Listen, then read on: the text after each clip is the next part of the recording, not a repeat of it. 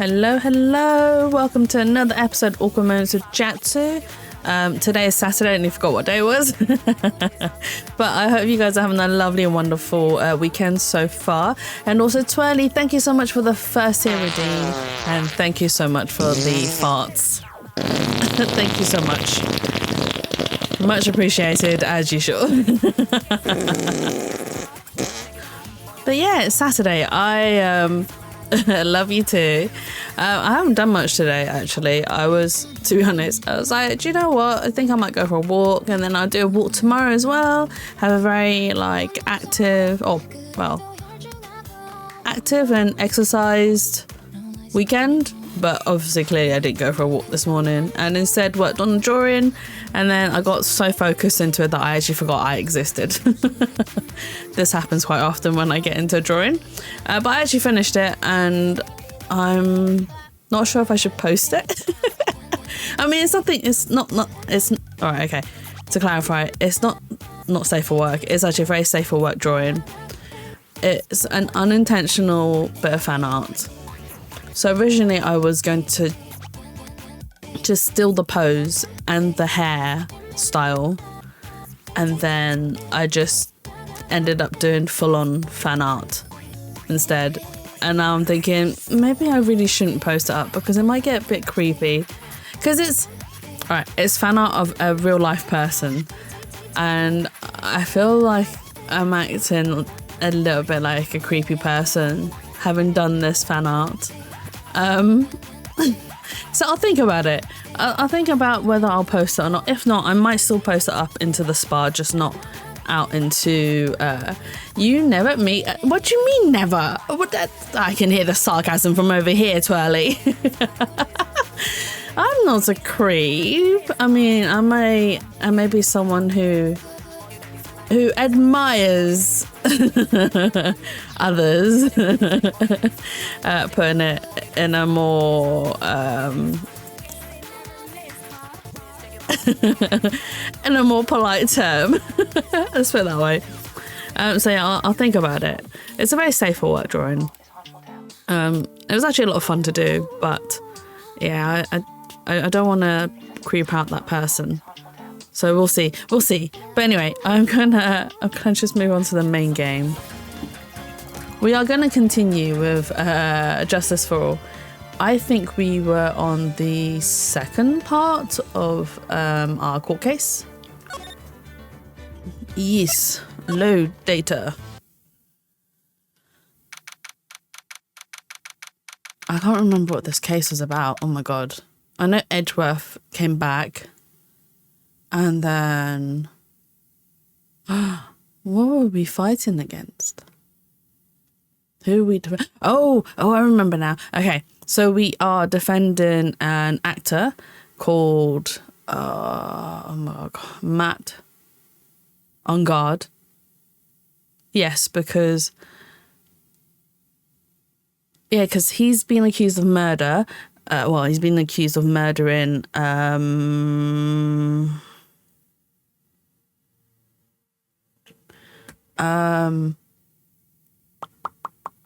I can't remember his name. The Jamming Ninja, that's the name I remember. And then we have to get a full acquittal because Maya's been kidnapped and her life is at stake. But so because of that, we've now pinned the blame onto Matt on Guard's assistant. And now we are trying to prove that she is actually the murderer. Dude, I can't believe that Adrian, no way, not cool, and collected Adrian Andrews. She's your manager. It had been very easy for her to pull this off. The only person who had easy access to the knife you used at dinner was, well, her. So, after the ceremony during the break, huh? There we go, Adrian Andrews, that's her name. I was sleeping like a log the entire time. See, she could have also easily planted that blood-covered button in your hakama. Sorry, when I struggle with reading, my brain's not quite awake. I've spent way too long painting, and my brain's like, do we have to read now? Do we? It's like, yes, we do, brain. Come on, we got this. Because she was the one that came to wake me up. Then, dude, you're saying it really was her? Yes, she's the real killer. She was the one who murdered Juan Corridor. That's the name, Juan Corridor. And it's probably pronounced Corridor, but hey, I'm gonna call him Corridor. But why? I thought she was buds with Juan. She has her own agenda. Her own agenda? What are you talking about? I'm sure you'll see by the time this trial's over. It'll be alright. I'll get you acquitted by the end of today. Get me a verdict that's refreshing like a spring breeze. Okay, Mr. Lawyer Dude. Phoenix. You think her motive is related to Celeste Impact's missing suicide note, right? Oh, I read that so weird. Yes. Miss Andrews depended on Miss Impacts as her strength and reason to live. But then Miss Impact suddenly killed herself. It sounds like she left a suicide note and the person thought to have hidden it is Juan Corridor, the victim of this murder. And that's why I think that Miss Andrews got close to Mr. Corridor, all to get the suicide note back. That sounds plausible, but one thing bothers me. What? Who was it that first told us about their relationship? Better stated, Miss Andrews' dependency issues with regards to Miss Impact's. It was Edgeworth. It looks like he's still the one in command of the ship. Don't let your guard down yet.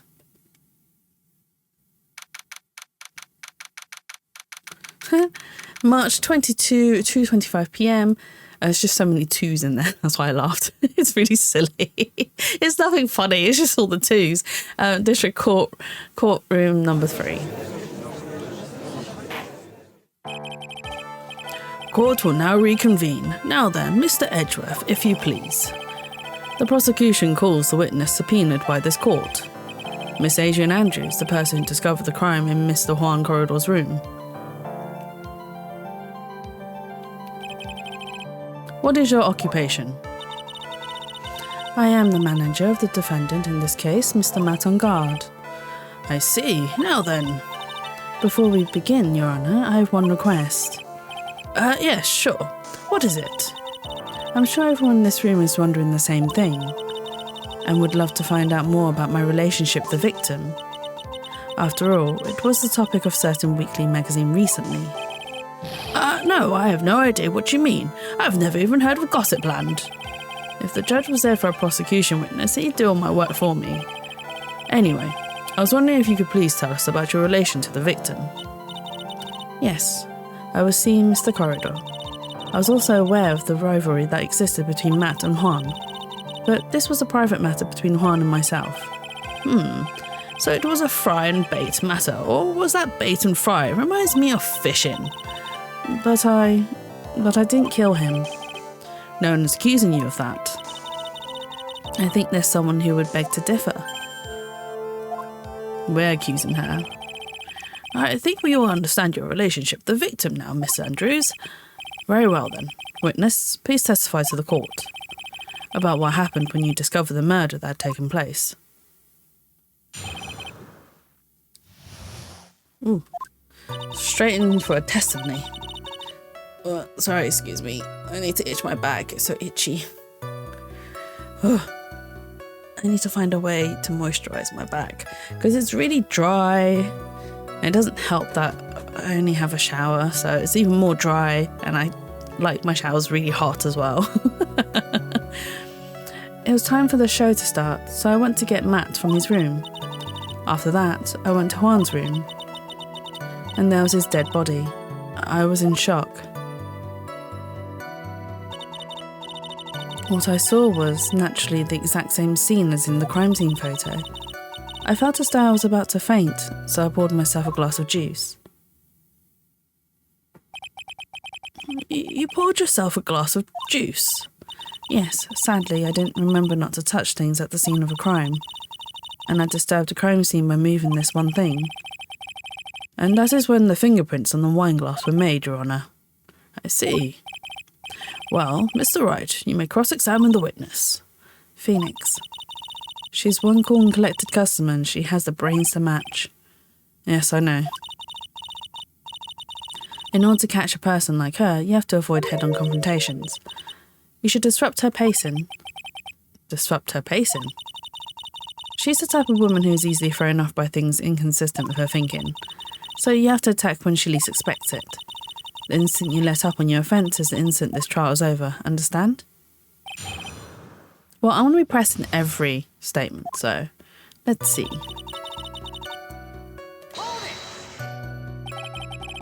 And what was Mr. Ungar doing at the time? He was taking a nap. He was worn out from his mini performance as the Nickel Samurai during the ceremony. Mr. Ungar did say he was taking a nap. Then I guess you could say it could not have been taken out of his room yet. Excuse me? It? What are you? Right, I thought years of school would have taught you how to construct a sentence. If you can't make a sensible sentence with a subject, then I'll make one for you. Watch. Did you, Miss Andrews, remove Miss Ungar's knife from his room? No. Subject, verb, object, right. Did you skip basic grammar? The witness may continue. Oh, crap. Didn't mean to skip that. Why did you do that? As a friendly gesture, Juan was to make an appearance with the other heroes. So the show was supposed to be a show of friendship, huh? Press further. Is that the only reason? Oh my god. What is with my voice? I've only just started. Come on.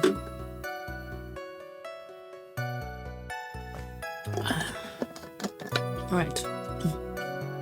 I have actual tea on me today.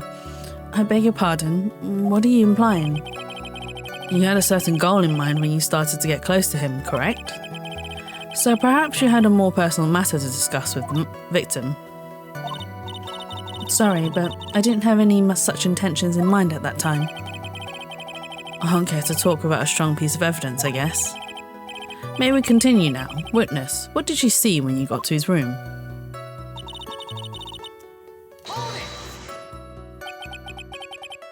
You were in shock. What? Was I not supposed to be? Miss Andrews is a very calculating person, and despite how close they were, I doubt she had romantic feelings for Mr. Corridor. Anyone randomly stumbling upon a dead body would be shocked, and you can't seriously expect that a young beauty like her would not be shocked. Somehow I don't think beauty has anything to do with being shocked or not. I see.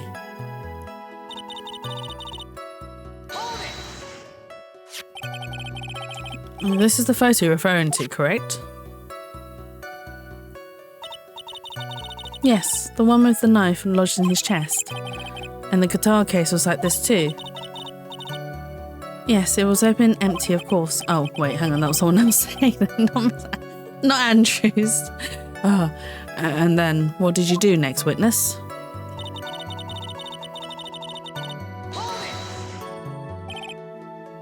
Juice? Yes, there was a bottle of tomato juice on the table, so I helped myself.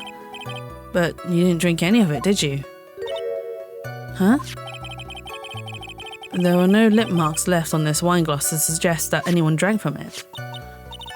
I wasn't feeling terribly great, so I set the glass down without drinking it. Miss Andrews, I'd like to confirm with you one more time. When you discovered the dead body of Juan Corridor, you were in great shock. And that's when you poured yourself the glass of juice, correct? And what of it? My mind really was a complete blank at the time. Your mind was a complete blank. I didn't think that was possible for you. Aren't you rude today? I was so dazed that I made one careless mistake, that one thing. What one thing? Never mind. It's no big deal. What was she starting to say just now? Press further. Ooh. Miss Andrews, I'm convinced that, as you said, you made a mistake at the scene of the crime. What I really want to know is what this mistake was. Actually, so would I. I'm sorry, it's kind of embarrassing. When I set the glass down on the dresser, I accidentally knocked the flower vase over. Flower vase? Are you talking about the one on the floor in the crime photo? This mess of glass shards is originally on top of the dresser, but when I bumped into it with my elbow, it fell onto the guitar case. Why did you withhold such an important piece of information? I'm sorry. I thought that since the crime scene was already in disarray, that people would simply assume the vase was just another part of the mess. It looks like yet another fact has come to light here. Please add this and anything else you have to reveal to your testimony. I'm sorry, but I have nothing more to add. I didn't touch anything else.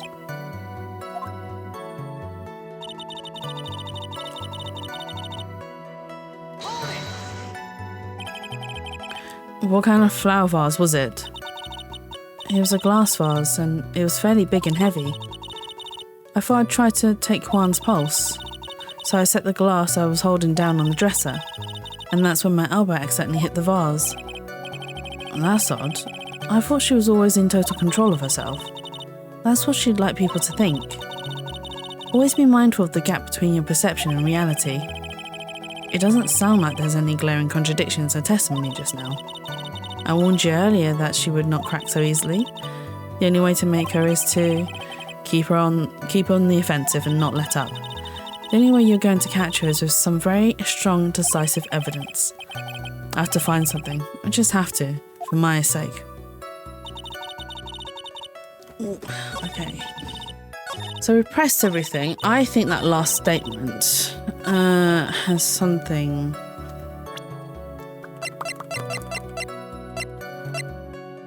empty. There's some water, but only on top of the lid.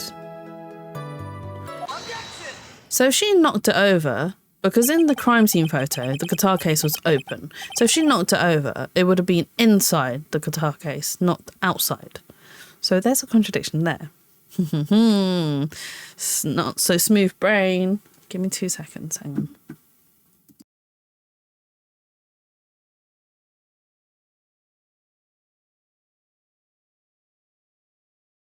Sorry, I had to adjust my mic and I really needed to cough.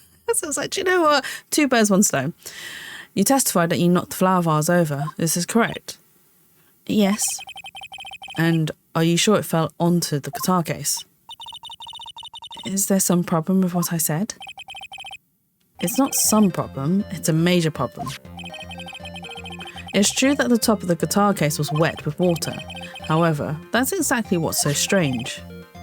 Miss Andrews, you testified that the vase fell onto the guitar case. However, if that was true, the case should have gotten wet on the inside, not the outside. Oh. That's very true. Furthermore, there's one other strange thing about this guitar case. And what is that? Let's take another look at the crime scene photo. The remains of the vase are scattered on the floor. And what is wrong with that? If the guitar case was open when the vase fell, the glass shards should be inside, not outside the case. What is your point, Wright? That the case was closed at the time the vase was knocked over? Is that all? No, think back to what Miss Andrews testified to. She said that other than the vase, she didn't touch anything else.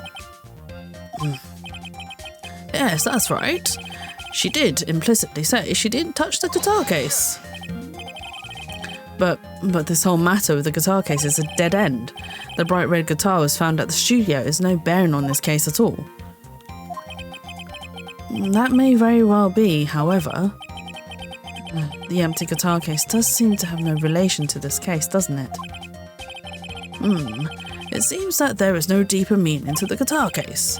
Well, Mr. Wright, do you think we need to hear more details about the guitar case? Let's make her testify anyway. The empty guitar case.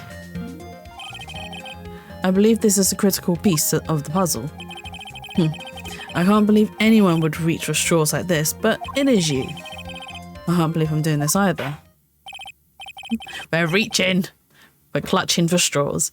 All right, I'll follow along for now. Miss Andrews, please testify to the court about the guitar case. Yes, Your Honour.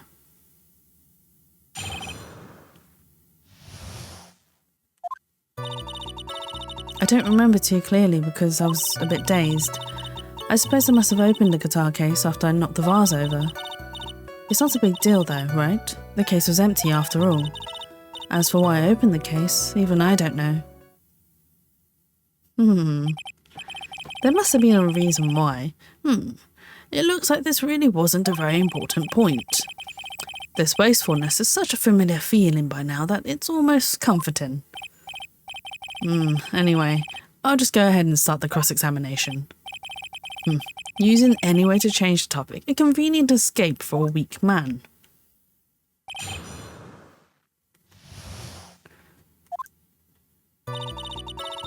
Okay, let's press. The fact that we're able to cross-examine her does mean that it probably had some significance. During your testimony just now, did you remember those events clearly in your mind? Well, you see, are you sure you're the one who opened the guitar case? She's waiting for someone to tell her if she should answer or not. Sounds like her dependent side is taken over. Well, Miss Andrews? Yes, it was me.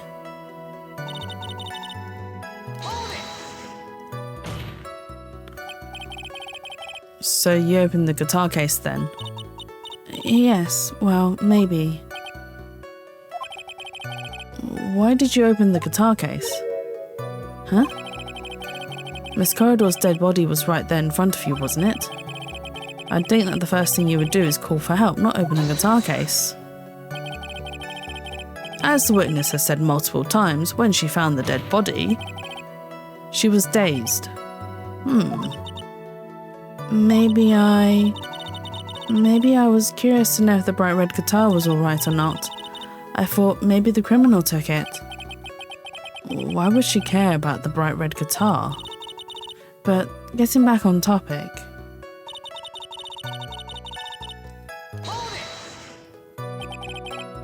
Was it really empty? I was just wondering if maybe when you opened the case, the guitar was still inside.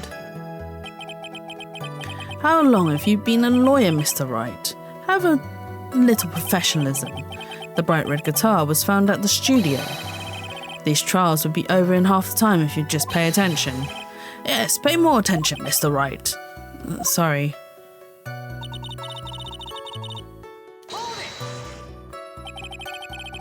Was that because you were shocked and dazed at discovering the victim's body? Yes, that's probably it. I'm not going to get anywhere if I continue pressing her like this. The only way to make her talk is with evidence. I guess I should give it a try. Come on, Phoenix. We can't afford to let up on her now.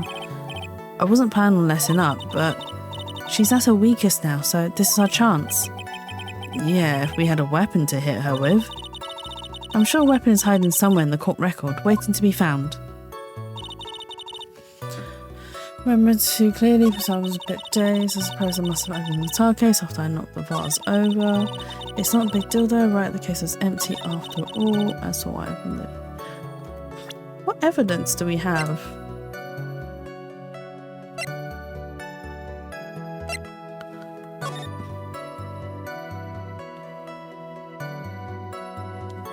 Okay, we can't see anything like clutched in her hands there.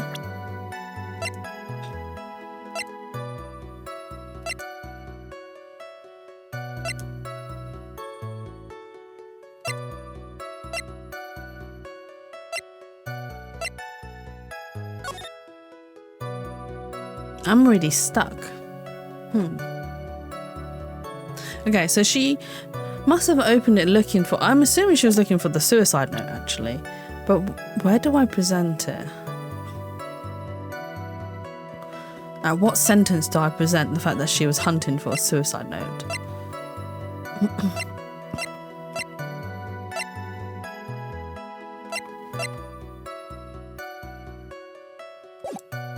Okay, I'm gonna save here. I'm stuck already. I've already just started and I'm stuck. Oh, wait, hang on. Let's go back. And I'm gonna present this.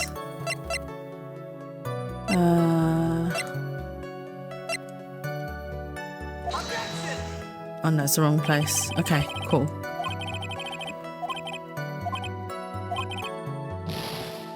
Okay. That's why I opened the case, even I don't know. The case was empty after all. Was it empty though? I definitely think it's got something to do with that suicide note, but...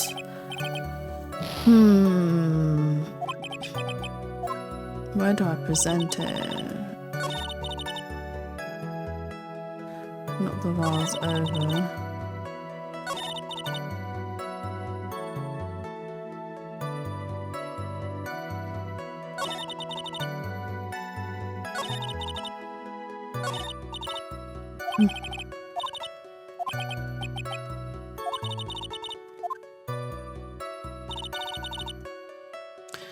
So I suppose I must have opened the guitar case after I knocked the vase over.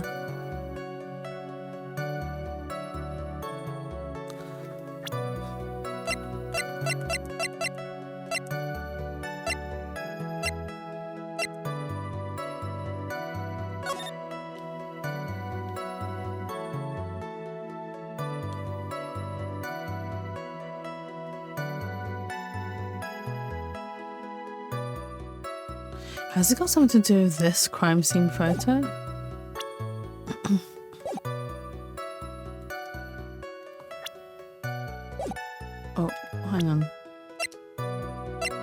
supposed to present it. What's this actually? Not that one. Oh, I'm literally stabbing in the dark here. Alright, okay. Oh.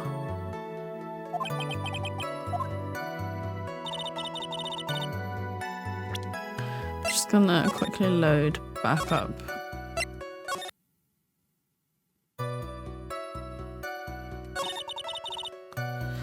Although Wright, the case was empty after all. I'm gonna cheat. Give me 2 seconds.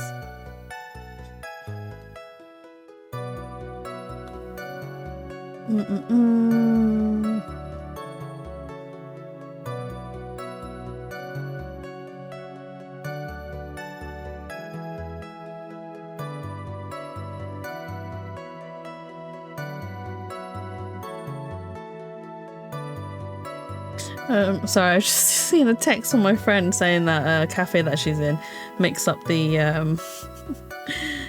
alcohols that she'd ordered, and instead of a 20% drink, she got an 80% drink. Wow. But she can handle her drinks quite well, so she'll be fine. She'll be fine. Right, okay. Crime scene.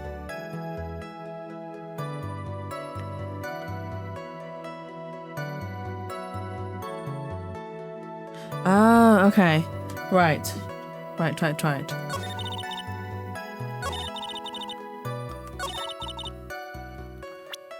Right, so I'm supposed to present the guitar case because the guitar case only has Corridor's fingerprints, but not Adrian Andrews. So she couldn't have opened it. If she had, her fingerprints would be on it. There's no way you were the one who opened the guitar case. Why would you say that? It's elementary, my dear. It's elementary. That's such a Sherlock reference. Because the only fingerprints on this guitar case are those of the victim.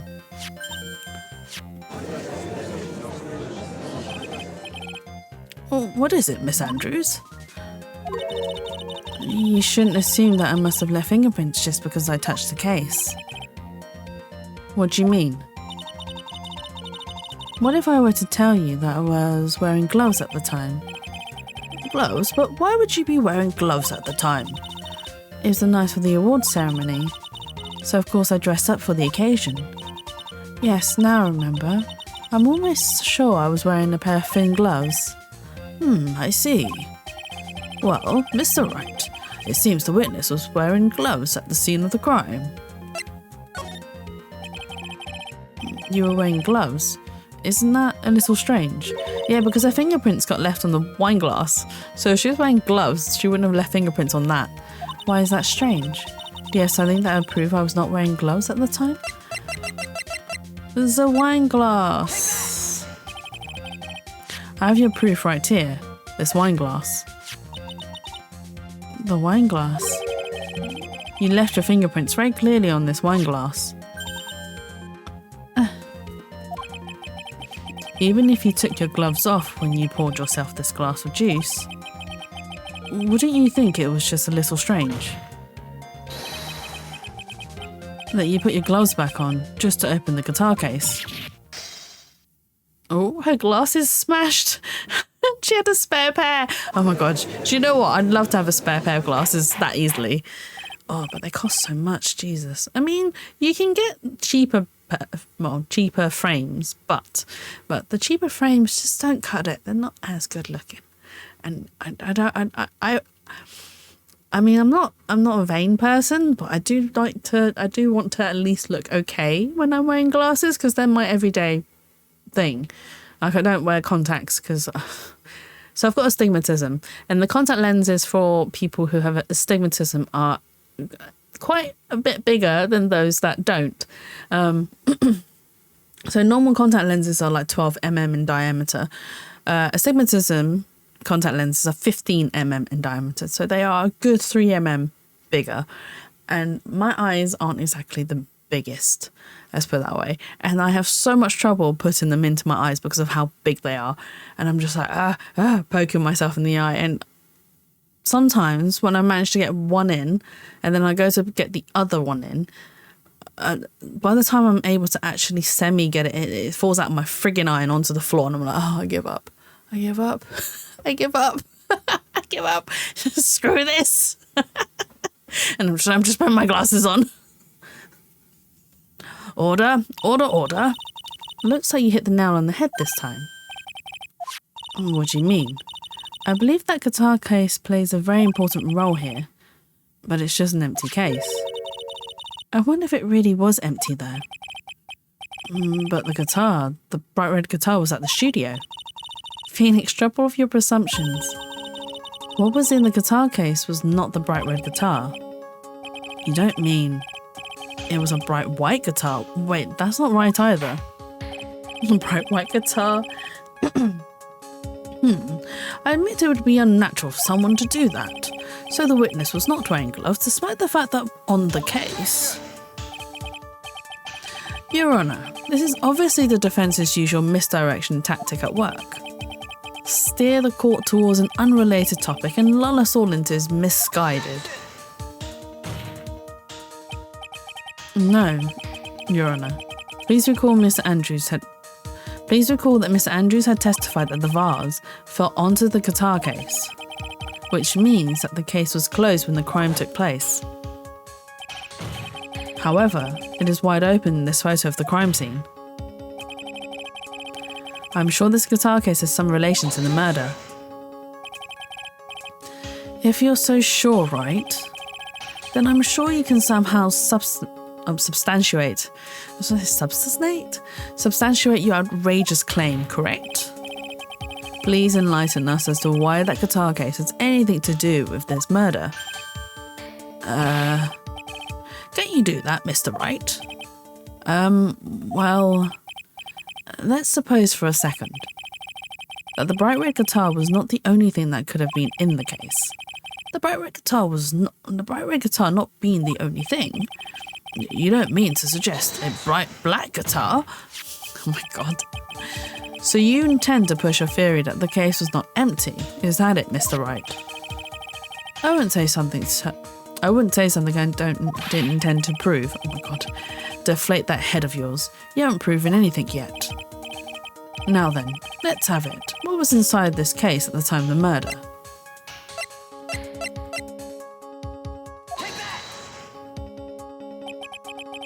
And why would something like that be inside a guitar case, let alone this one? Why, Mr. Wright? Why? Well, I just thought it might have been impossible. Oh, that's not the right thing. I have a suggestion. Why don't you put that in the void where your brain is supposed to be? Whoopsies. Yes, and never bring it out again. Can't a foolish fool get some love? Do you still think you can prove your theory? Can you prove that the guitar case was not empty at the time of the murder? I wouldn't say something I didn't intend to prove. Oh, it's the same text. Are they gonna kiss yet? Not quite yet, Twirly. It is a very much... it's a very long play, let's put it that way. So it's not that.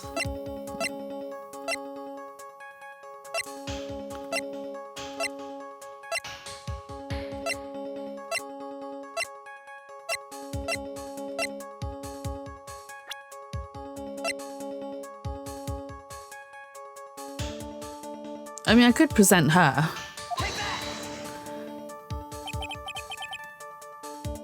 Okay, no. Okay, so that... Oh, right, okay. I'm assuming it's a suicide note, but I don't have the suicide note. What do I present? Jesus Christ, this is tough. My brain's not working today, honestly.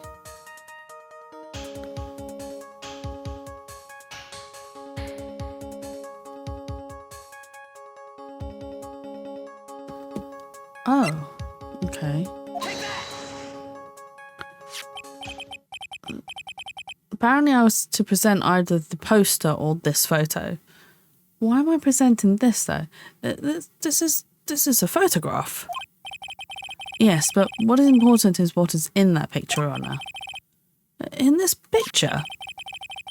It doesn't take a genius to see what I mean, what I'm proposing. It does, Phoenix, because even I don't know. Inside the guitar case was the Nickel Samurai, the hero's very own costume. What? Oh, really? Wait. Does that mean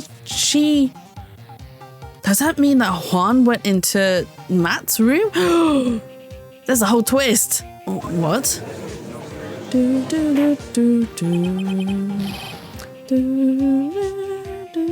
Sorry. Mr. Wright, explain yourself. Right, are you saying that the witness opened the guitar case to take out a costume? What insane point would there be to doing something like that? That insane point would be to wear the costume, of course. Miss Andrews put it on to hide her identity so she could make her escape. After all, you couldn't let anyone see you leave, could you, Miss Andrews? I refuse to accept your theory. Do you have anything to support such a preposterous ideal? Or preposterous stand-in? I didn't see the last word. Just outside the door was an investigative photographer who was starving for a big scoop. And in the end, she managed to get this shot correct. You mean this photo?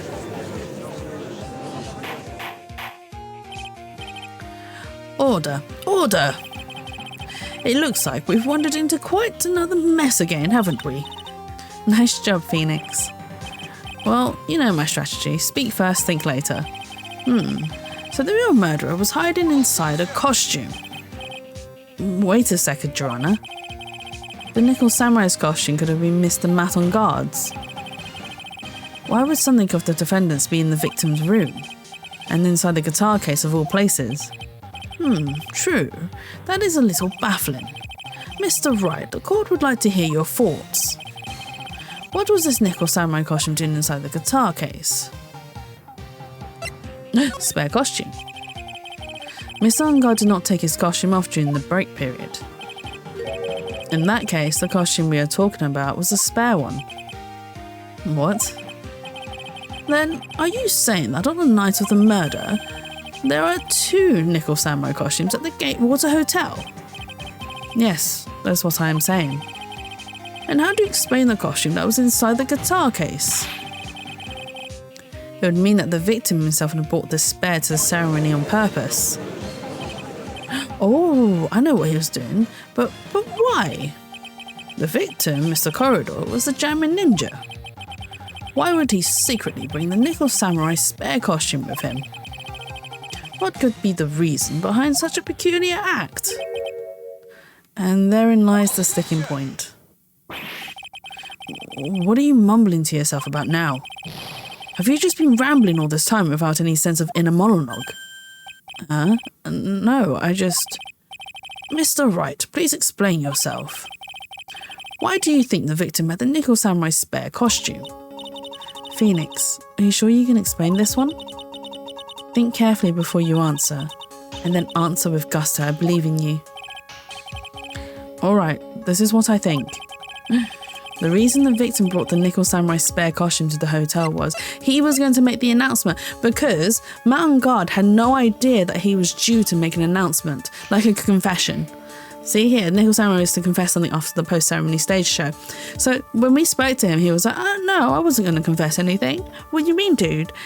And now it turns out there was a spare costume. So Juan was going to dress up as a Nickel Samurai, and then he was going to pretend to be Matt and then make a secret confession announcement, which would have probably ruined Matt's career. What is this? On the night of the murder, after the stage show, the Nickel Samurai was going to hold a special press conference. A press conference? Yes, the Nickel Samurai was supposed to confess something at this conference. I heard about this as well. For once, you're not making something up, right? But what struck me as strange was that Mr. Ungard himself said he had no idea he was supposed to be holding a press conference that night. But how can that be? The way I see it, that can only mean one thing. The conference was set up by none other than the victim, Mr. Juan Corridor himself. The victim? Yes. The spare nickel samurai costume was prepared for that very conference. Mr. Corridor was going to hold the press conference as a nickel samurai. Ha ha ha! He was going to dress up as a nickel samurai and hold a conference? But why would the victim do such a thing? That's something I don't quite know yet, however. What I am concerned with right now is what he intended to reveal at that conference. The nickel samurai was going to confess something. And by confess, I'd wager he was going to reveal something about himself. Which means that Juan Corridor, posing as a nickel samurai, was going to speak about Matt on guard. Yes, I guess that is what it would mean. But if that's the case, that's not a confession, that's a public disclosure. Dun dun dun! Miss Andrews, I can see why your pros are what you do. Pardon me? Yes, just as you say, the press conference was set up by Juan. Miss Andrews, please offer us an explanation for this. I was the one he asked to help set it up. And the person who prepared the second costume for him, that was also me. You? Juan had bet everything on the German Ninja this year. And if he lost the Grand Prix, he was going to make sure Matt was going down with him. That's what he thought anyway. He was going to ruin him, huh? It looked like somehow Juan had in his hands a secret so powerful that it would destroy Matt's acting career had it been revealed. What? Oh, the tense music. And do you know what this secret or Miss On Guard is, Miss Andrews? That's something only Juan knew. I don't know what it is. Ah, I see. I've probably been coming off quite suspicious to everyone, but that's to be expected. I've been trying to protect Matt, after all. Protect Miss On Guard. But if she was trying to protect him, she wouldn't have actually helped Juan organise this secret press conference and prepare a secret or prepare a spare costume. So you weren't protecting him. You were in on it. You were in on it. He'd convinced you.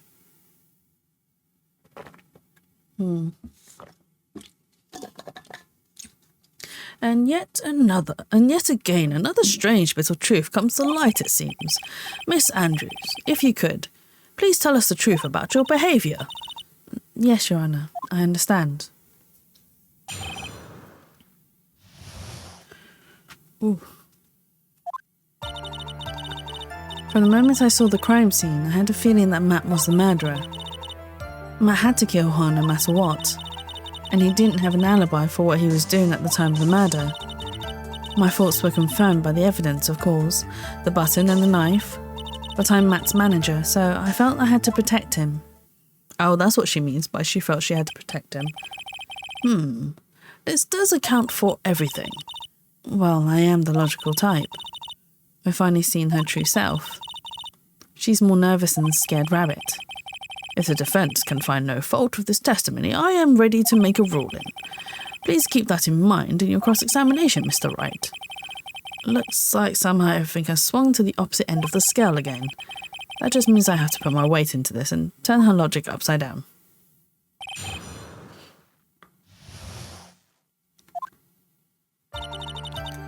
Okay, let's press her.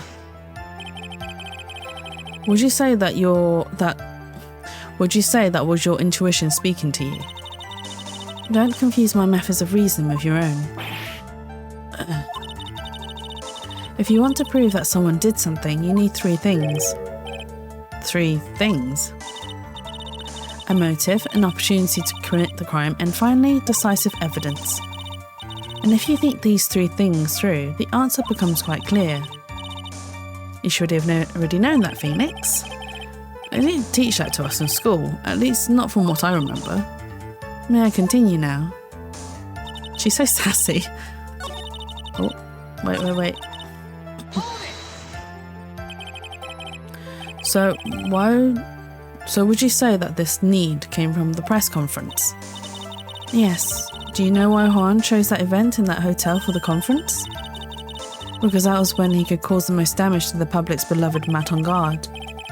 And you knew of this plan, didn't you, Miss Andrews? Yes, because I was the one who set up the conference and prepared the costume. But I'm sure Mr. On Guard himself didn't know anything about the press conference. Oh, really? Can you show me any proof that he didn't know about the press conference? Anyway, the important thing here is that this information was not in your testimony. Yes, I agree. Miss Andrews, please correct your testimony if you please. Grasping at straws now, are we, Mr. Wright?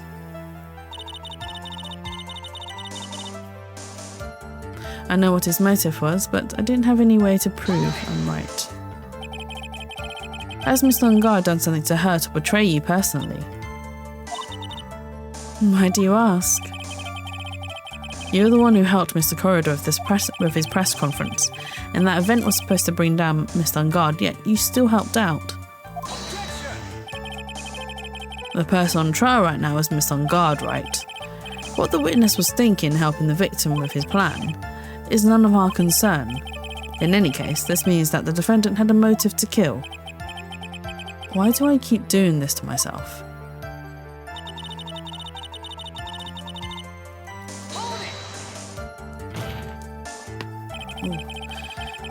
But you already testified earlier that Mr. On Guard was taking a nap in his room. Are you telling me now that that too was a lie so you could cover for Mr. On Guard? I'm not telling you anything of the sort. When I went to get him for the show, he honestly was sleeping. However, as to whether he was sleeping the entire time, that I cannot say. I was too busy setting up the stage at the time. I keep trying, but I can find no flaws with what Miss Andrews has said. I can't say the same for some people in this courtroom, however. The judge is glaring straight at me. He's glaring at you, smart guy. The judge really doesn't like us. I think that's very biased of him. But despite that, we still win our cases.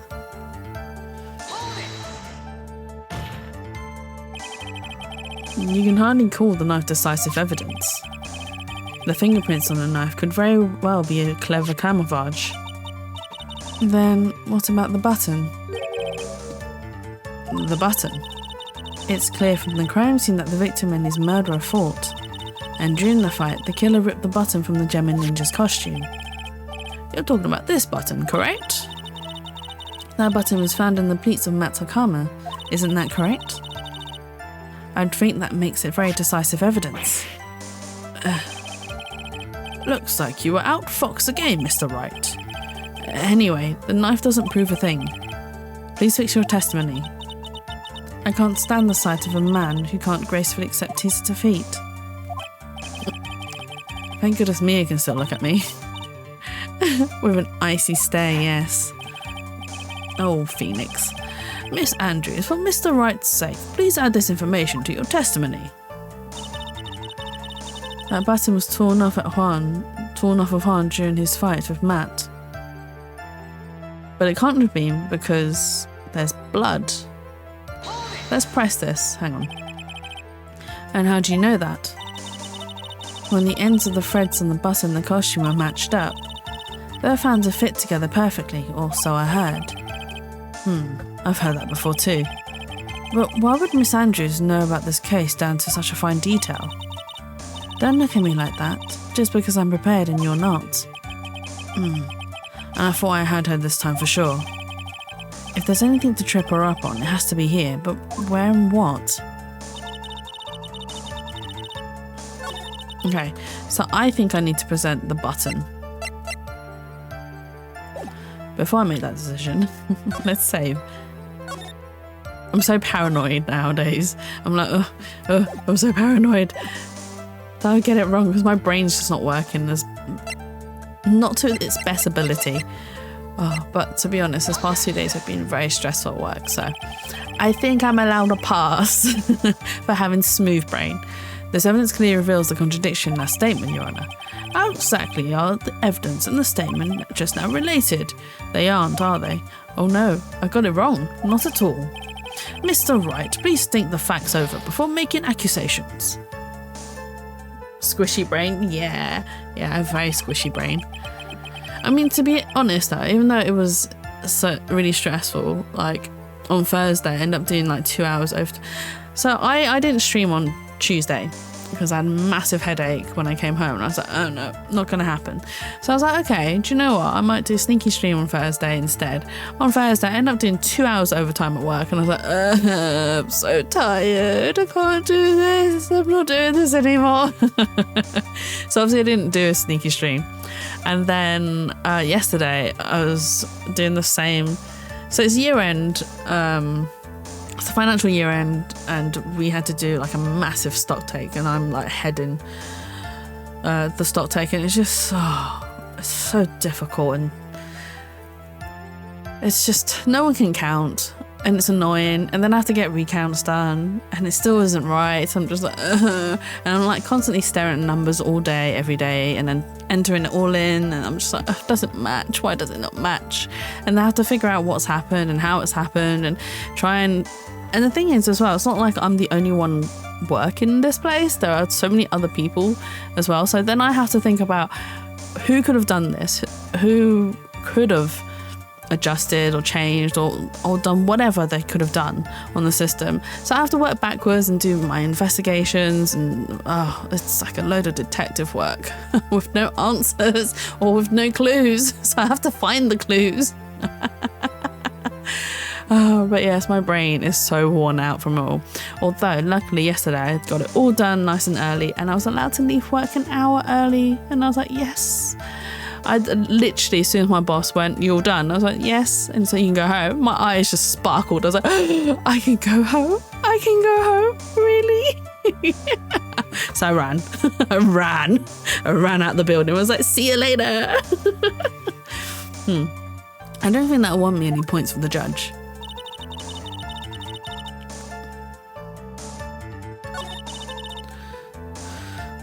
Okay, so that button wasn't the clue. Okay, but what you really did was stab the guy in the back, didn't you? And at the worst possible time. Who's to say she really stabbed the guy in the back, as she put it? This witness could have disclosed things about Miss Angard at any time.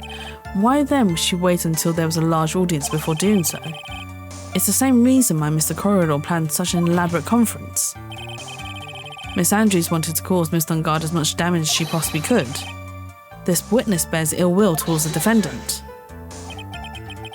This isn't the Phoenix Wright wax philosophical power hour. And please, stop slandering the witness. As expected, Miss Andrews' testimony seems pretty solid. Really? Because to me it sounded a little wishy-washy. Wishy-washy? Well, I guess we'll see if I press a little more. You should know this by now. But you'll need strong decisive evidence to make her talk. Got it. Got it, Chief. I'm going to pin you down this time, Miss Andrews. From the moment I saw the crime scenes and that murderer, I know what it's most of. Right, I didn't have an alibi time, the button was see, this statement here.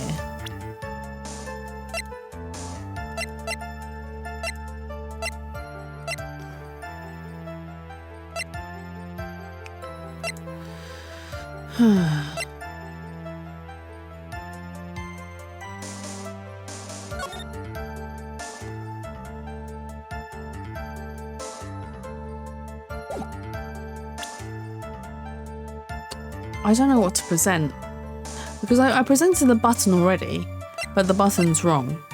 Because I thought that if it was torn off during the fight, then he must have had, because there's blood in it, it must have been done to afterwards, but apparently not. I'm just assume, but it doesn't say that. But it's got definitely something to do with the button.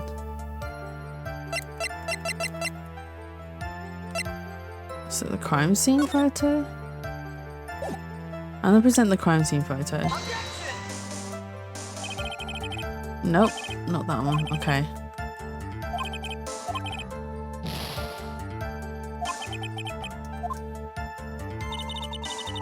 Button was torn off with June Han during his fight with Matt.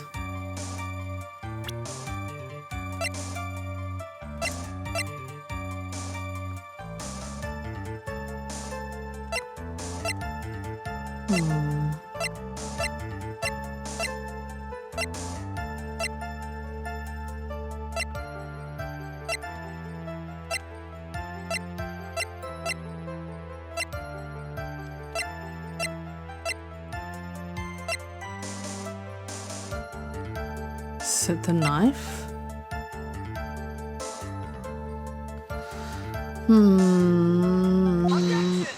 Oh, it is. It's the autopsy report. This is the victim's autopsy report. It clearly states that the cause of death was strangulation by a scarf. Strangulation? The knife stab to the victim was done after the victim had already died. And what does that mean? Let's examine the evidence. This button has the victim's blood on it, which would mean that it was ripped off of the costume when? Oh, okay, that makes sense. After the knife was stabbed into the victim. Exactly, which means it is impossible that this button was torn off during the victim's final struggle, because the victim was strangled to death in that fight. That's right, Miss Andrews. There's no way this button was ripped off during the struggle. This button was consciously pulled off of the victim's already dead body. Order, what is the meaning? What is the meaning of this, Wright? So what if the button was torn off the body after the victim had already died? What does that change? Let me ask you one simple question, Mr. Edgeworth. Why was the button torn off? What purpose did that serve? What purpose? We know now this button was not torn off during the fight. So the murderer took the time and effort to purposely rip this from the victim's body. No, not bottom, button. Don't be silly, Twirly. That would mean that the murderer had something in mind, wouldn't it? Mr. Wright, does this mean you know what the murderer wanted to do with this button? What was it? Just checking. To pin the crime on guard. There's only one logical reason for doing something like that. It was to pin the crime on Mr. On Guard. There's no way anyone would put a bloody button in their own pants. A bloody button in their own pants. Yes, let me just put this button in my pants. Sorry. That's right. Mr. On Guard was set up. By the real killer, of course. And the real murder is... Well, Mr. Wright, who in the world is the real killer then? Finally. I can't believe I managed to bring this trial all the way up to this point. Phoenix, you can't let your guard down yet, not until the very end. The real killer, the person who planned to frame Mr. On Guard, is... We already pointed this out. It's Adrian Andrews. Miss Adrian Andrews. I choose you. You are Mr. Corridor's killer. What?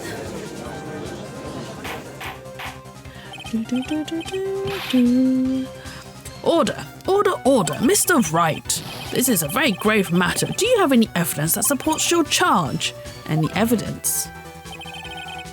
All of the evidence points to Miss Andrews. How preposterous. You can't stick any of that on me? I can't, can I? Would you care to test me? Then what about this knife? The knife was used to stab the victim after he had already been strangled to death. It was used to throw suspicion onto Mr. On Guard naturally. A knife covered in the defendant's fingerprints could only be taken from his room. And the only one who had dinner with him and knew which knife to take was you.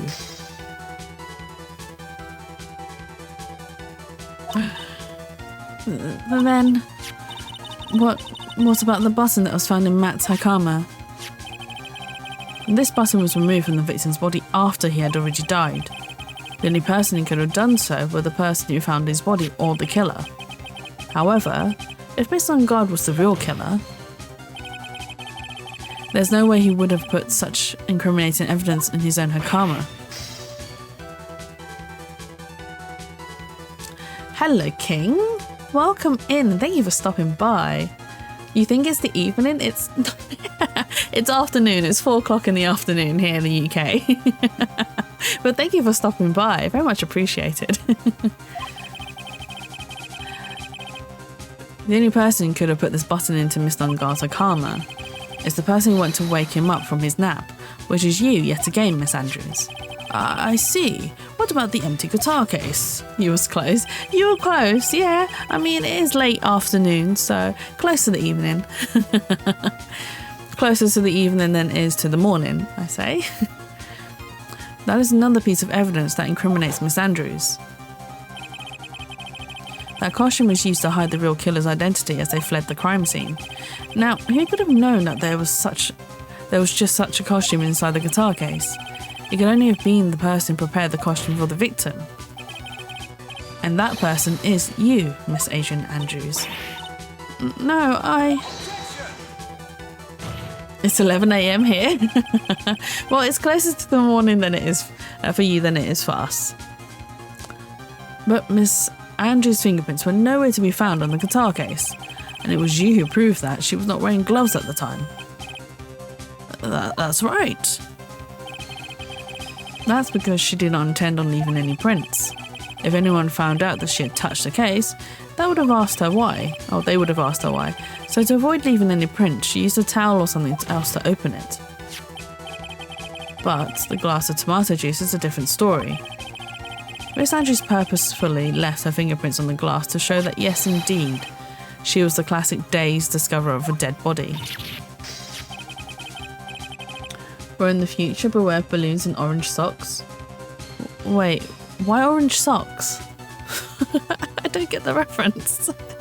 And to top it all off, there's this photo. A photo of the killer as they exited the scene of the crime.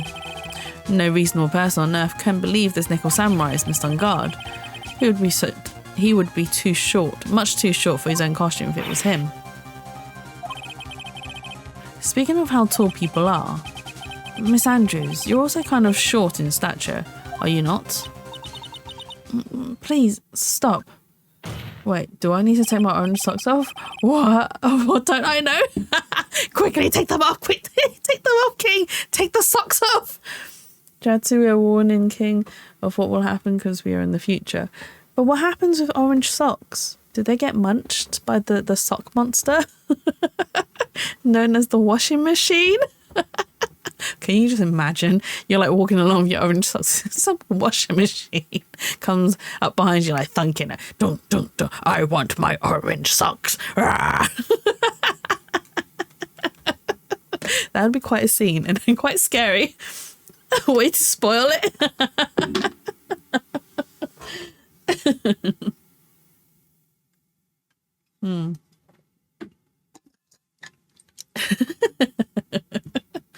Sock monster, no. And he just tackles you to the floor and like, nom, orange socks. I really shouldn't do the gremlin voice too much.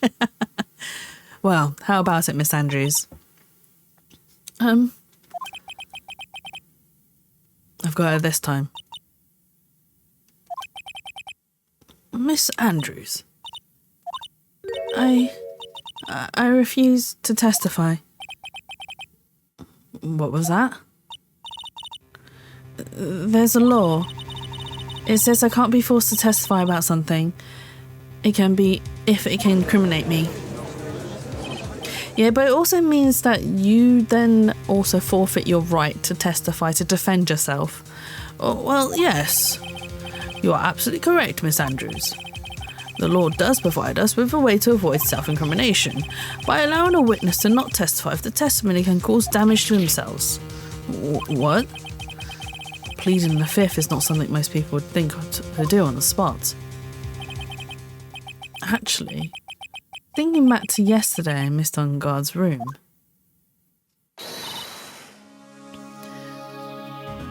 Oh, she was taught by Francesca. Oh my god. Oh, King, look, there's an emote for last night. Is that a squirrel holding a nut?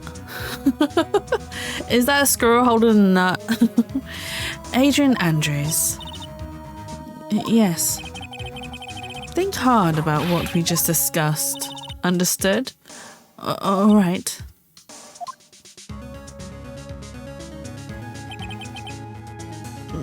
That's it. That's when Francesca planted this idea into her head. She must have told Miss Andrews to not testify if things look bad. You did a good job proving everything up until this point, Phoenix, but there's still one thing you haven't done. Something I haven't done. What's wrong, Wright? Are you finished already? Run out of evidence? What is so humorous, Mr. Edgeworth? I'm sure you realise this as well, Your Honour.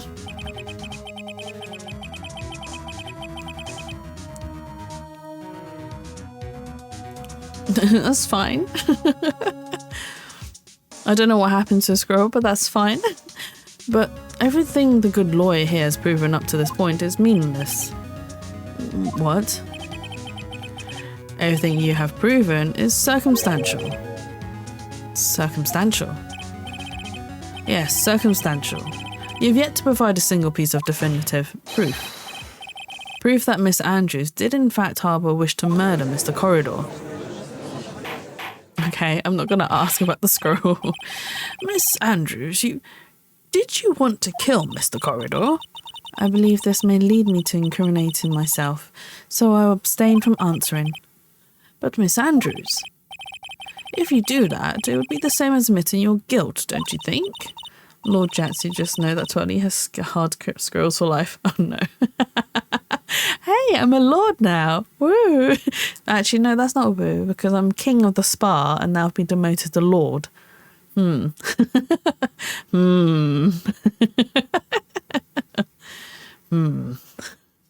Maybe so, or maybe not.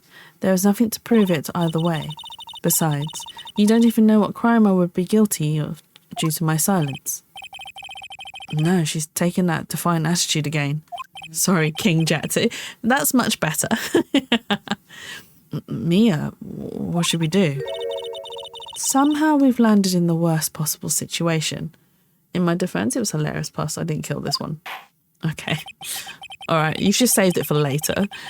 Its death is inevitable. In your case, Twirly. If not death, then it will be enslaved as a dungeon creature in the basement of whatever house or castle, or just in the basement of the ground.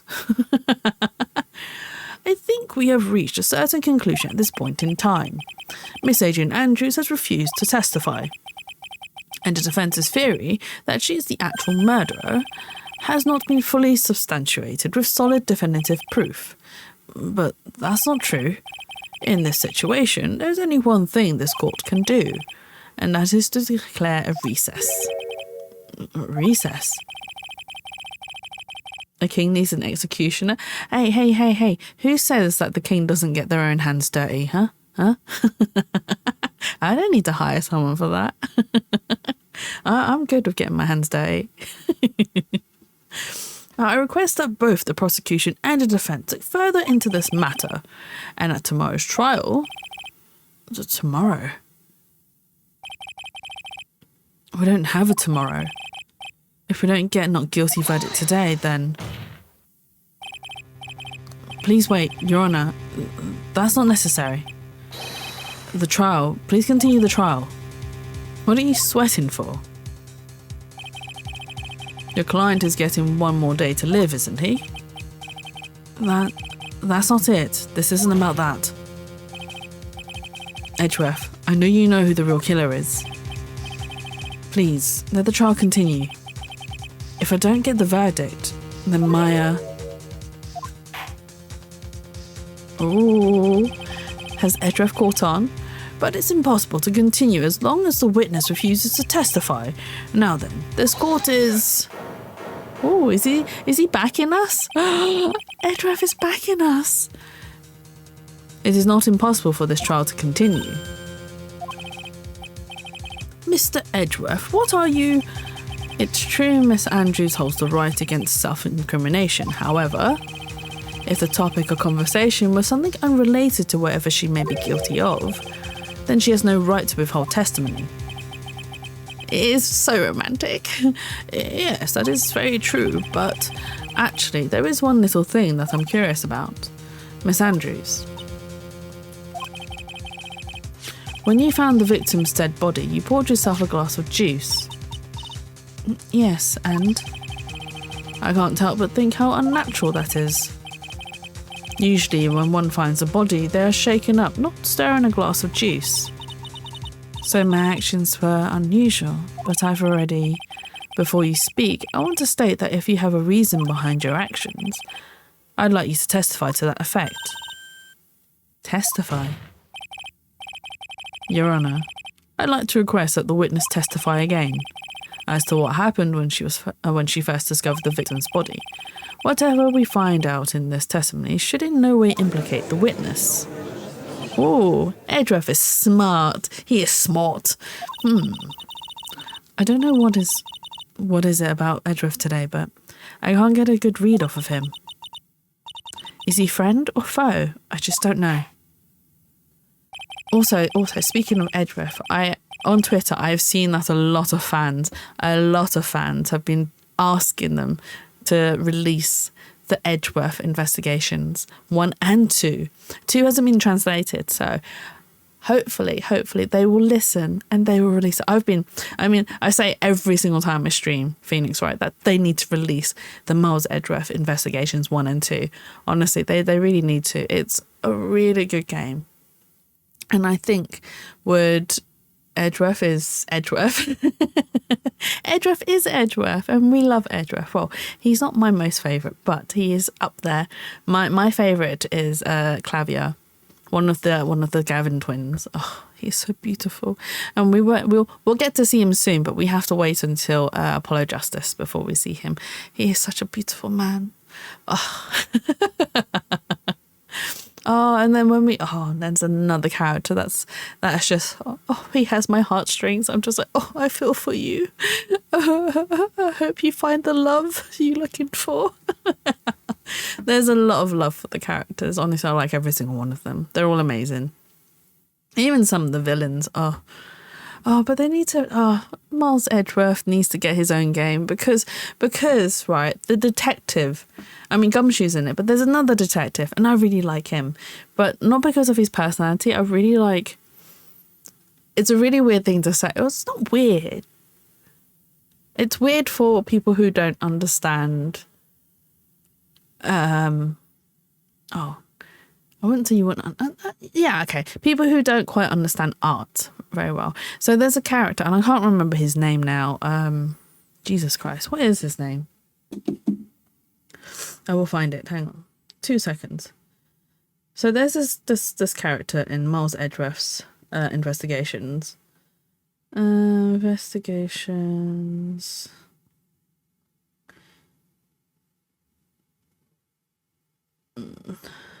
Characters.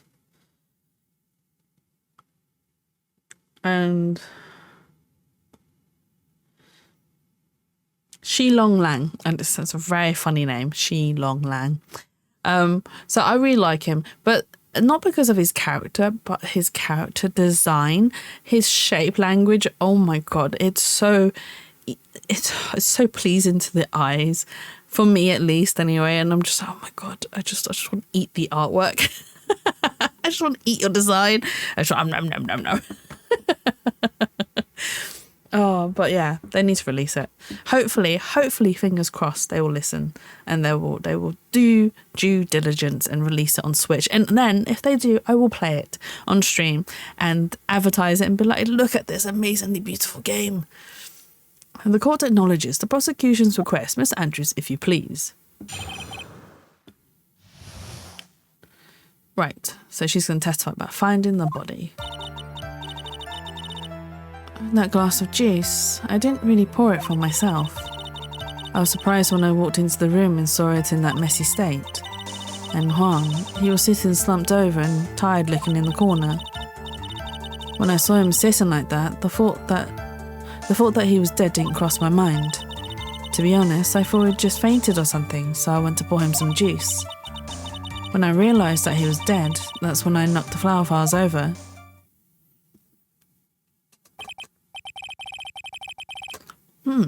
So you poured that glass of juice for the victim. Well, why didn't you say so in your earlier testimony? I didn't think I needed to include something so trivial. But she testified that she'd found the dead body. I mean, she did technically find, quotation marks, the dead body. However, when she did discover him, she didn't think he was dead. She thought he was still alive.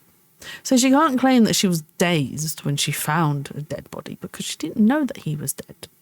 Anyway, Phoenix, please be careful here. If you can't find anything wrong with this testimony, then there's nothing left. I know. Edgeworth, what the heck is going on in that brain of yours? Now then, Mr. Wright, you may begin your cross-examination.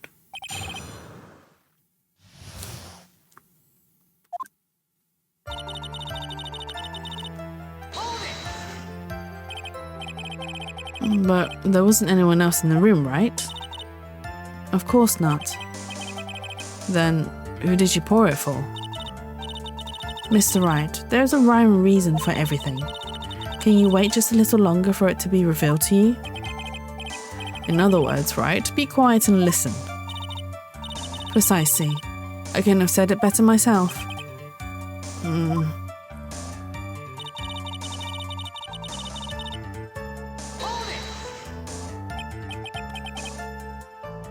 So, it was a mess. Are you sure it wasn't messy because of your fight with Mr. Corridor? I understand your frustrations at not being able to prove your theory. However, before you go accusing people of crimes, go find yourself some evidence. And then, what did you see next, witness?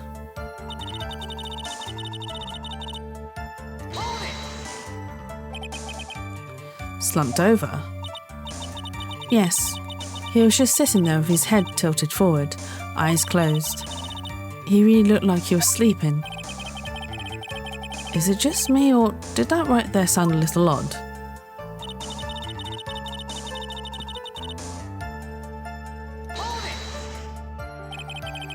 Then, what did cross your mind? I thought maybe he had smashed everything up in anger because he lost the Grand Prix, and then felt tired after his rampage, so he decided to take a nap. Anyways, that's what I thought. I see, so you didn't think he was dead at all?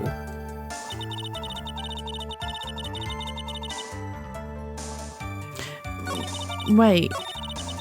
And Han, he was sitting something tired looking in the corner. Which statement do I present it to?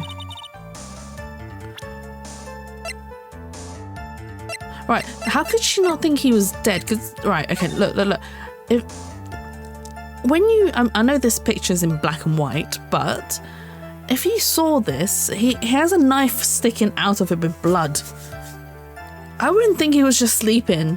I wouldn't have been like, oh, okay, you're just taking a nap. You're just taking a quick nap. If I saw that, I'd be like, oh shit, are you still alive? You wouldn't think, oh yeah, cool, you're just napping. That's oh, okay. I'm gonna present it here, but before I do, I'm gonna save it first. I've only got like one life left. Oh. It's really tough to work with, right? Let's present that crime scene photo.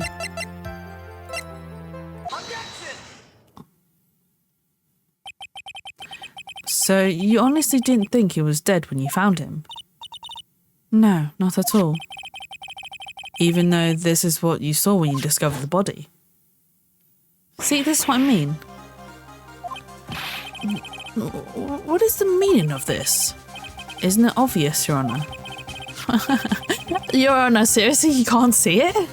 There's a knife sticking straight out of Mr. Corridor's chest. Anyone who saw the scene would have immediately thought that he was a dead man. Well, you see, I doubt a single person in the world would mistake this for someone who fainted, and then so nonchalantly go, oh my god, nonchalant, I can't pronounce that word. I know how to pronounce it, I just can't pronounce it. I know. Nonchalantly go pour something to drink. There we go. I don't need to use text-to-speech. Go Chatsu.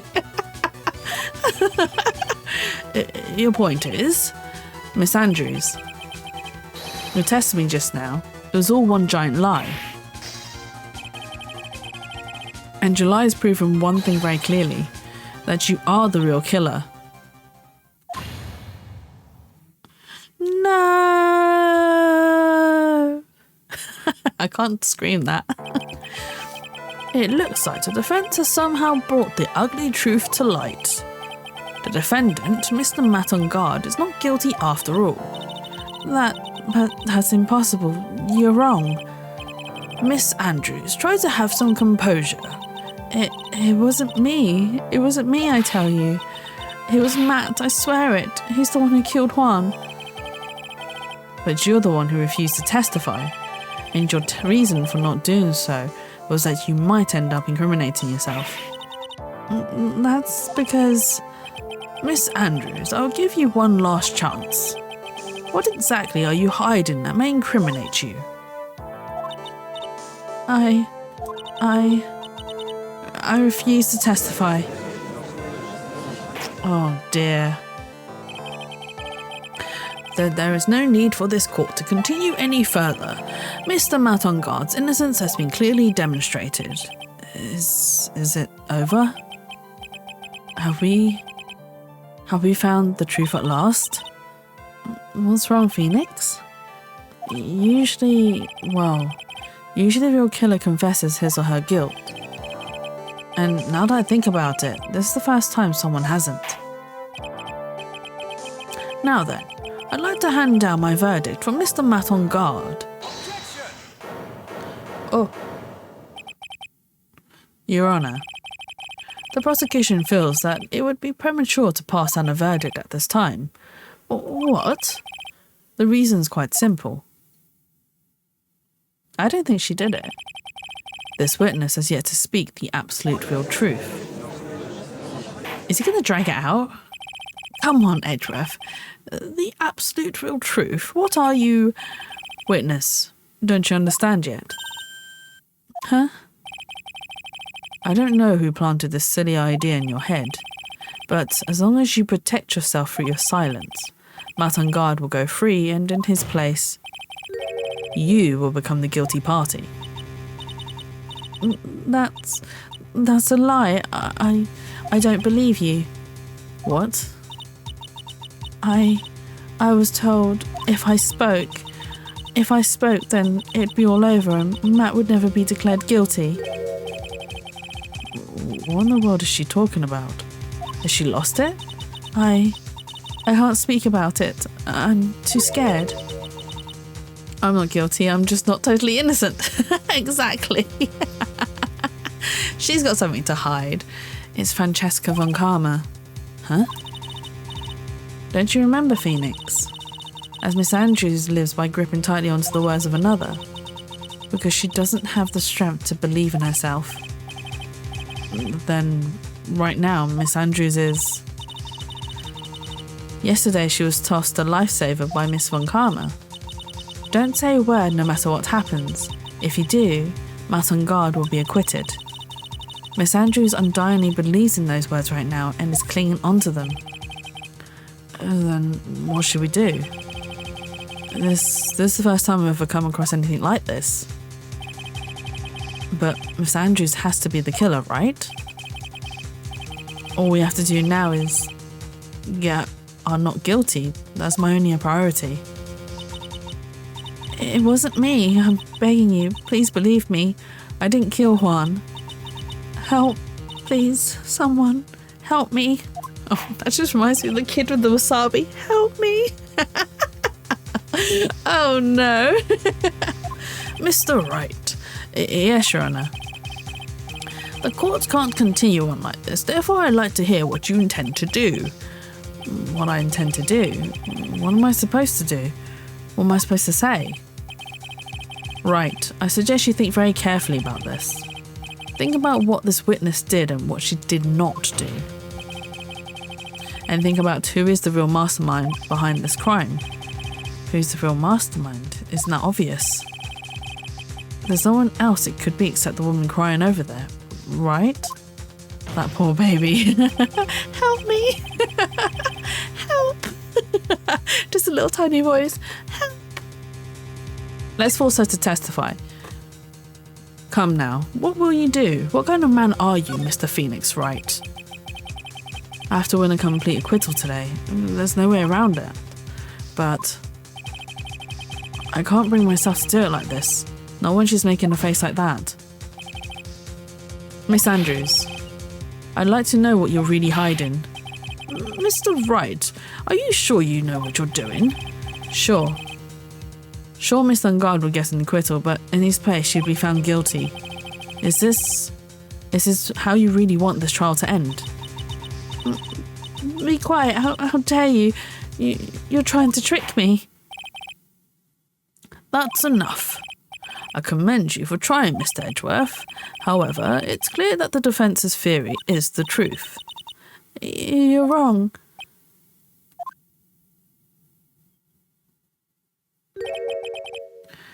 What a shame.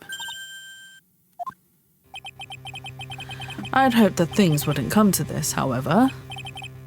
What is it, Mr. Edgeworth?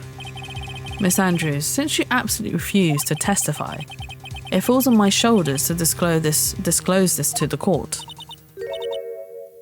Stop. Mr. Edgeworth? This witness, how should I put this? She has an illness. What? And because of this illness, she has tried to commit suicide in the past. Stop. Please stop.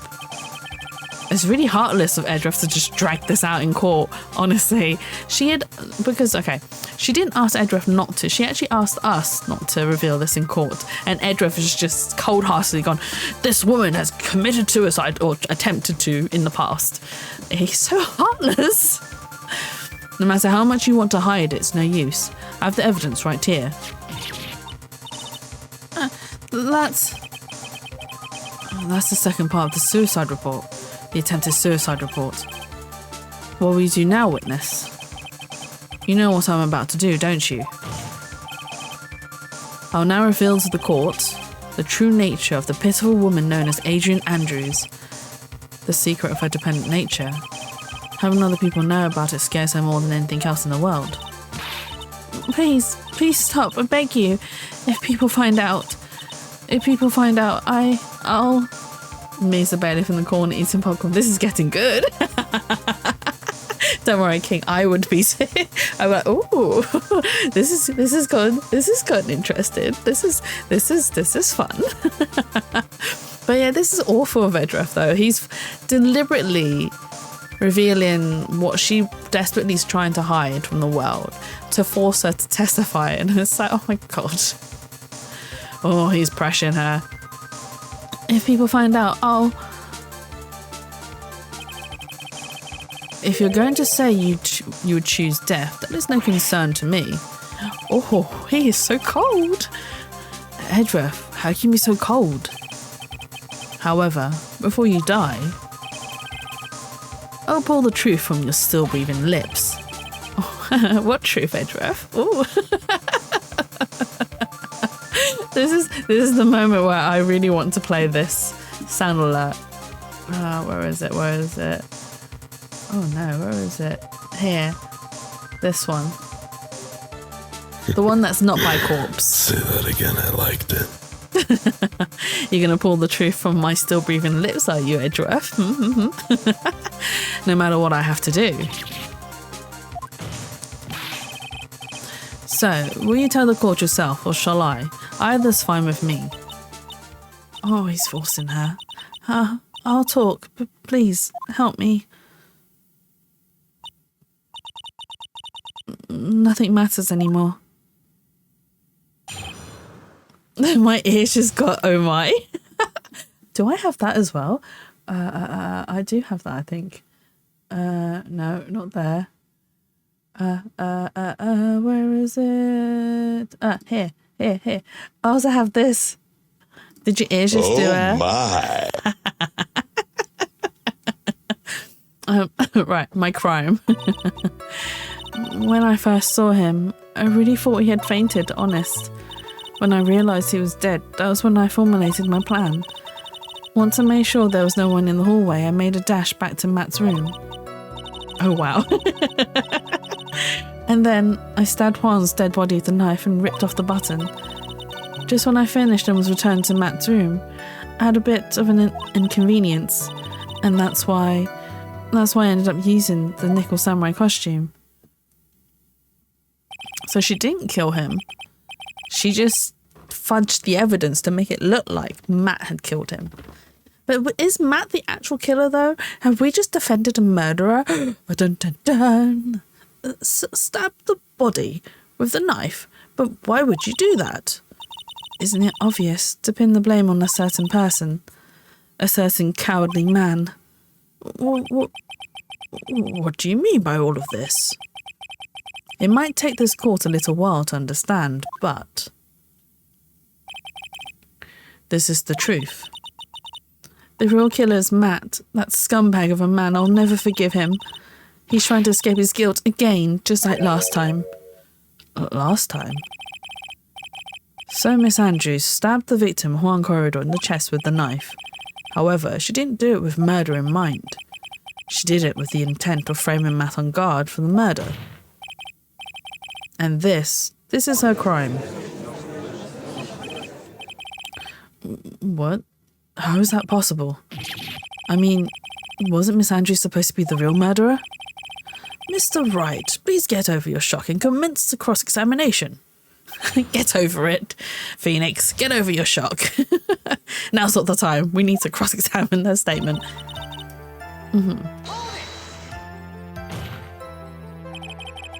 But you could tell from the state of the room was in that there must have been a fight. Are you telling the truth when you say that you did not know he was dead? He had a scarf tied around his neck. But that scarf is a part of the German ninja's costume, so I didn't think anything about it. It was strange. His head was also tilted down a bit, so I couldn't see his face that well. That's why I thought I'd wake him up and went to pour the juice.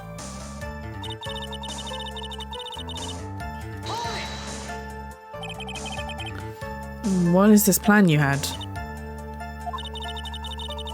I knew right away the murderer was Matt. I knew because Juan, he was going to expose Matt's weakest weak point to the world.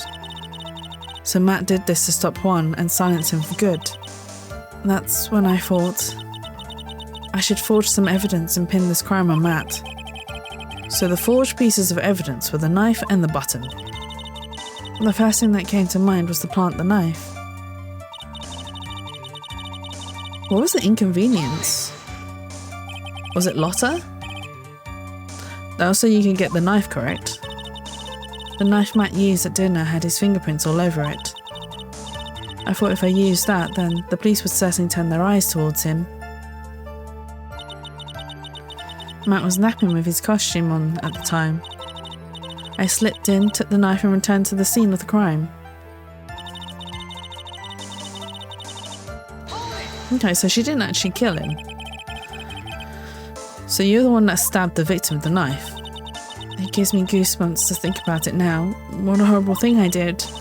But at the time, I couldn't control my own body. It moved on its own. Then, when I stabbed Juan's dead body, I suddenly realised something. If I used the button somehow, I could make Matt look even more suspect. So you thought to rip one of the buttons off and then planted it in Mr. Unguard's Hakama. Yes, that's what I had planned to do. But things never go that smoothly, do they?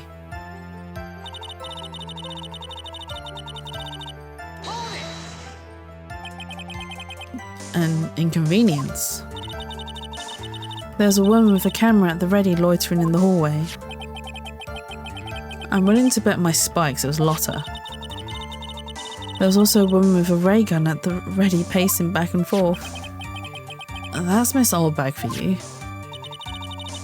I'd already been caught and made into a big scoop for a certain weekly tabloid once, so I couldn't very well go out looking like myself and get caught again.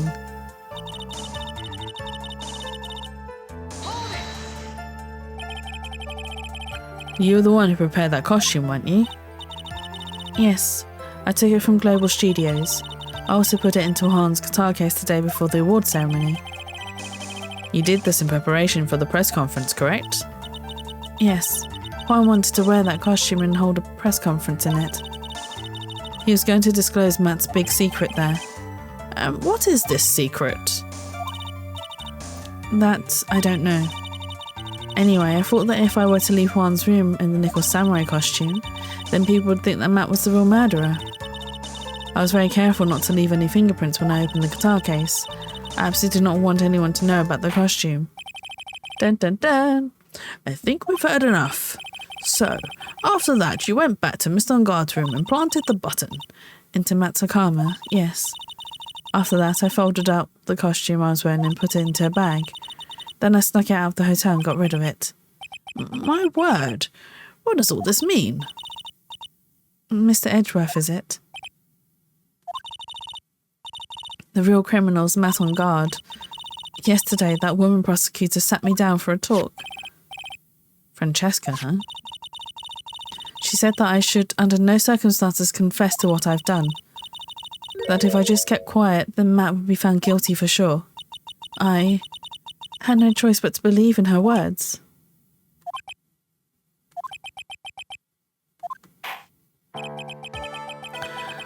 What this witness has done is clearly unlawful. However, as long as her testimony stands, we can be certain she's not the real killer. Wait, Your Honor. The defense still... Right. It's pointless. At this point in time, it is not possible to indict Miss Andrews of anything. Yes, exactly. There's certainly a single piece of evidence. Oh, there isn't. There isn't a single piece of evidence that points to her as the murderer. The cross-examination of this witness is over, and so is today's trial. You couldn't establish that the witness was the culprit. Please let it go, Mr. Wright. But... Mr. Edgeworth, please place Miss Andrews under arrest for further questioning. Hey, Shroomy, how's court? Court isn't going great. We didn't get our full acquittal, so Maya's still in danger. She's still kidnapped. And we found out that Adrian Andrews isn't actually the murderer. She just tampered with the evidence to make it look like Matt Ungard was the murderer. She's adamant that Matt Ungard is the murderer, but Matt is adamant that he is innocent. I think there's another person in play, but we can't get to them right now because they are not part of the witness stand or anything at the moment. Understood, Your Honour. The prosecution will arrange for her detention immediately. But I hope you're having a wonderful weekend so far. And thank you for stopping by as well. It sounds confusing. It is confusing. Well, it's not that confusing. It's okay. It's manageable. But we've established that she's not the murderer, so we have to let her go. And she'll only probably be charged for perjury of evidence. That is all. Court is adjourned for today.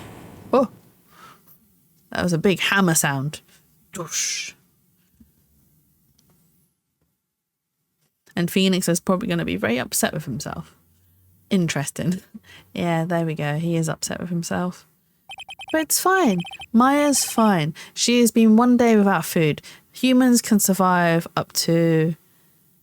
Is it 3 days without food? And a whole entire week without water?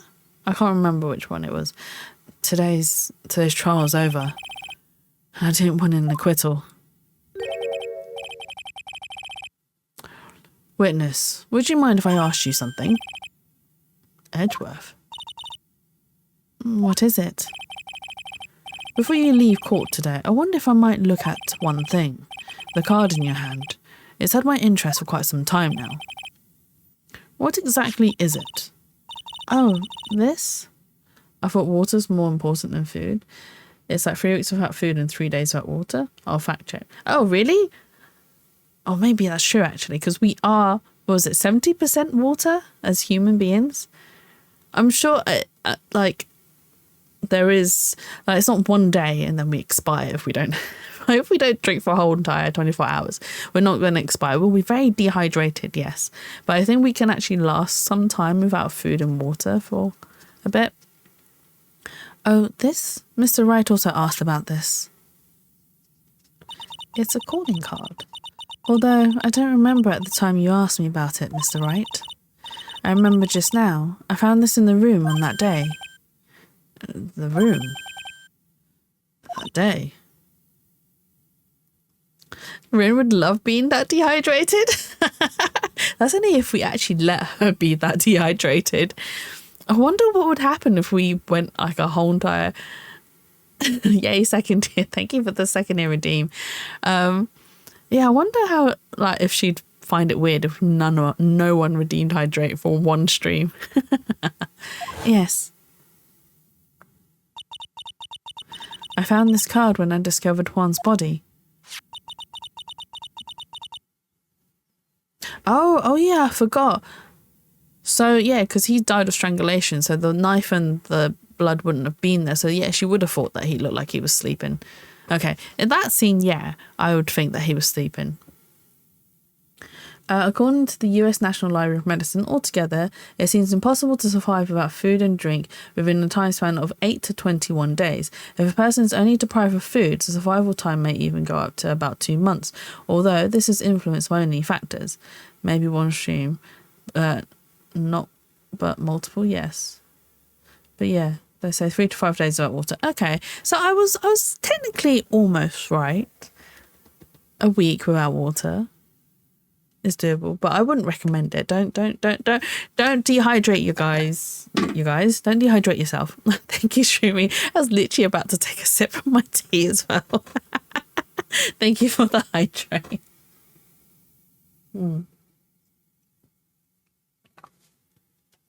So yeah, we're quite resilient as human beings, but I wouldn't recommend it because especially if you've done like a long starvation period, you can't just eat immediately. You have to slowly intake the food. Otherwise, you're going to cause yourself some really bad damages in your stomach. I got cranky about 5 hours without water. Oh, really? Actually, would I get cranky? No, I wouldn't get cranky, but I would be like, oh my God, I'm really thirsty.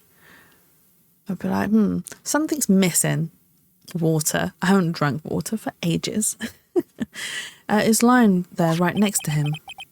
You found that card next to the victim's body. I suppose I must have unconsciously slipped it into my pocket. But it's not as if this card has any relevance to Juan's murder, right? Yeah, I guess not, but it's still a strange card, if you ask me. But as far as a clue to this case, I don't see why... Witness that card. Give it to me, hurry. Edgeworth? Do you have any idea what you have stupidly yet inadvertently done? I can't believe you hid this from me all this time. I didn't mean to. What is this all about? I've never seen Edgeworth so emotional before. Dun dun dun, we're going to discover the truth behind this card. That card, what in the world is it and what does it mean? Are you going to do it to be continued? Oh, you're going to do it to be continued? Edgeworth looking baffled is amazing. I love it. It is amazing watching him get baffled. Right. I'm going to take a very quick loo break because I have been drinking a lot of tea. So I will be right back. I will play you some music to keep you company. Here we go. Have some music. To be continued sounds bad. It does. But we will continue it in the stream. So give me 2 seconds. I'll be back in a bit. I'm just taking a quick loo break because I've had a lot of tea.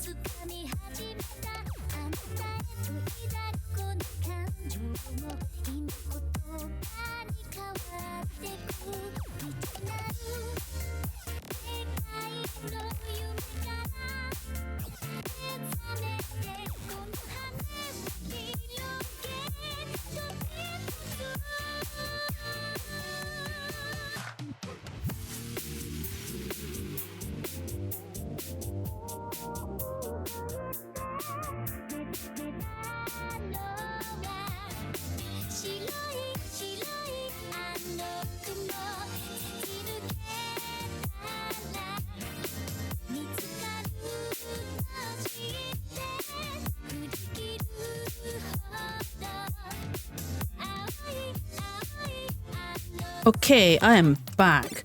And also, I forgot to say, if you haven't moved for a while, please don't forget to move.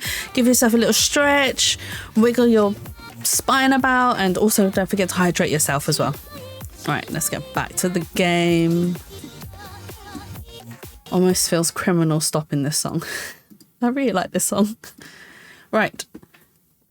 Let's select this slot to save in. Okay, let us continue the drama. Ooh. And hopefully we'll be able to save Maya. But yeah. Right, let's move this here. Mystic Maya? Mystic Maya? Oh no, poor pal. There, pal. I can't take it anymore. Look, it'll be alright. Everything may still work out. The condition was that we had to get a not guilty verdict.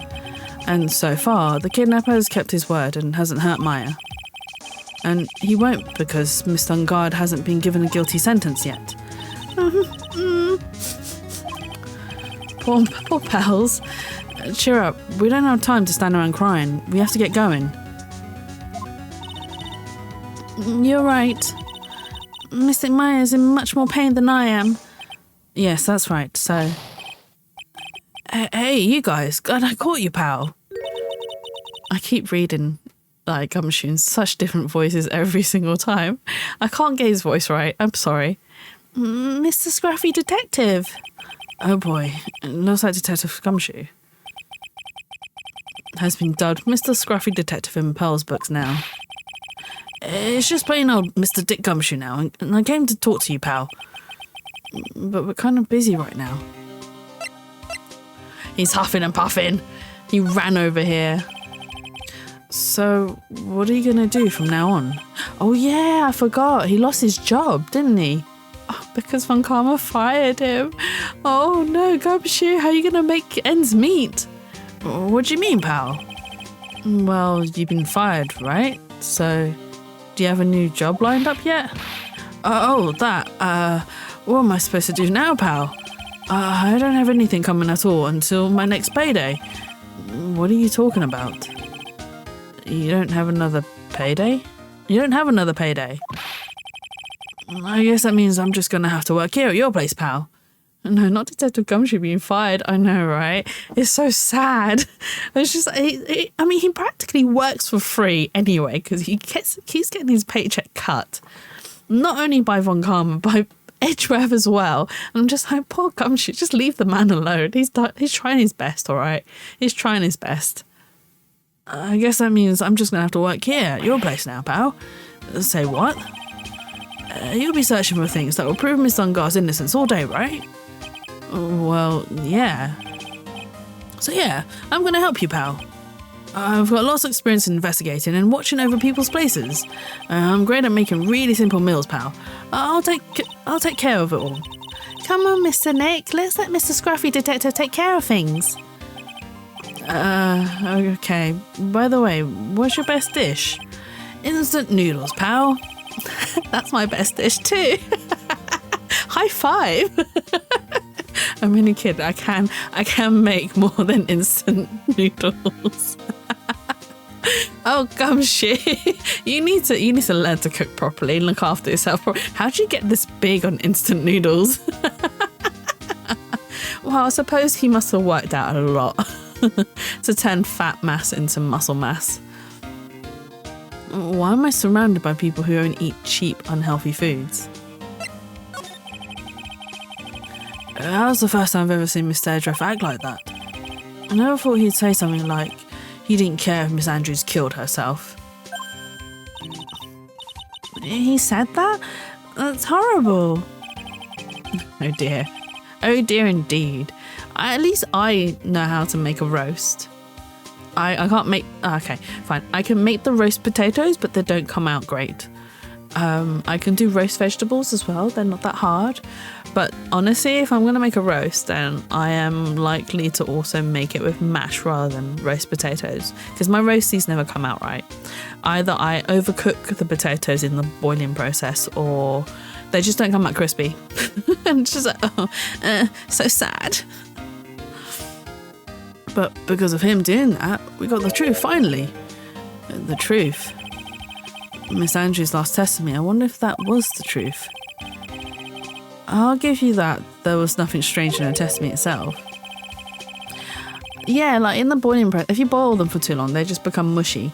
So sometimes I cut them too small, so I end up boiling them for too long, and so they become mushy bits of cubes. And then when I try to roast these bits of cubes, they just come out even mushier, and I just end up with mash anyway, but crispy bits of mash. It's not that fun to eat. Trust me. I mean, it's an interesting texture, but it's not what you want, especially when you're trying to get roast potatoes. But I still think there's something fundamentally wrong with the whole thing. You mean about that thing, pal? Why would she want to... No, I mean, almost need to frame Miss on guard. I couldn't figure that out from anything she said all day. Then you're saying that testament was a lie. Not a lie per se, it just feels like there's more here than meets the eye. Or that's what Edgeworth would like us to believe. That's such a dirty trick. Even that woman prosecutor was better than that. Francesca von Karma. Speaking of Miss von Karma, do you have any more information on her condition? Wasn't she shot this morning? Oh yeah, she was. I completely forgot about that. And that was the gift of the kidnapper. Gift, quotation marks. Miss von Karma was shot today on the way to the trial by the pistol pal. But she's going to be fine, right? I mean, Edgeworth says she was in stable condition, but, well, she was shot in the shoulder, so she's okay and still hanging in there. They should be done taking the bullet out, so she's probably resting at the hospital. Which one? What? Are you going to visit her, pal? No, well, I was kind of thinking about it. Hey, you've actually got a heart, don't you? She looked like she was being tortured to death not being able to go to the trial today. So maybe it'd be good for her if you went and let her whip you for a bit, pal. Let's go let her whip us, Mr. Nick. No, pals. Why would you voluntarily go to get whipped? I mean, it might... Okay, not... Some people might be into it, I understand, but I'm not into it. And especially oh my god, you're too young for this, pals. Not the whip. Exactly. Pearly, you're too young. God, why are you voluntarily wanting to be corrupted? Now I'm definitely not going. Let's see. The name of the hospital. Oh yeah, the Hottie Clinic. That name sends a chill down my spine. Well, I guess it can't help to stop by and say hi. Let's go visit Francesca. And we're not going to get whipped. Well, let's go visit her first, seeing as that's what the game seems to want us to do, because it was the first thing mentioned. Ooh. Never thought I'd ever come back to this place. Yes. Are you here to visit a patient? Hi. Wait a second. You're... yes, I'm Director Hottie. Oh, I forgot how I read this guy's voice. I did try to make him sound as creepy as possible. Okay. Why are you still here? Yes. What is it? Can I help you? You can tell me. Yes. Director Hottie. Oh, it's Edgeworth. Director Hottie. Edgeworth? Yes, I'm Director Hottie. Oh.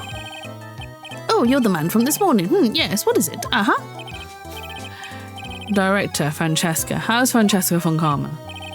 You don't need to worry. Yes, she's in good hands. Because you see, I'm personally taking good care of her. Yes. Yes. And that surgery, it went well. You have my gratitude. It looks like Edgeworth doesn't know about this director and his secret. She looks so pitiful, absolutely terrified. Yes. But I understand. Yes, her opponent was a gun after all. And when I snuck up on her real secret, she would scream really loud. Yes. Oh, you disgusting creep. Oh, he's so creepy. I see. Ah, but she's really cute too. When I do that, she'd whip me with her whip. Boy, did I cry like a baby. Yes, but I think I could get used to it. He is a creep. Yeah, he's a serious creep. Good. Whip him, Francesca. Go back to your room. You're so mean. So mean, my Frisky Frisker. Frisky Frisker. I forgot he named her that. Frisky Frisker. Oh, what a nickname. Okay. Yes, it's time for my IV drops. Yes. And what are those tulips doing in your hands, Mr. Phoenix Wright? I knew I shouldn't have come here.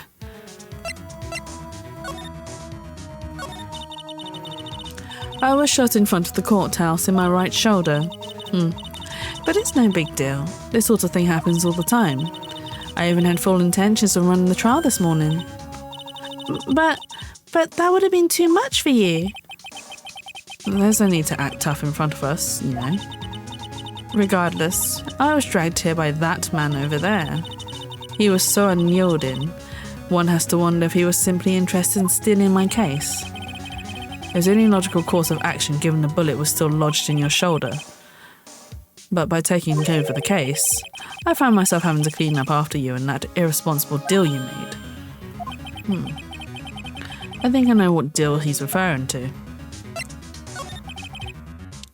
Miss Wacom, you made a deal with Miss Andrews yesterday, didn't you?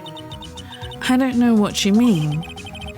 In order to make sure you got your guilty verdict on Miss Dungard, you told Miss Andrews to not testify in court yesterday. Or today even. I don't know what you're talking about. Do you have proof that I made such a deal? You're denying it. It looks like you were lucky, Mr. Phoenix Wright.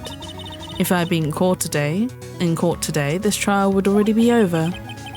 All while hiding Miss Andrews' own crime. That isn't my problem, whether she had tampered with the evidence or not. I have only one objective, to find Dungard guilty of murder. The end justifies the means, Mr. Phoenix Wright. The end justifies the means. Miss Wacom, Agent Andrews believed you when you said, if you don't tell the truth of what really happened, then Dungard will be found guilty. And what does that have to do with me? Because of that, she's now in danger of being found guilty herself. Or because she believed in your words until the very end. That still has nothing to do with me. She's just a weak person, that's all.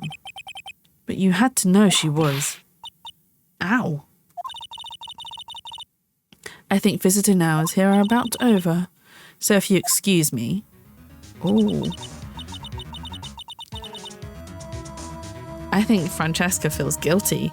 I think she's still got, like, as cold as she is towards us in court, I think she's still got a heart.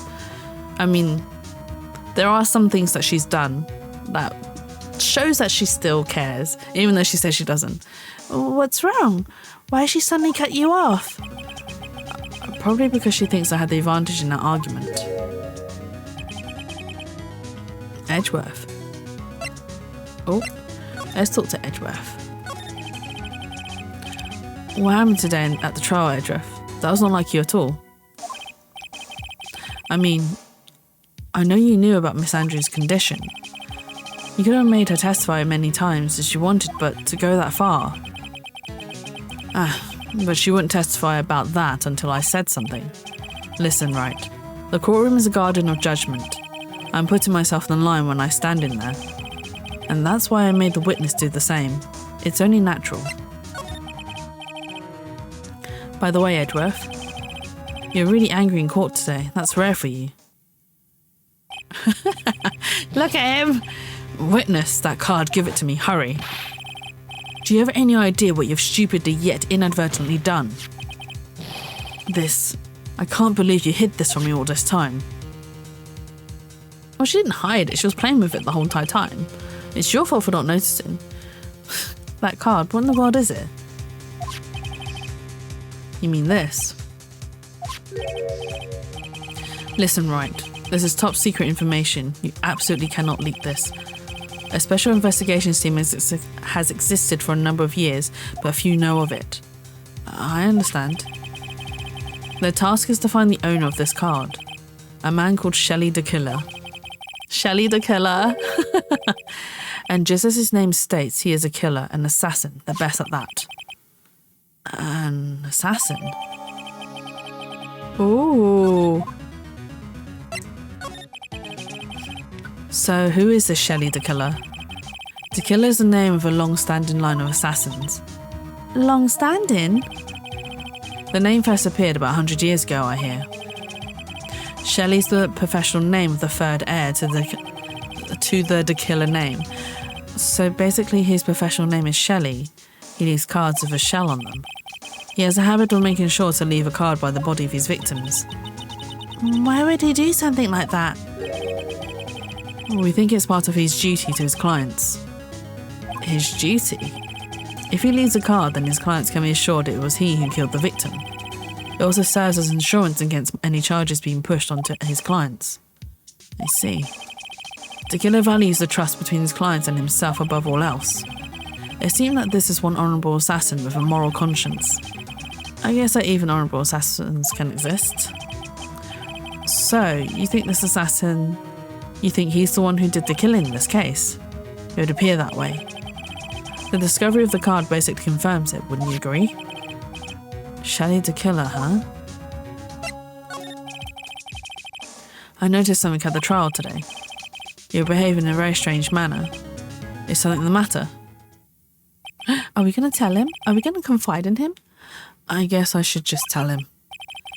Maya, she's been kidnapped. Kidnapped? What does the kidnapper want? An acquittal. I see. I had no idea. Wait. Do you think Matt hired the assassin to kill Juan because of the secret he was going to reveal or had threatened to reveal? I'll prepare the rescue team as soon as possible and resolve this by tomorrow.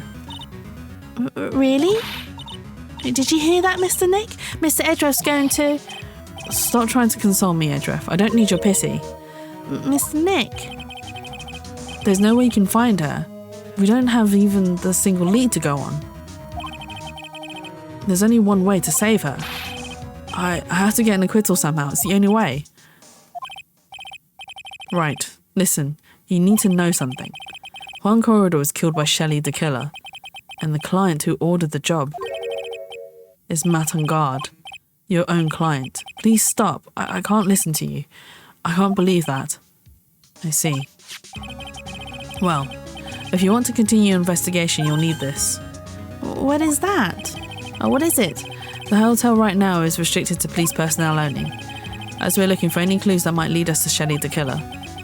But if you take this with you to the hotel, I'm sure they'll let you enter. That was nice of him. Usually he'd rather keep the evidence to himself. In any case, I must attend to the preparations for Maya's rescue team. We'll meet again if anything should happen. Now, if you excuse me. Mr. Nick? Do you think Mr. On Guard hired an assassin? No way. I mean, he doesn't have a psych lock. Yeah, I guess not. Maya. Please, all I ask is you make it home, safe and sound.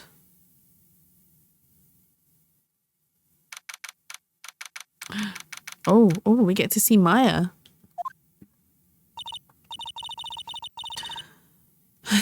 I guess even kidnappers can be a little clumsy. Clumsy enough to drop a card like this for me. And even though he said he was an assassin, I bet he's just making that up, like how Nick does and everything with everything in court. Anyway, let's try out the card trick with this card I just found. I don't think...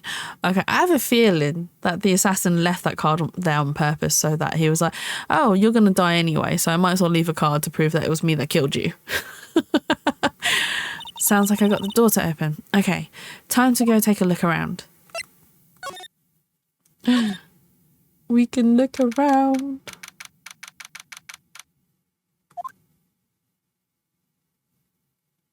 Oh, it's a room.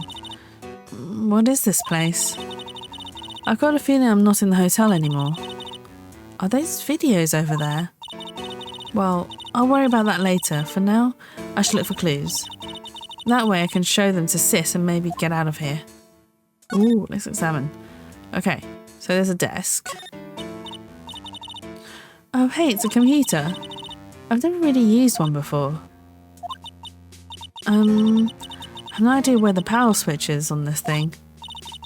Drat. So here's my plan to use this somehow to get out of here.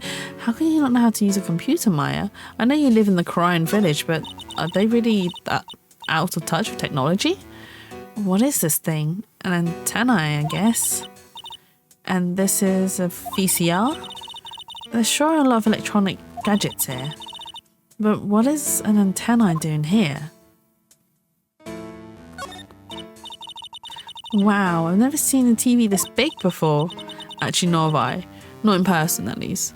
No, that's a lie. I have seen the TV that big when I go to Costco's. To buy nothing. I go to Costco. Well, actually, I don't buy nothing. I buy snacks at Costco's. It's really dangerous because, right, their snacks pack sizes are massive. They're like proper American sizes, obviously, because Costco is an American company. But yeah, I like to buy the snacks there. I like to buy the big packet of crisps that will take me a whole entire month to finish. Sometimes I like to buy like the plain salted ones and then get hummus and just dip it in the hummus and eat it. They also do a lentil chip one, I think. I can't remember. I haven't been for a while. It's usually my parents that go. And then sometimes if I can't be bothered, I'll tag along. Now, where's the power button? Oh, phooey. It's busted. I would so die a Happy Samurai fan if I ever got to see the Nickel Samurai on a TV like this. I can't believe I just made a joke about dying, all things considered. Right, let's check out this table.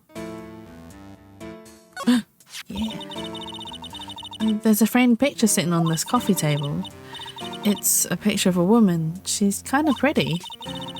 Hey, looks like something's written here. Let's see. I think it says, "With love, Celeste." Why is there a picture of Celeste there? I bet this could be a clue. There's teddy bears as well. And that's weird. What's a figurine doing on a sofa in a place like this? I think it's a bear. Oh, how cute. But it's got a lot of cuts and slits on it. I wonder if it's some kind of puzzle or something. Let's look at the wall of tapes and then I'll look at the door. It's so dark in here that I can barely see, but these kind of feel like videotapes, all of them. Just what kind of room is this? Someone's been making some home videos. I wonder what kind.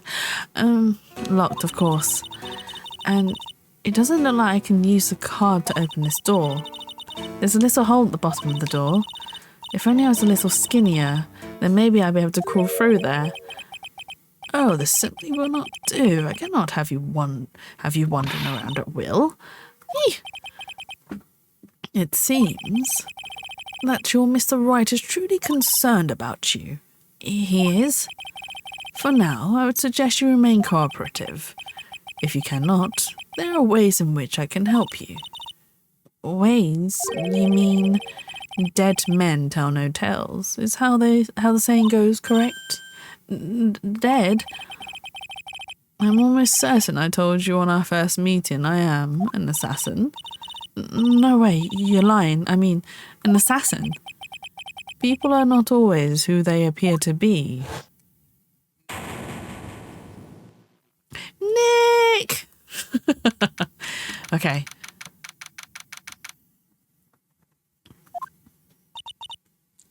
Mr. Nick? Oh, yes, pals.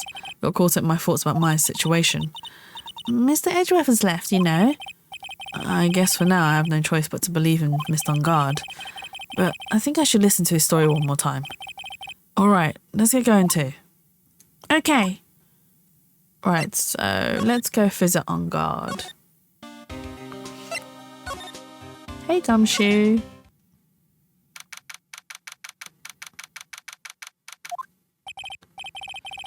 I'm sorry, but visiting hours are over for today. Ah. I have too many questions I need to ask. I'm sorry, But I'm Phoenix Wright, a lawyer for one of the...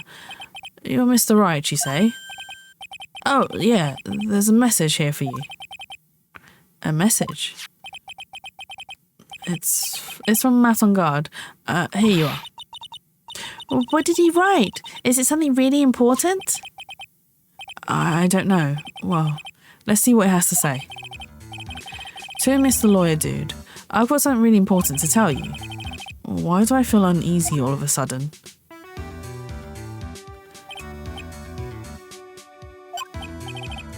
Mr. Wright. So, actually, I have a favour to ask of you. I have this cat named Shoe. I didn't put out a lot of food when I left the house, so he's probably pretty hungry. You think you could drop by my house and feed Shoe for me, dude? My house is just a little ways down the hotel, alright? I'm gonna go cat sit. This is terrible, let's hurry, we have to feed this cat. I'm sure poor Shoe's stomach is growling by now. Yeah, I guess. A client's request is a request. I guess I should go check up on his cat. Well, let's go check up on his cat. Right, let's go back here. Move. Right, if we go to the hotel, does that mean we can go to his house? All right now, Mr. Nick. Let's go look for clues. We have to, for Mr. Myers' sake. You shall not pass. Oh, you shall not pass. Miss Oldbag. Don't devalue my name and turn it into a gasp, you spiky-headed pettifogger. Because of you, I've been made to look like the bad guy again, although I did get a piece of gum from Edgy Boy, just as he promised, but what I really want is something much more valuable. I wanted Edgy Poo's heart. I want all of It's all your fault. Oh, okay, I'm just going to let her... Oh, did she pass out? Miss Oldbag, keep your hands off of me. This helmet is airtight. No air gets in and no air gets out. Then why'd you keep putting it on? Don't think you can get me to move with silly questions. You're going to have to defeat me if you want to get by. I'm not hearing this. Well, we do have that letter from Edgeworth, but let's go visit the house first. Because that's what we were supposed to do. Sure is dark. I'll go turn on the lights. Wow. Wow, so this is what Star's house looks like. Must be nice to be rich. Come on, Mr. Nick. Let's find Shoe, the kitty cat. Shoe. Meow. So I guess this is Shoe. Oh, what a lovely cat. Hello, Shoe. Meow. Oh, that's so adorable. Even though it's very electronic. Meow. Tee. The cat seems to like pearls. Pardon me. May I help you with something, mister? Oh, we're lawyers. Actually, I'm Miss Longard's lawyer. The Masters. Then you must be Mr. Wright. Yes. Ah, it's a pleasure to meet your wonderful self. I'm the family butler, John Doe. Nice to meet you. Meow.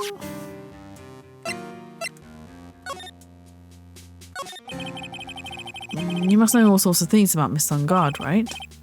Honestly, sir, I don't believe my master's capable of such a foul deed as murder. And, anything else? No, not especially. It is not appropriate for a lowly servant to speak of the master or his affairs. How typically butler-like, as it were. Mr. Doe, how long have you served at this residence? Well, sir, I would have to say maybe about 1 year.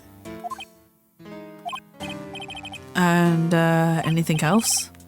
No, not especially. It is not appropriate for a lowly servant to speak of himself and his affairs. You know, I would have thought Miss Longard the kind to have a maid over a butler. That's a very cute cat you've got there. It is my duty to take care of him. The master rather fancies Shoe. And, anything else? No, not especially. It is not appropriate for a lowly servant to speak of the family cat. Oh, well, then I guess I don't need this piece of scrap paper anymore. Well, I'm afraid I must take my leave of you now. Oh, we should probably get going ourselves. Ah, so young and yet already so accomplished, a master of law. But there's also a lot to be proud of, in being a butler in charge of the house and all. Thank you for the compliment, sir. People are not always who they appear to be. Now, if you excuse me. Can I examine anything whilst we're here? I mean, who would put a motorbike in the middle of their living room? Honestly, that's just an accident waiting to happen. A giant bicycle's flying through the air. That bicycle, pals, is one where you don't have to pedal and it moves on its own. Really? Wow. But sorry to disappoint you, it can't fly. Oh, that's too bad. It's a very comfortable and spacious lounge set. I wonder if famous stars drop by and sit around and have a good time. In any case, I don't really belong here, do I? What is with me and feeling inferior today? Oh, Nick, are you having some confidence issues? Oh, there's a giant cooking hearth here. That's actually a fireplace. How are they different, Mr. Nick? You know, I've never actually seen a hearth before, come to think of it. You should come and visit Faye Manor, then I'll show you one when you do. Did she read our minds? Can we go to this door? This door looks suspiciously familiar. Remember the door that Maya was, or the room that Maya was in? There was a cat flap. That looks exactly like the same door. And there's a small door at the bottom of this bigger door, Mr. Nick. I bet it's for Miss Ungar's cat to use. Oh, you mean Shoe? The door is locked tight. Well, I guess that's to keep nosy people like me from entering it. Oh, we can't enter it. There's another door over there. You shouldn't go wandering off over there, Mr. Nick. Yes, pals. Now I know how Maya feels when I tell her to stop playing around. And then here? Ah, there are masks there. Yeah, that one in the middle is the Still Samurai. The ones next to that are the Pink Princess and the Evil Magistrate. They fought many battles against the backdrop of Neo Tokyo. Wow, you really know a lot about the Still Samurai, Mr. Nick. I don't know whether to laugh or cry that I know more about that show than a kid. It's because you're a fan. Okay, well, we can't do anything more.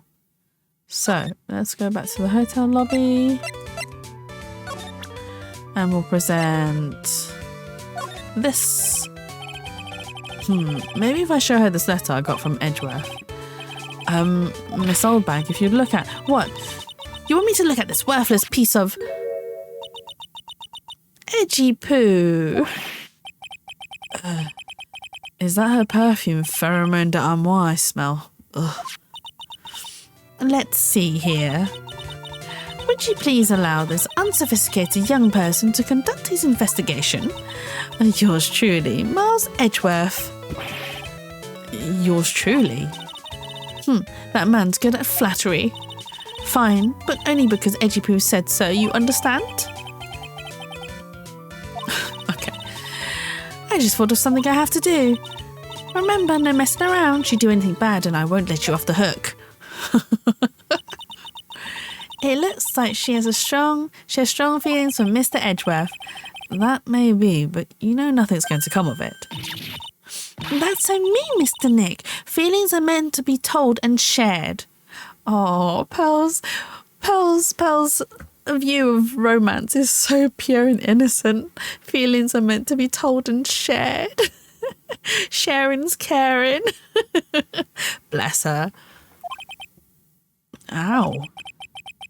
Every time we talk about love, I always end up with a handprint on my face somehow. I love the idea that she doesn't just like hit him, like she just full on handprints his face. So it's just plap right on his face. So anyway, let's continue our investigation. Okay.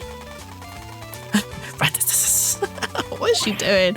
I love that ray gun. What now? I don't like that. You don't like Pearly? She's really cute. Honestly, I think she's adorable. She's very sweet. One little thing before I forget. You can't go into On Guard's room today. Why? The police main investigation team is going to be in there all day, you hear?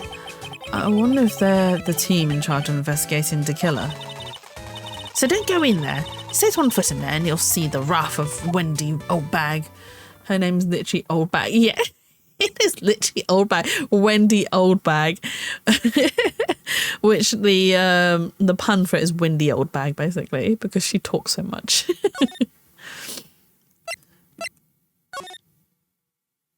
How did you miss that before? Don't worry, Twirly. I need to call you Pearly then. Don't worry, Pearly. Oh, thank you so much. Yes, this is Wendy Oldbag.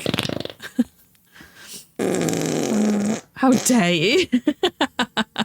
It's because you both end with a Lee. So it's just like Twirly, Pearly, same thing. Same difference. Right. It looks like we're the only ones here.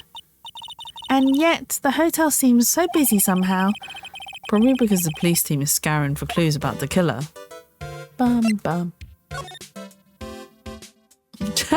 That's so rude. Chatsu rhymes with poo. Thank you so much, Twirly. Thank you. Hey, city boy. Lotta, you're still here? Wrecking course. An investigative photographer eats or starves on her ability to snap up the scoop, yeah? And this hotel just has that aura of mystery. You know, like something's always about to happen. But do you have a camera? Given. A photographer's gotta have cameras out the ear like corn to be a real pro, you know?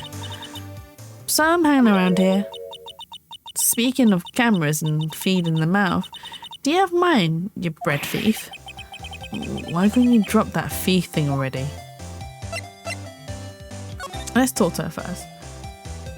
This music always reminds me. It does sound very similar to Pokemon, especially the Poke Center when you go to Hill. Do do do do do. Do do do do do do. Do, do, do, do. I don't actually know the tune very well, especially this bit. I want to ask you about the night of the murder. What? You really going to shell out bucks for the info I got?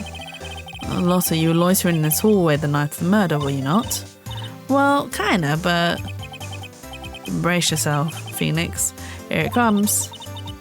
I didn't exactly hang around here the entire time, you know? Followed a few stars around. Got a few autographs, shook a few hands, had a soda pop with a few of them too.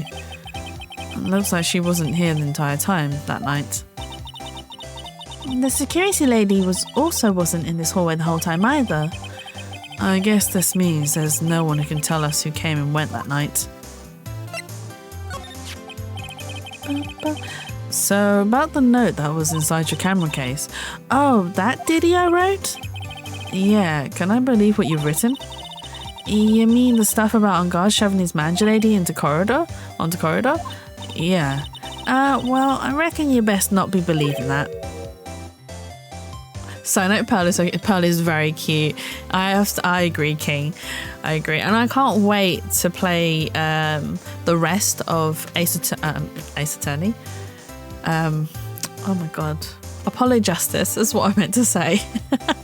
I can't wait to play the rest of Apollo Justice because she grows up and she becomes even cuter.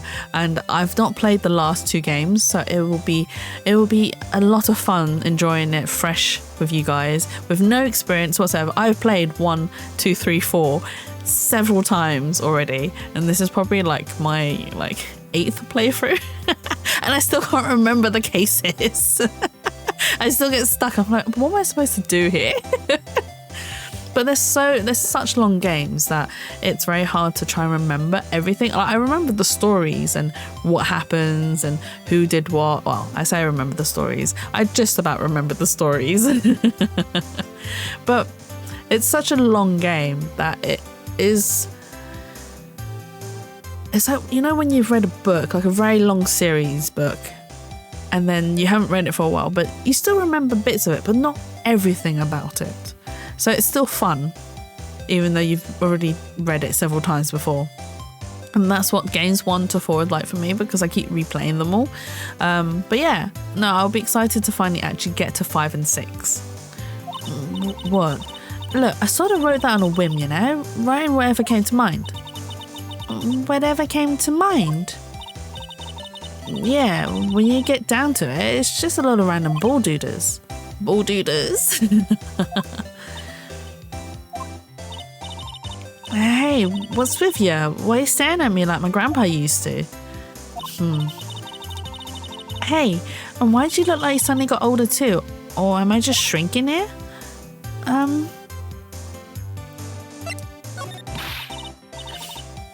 My baby, my $1,600 baby.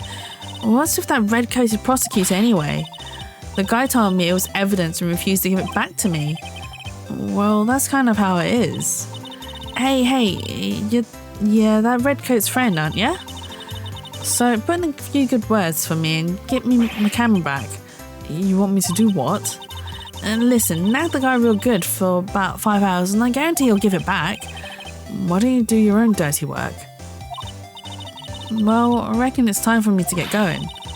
A tabloid photographer without a camera is just a tabloid, huh? Yeah, I guess so.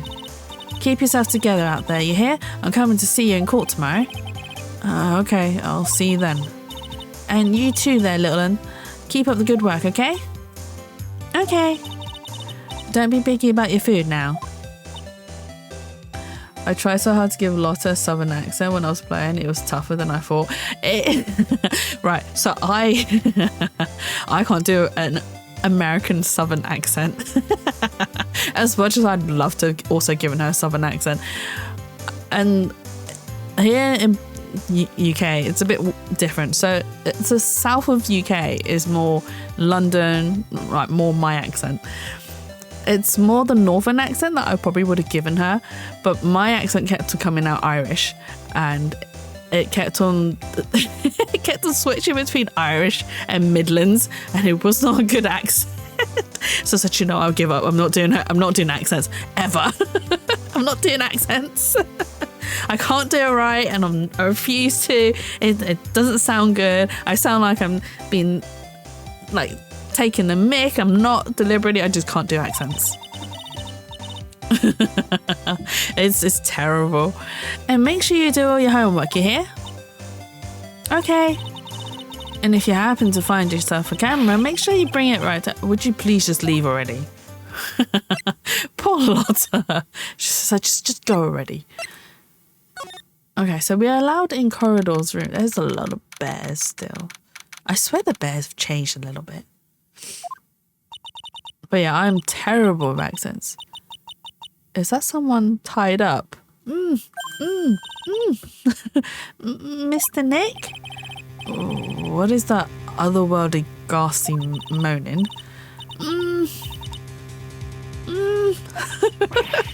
I hate evil ghosts. But you're a spirit medium. How could you be scared of ghosts? I don't think it's a ghost. Maybe it's a demon. Excuse me, what are you calling a demon, brat? Oh, it's a twin bag? Zoinks, it's the alien. Who are you calling alien? Oh, it's just you, Miss Oldbag. What are you doing here? What is wrong with young'uns today? I came down here to pay my respects to my poor Juan, and you're disturbing me.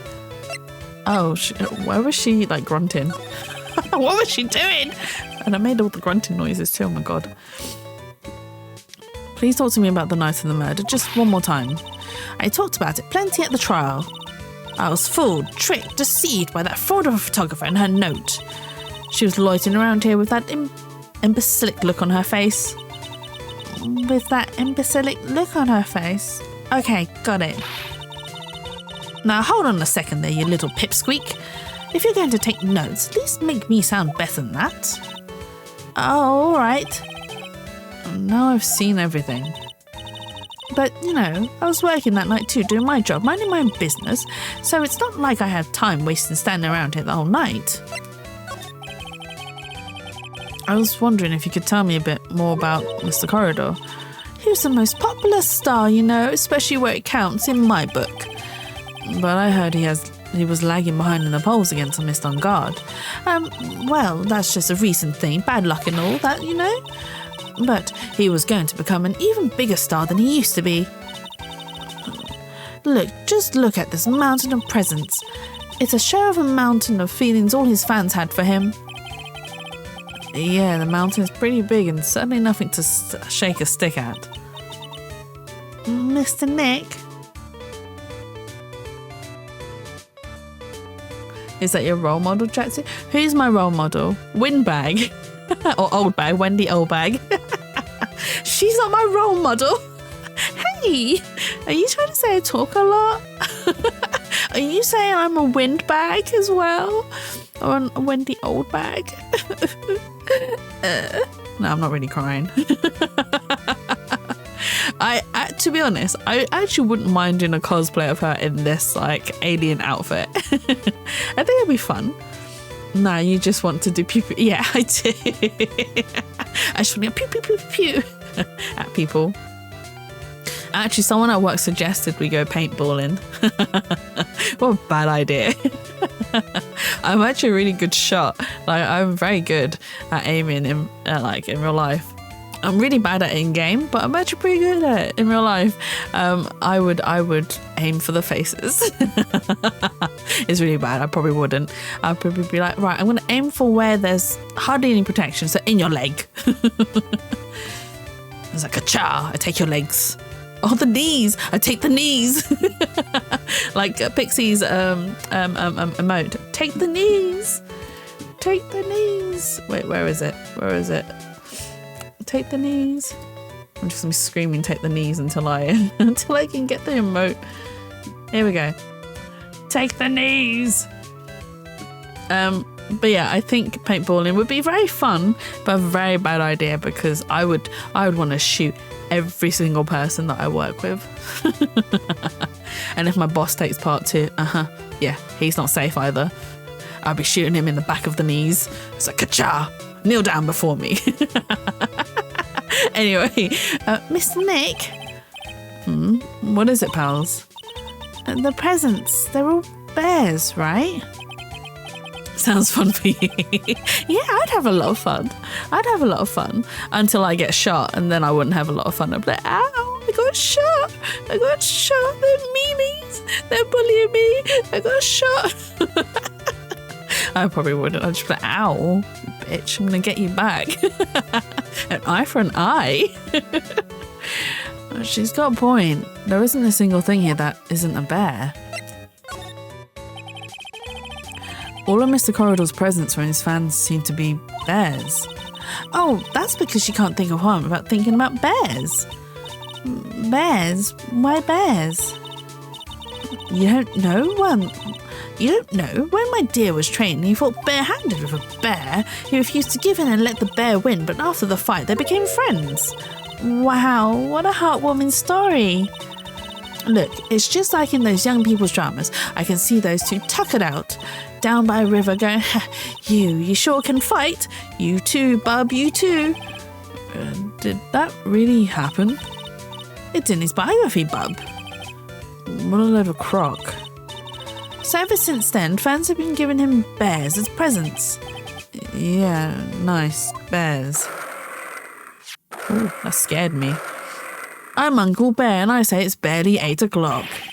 What is that infernal racket?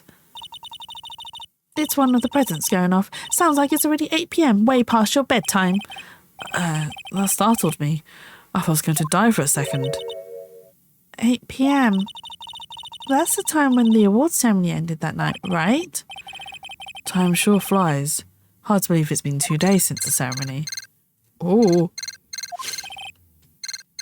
The transceiver? Hello? Hello? This is not a phone. Maya, how's Maya? You haven't hurt her, have you? It seems you were not able to fulfill your end of the bargain, Mr. Attorney. I have heard the news.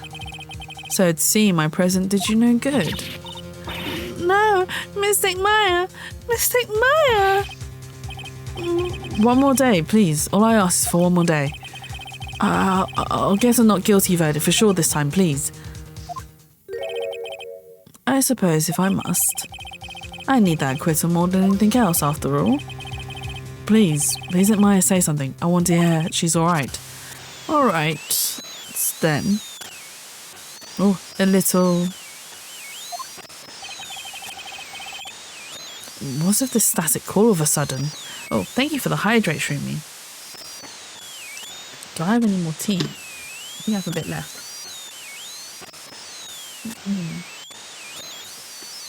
I think that's the last of my tea.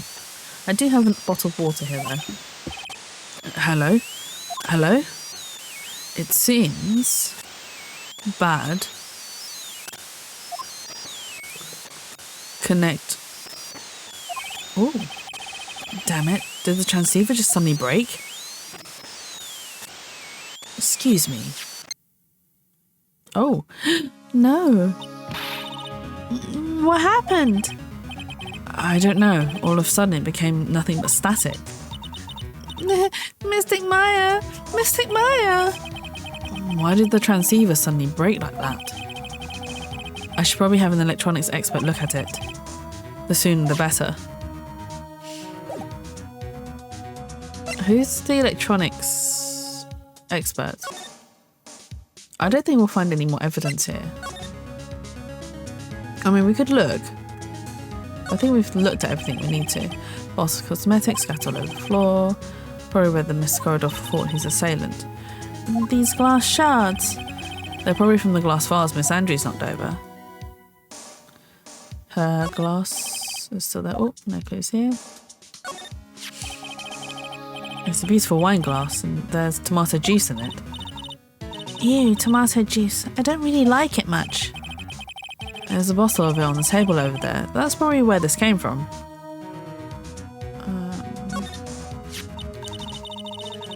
So the Nickel Samurai's costume was in here? Yeah. I can't believe Mr. Corridor went so far as to say bad things about Mr. Ungard. Well, it was a press conference, so he had to go in costume.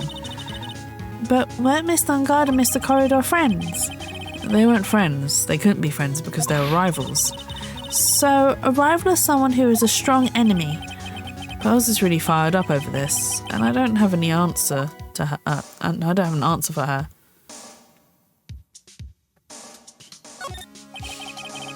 It looks like Mr. Corridor dinner that night. And this bottle, it's tomato juice. We had a lot of food at the water ceremony that night. But I wonder if the stars had gone on stage after only eating a meagre meal like this. Okay, I think they're the same clues as before.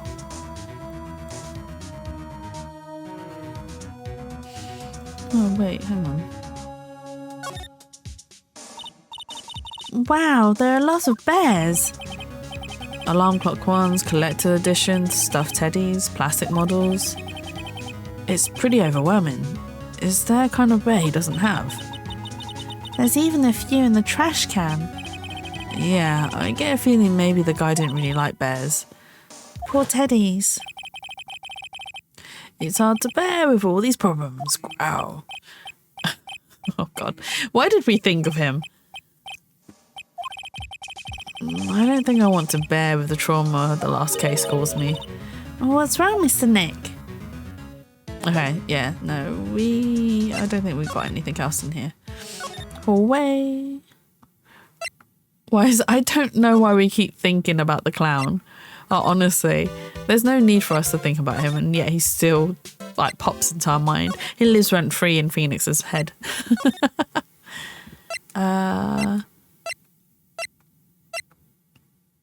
Let's go to Criminal Affairs Department.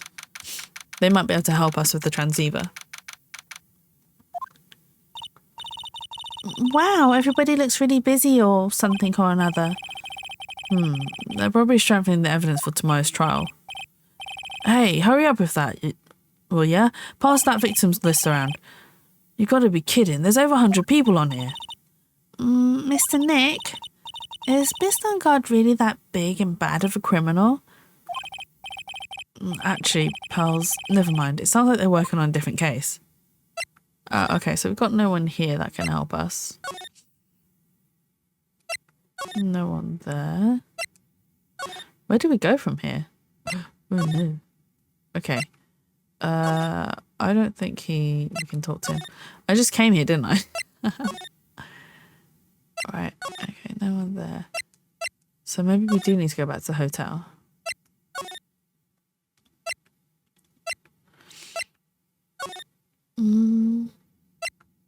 Okay, so he's not here either. The only person we can talk to is Wendy Oldbag.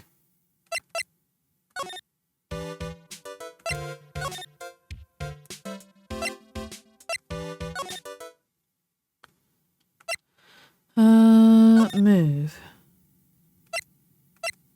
Yeah, because she's the only one in there. Oh, okay. It's back, maybe. This transceiver. Whenever we're in this room, it starts acting up and hissing static at us. I wonder if there's someone we can talk to about this.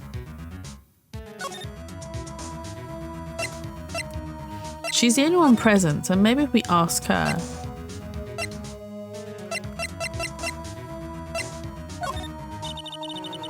I don't have anything to say to delinquents like you. She's climbing up with the old clam she is. Please, anything would be helpful. Well then, how about I tell you my measurements? No, that's okay, really. We don't need her measurements, Jesus. She really doesn't like you, does she, Mr. Nick? I know. Okay, so she won't talk to us about that. But there's no one else around. Unless that triggered something already. Right, let's go to... Oh, sorry. I meant to go to the, lobby. Bum, bum, bum, bum, bum, bum, bum. There's no one around that we can... Oh, Gumshoe. Oh, okay. Maybe not Gumshoe, but Gumshoe could have helped, maybe. Hey, welcome back, pal. I thought I'd make you a little something for dinner. That's nice. Thanks. A rich man's luxurious full-course meal, out of the can, that is. I'm sorry you went through all the trouble to cook, but I don't have time to eat. Oops, looks like you don't have can opener, pal. You've got to be kidding. And here I thought you'd already whipped something up. Oh, I know. There's one way I know how to be helpful. Ask me about anything you want, pal. Go ahead. Well, since he's here and offering, I wonder what I should try asking him about. The transceiver! I can't believe he forgot he was in our office, jobless. The transceiver?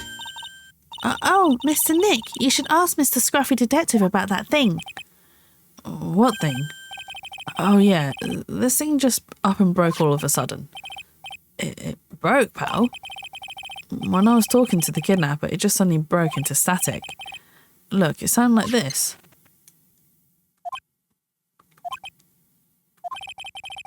I don't hear any static, pal.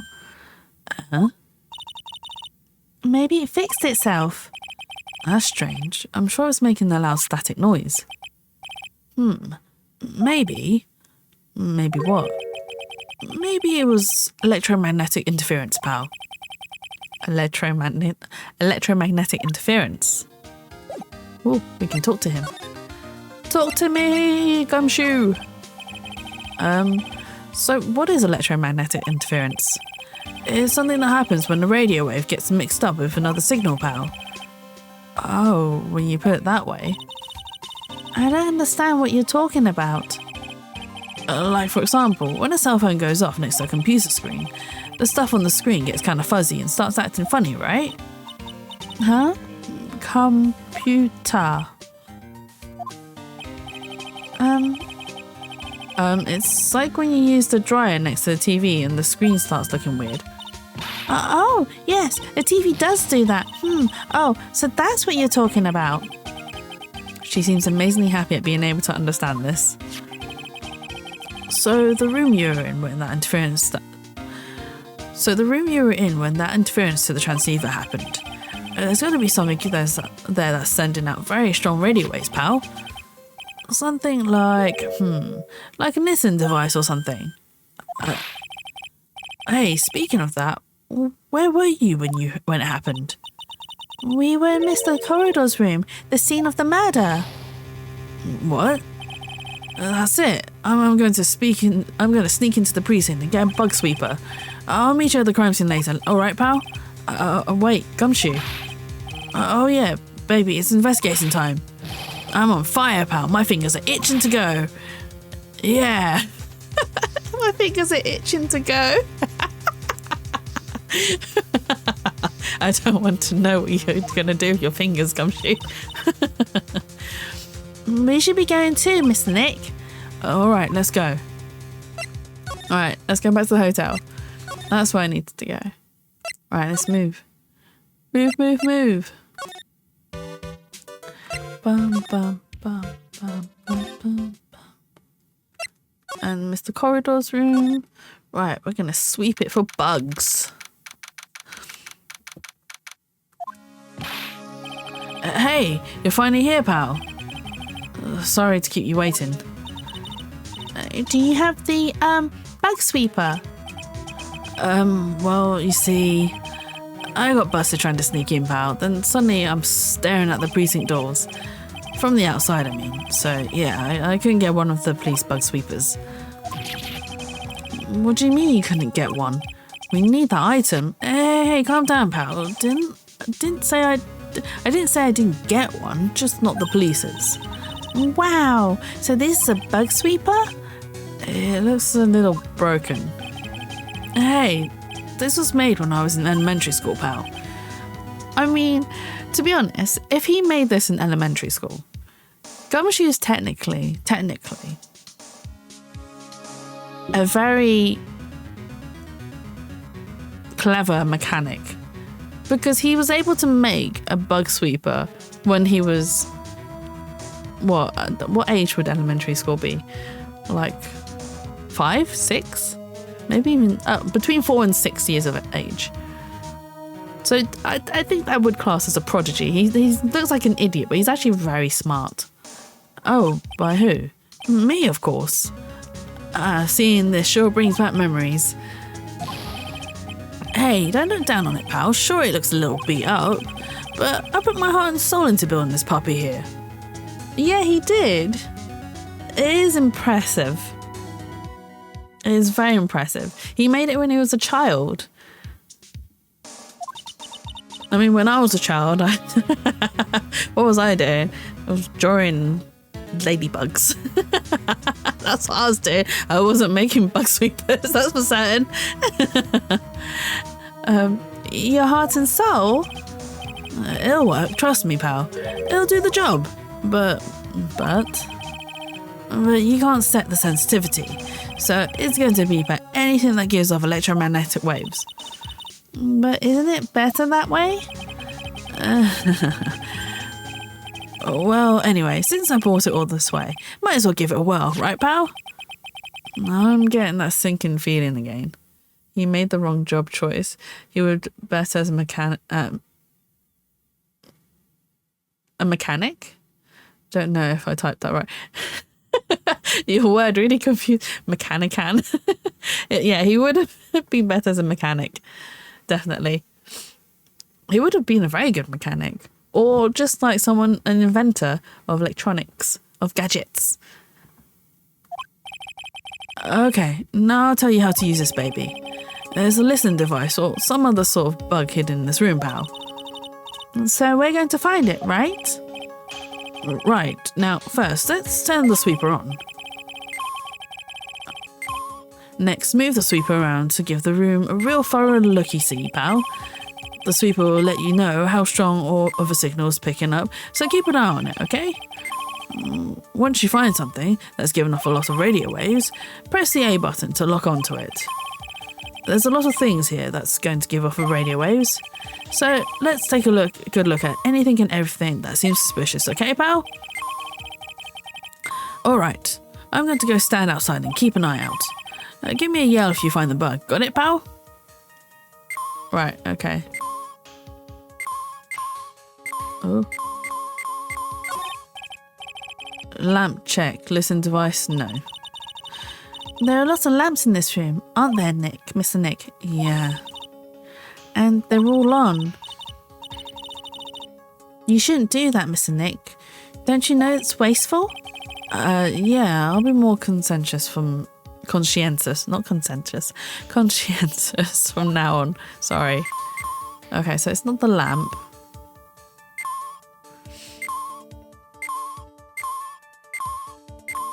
I mean, wait. Ooh, that bear?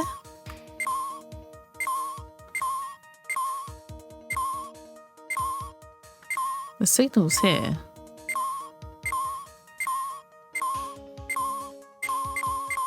Oh, it's the phone. A cell phone. Nope, no bugs in here. This is quite fun. A cell phone? What? Don't tell me you don't know what a cell phone is. I'm sorry, I've never seen one before. Now that she mentions it. My cell phone couldn't get any reception while I was staying in Korean Village.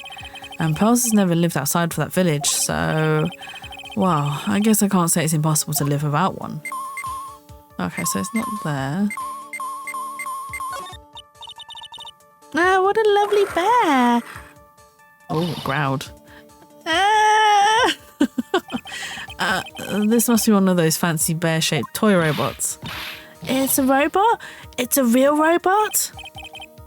Yeah, it's a real one. Mr. Nick?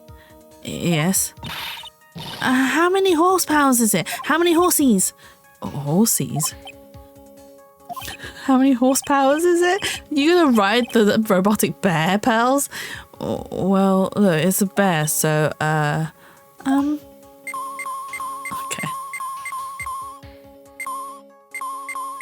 Okay, so it's not lamps.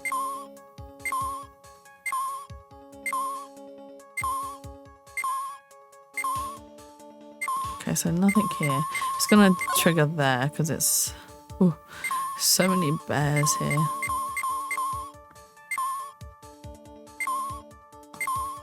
The laptop's gonna trigger it as well, yeah. Is this gonna trigger it? No, that clock doesn't.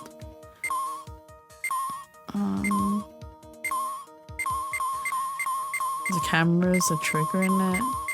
Oh, is it because it's an electronic clock? Well, it certainly looks like an alarm clock. What's wrong? Why do you look troubled? I just can't imagine the listening device being inside this alarm clock. It just, sort of reminds me of something that happened a long time ago. Oh.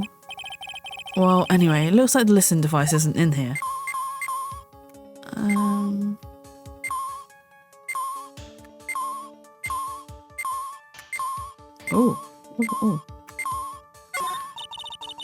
There doesn't seem to be anything giving off radio waves there, Mr. Nick. Keep a careful eye on the bug sweeper and let's try again.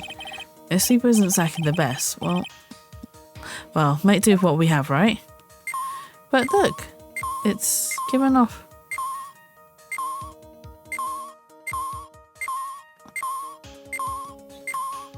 It's in the red, no? Oh, maybe I wasn't on the bear? I think it's on the bear. Okay. It must be close. Because I'm getting a very big...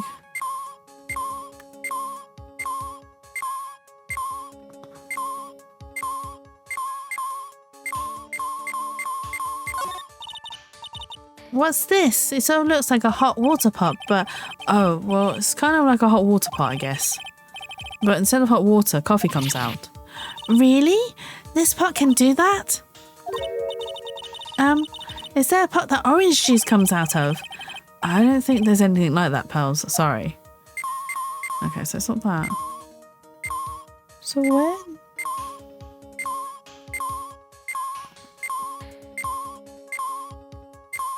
It's definitely flashing red, but I'm not at the right... Oh my... My controller's just drifting. Where in this bear is it?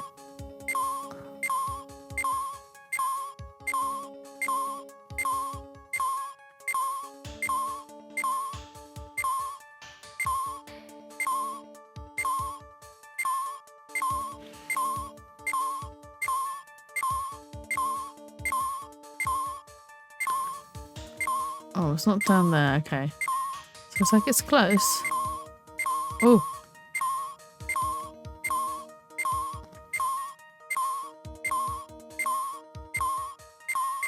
Oh, we're here. Aha, here. Okay.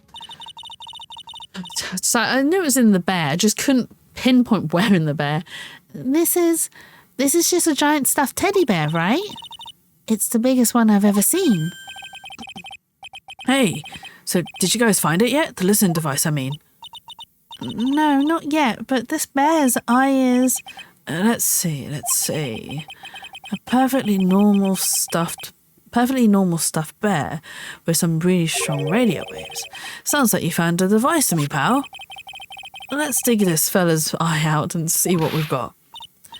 No, you can't. Such a violent act. No. Poor pals. She had to witness Gumshoe defile the bear. It's a miniature camera, and it looks like there's more. There's a transmitter and a timer. Oh, what a minute? A transmitter, pal. Oh, is this more of that high-tech stuff? Oh, we found a hidden camera. So this tiny thing is a camera. Yep, it's a pinhole CCD camera, pal. It's a small high-grade video camera, mostly used in security systems. So it's a video camera. It runs on a battery, which comes with it in a set. But there's no videotape in this camera. It's the only camera. This is only the camera part here, pal. The tape recorder with the tape isn't. It's inside it is somewhere else. Somewhere else? The footage changed onto radio waves and then it's sent to that recorder. Oh my god, I'm struggling to read. I'm so sorry. So it's sort of like a TV broadcast, isn't it? Hey, you're right.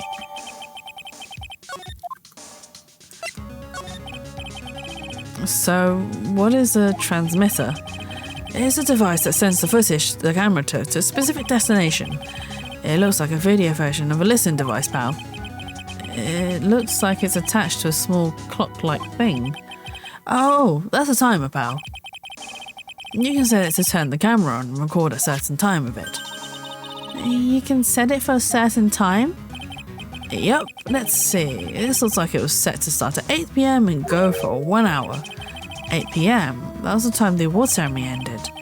There's no date set, so it's been recorded every night, I'd guess. Mr. Detective, how long has this bear been here? I'm pretty sure it's been here since the night of the murder. Then maybe... Maybe this camera caught the murder on tape. What? And if you think about the angle the bear's at, it's bound to have had a clear shot of the whole crime, pal. Dun dun dun! Are we going to be able to get a video? So there was a camera in this bear's eye. And it's disguised as a present. And I'm sure it was here on the night of the murder, pal. It is pretty big, so it stands out pretty well in my mind. But who gave Mr. Corridor this present?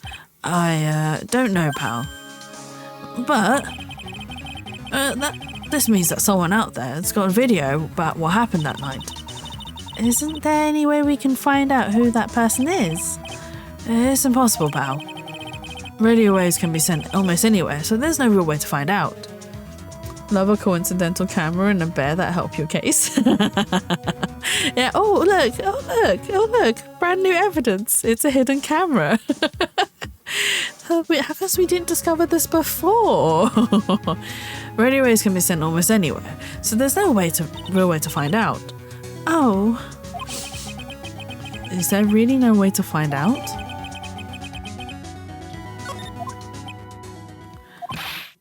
I got it. What? Hey, pal, let me borrow this mini camera for a bit. What are you gonna do? I'm gonna go around to see the electronics shop and see if I can find out who bought this. But that's impossible. I mean, it's already 9 PM. Leave it to me. Even if I have to search all night, I'll find your man, pal. Go Detective Gumshoe.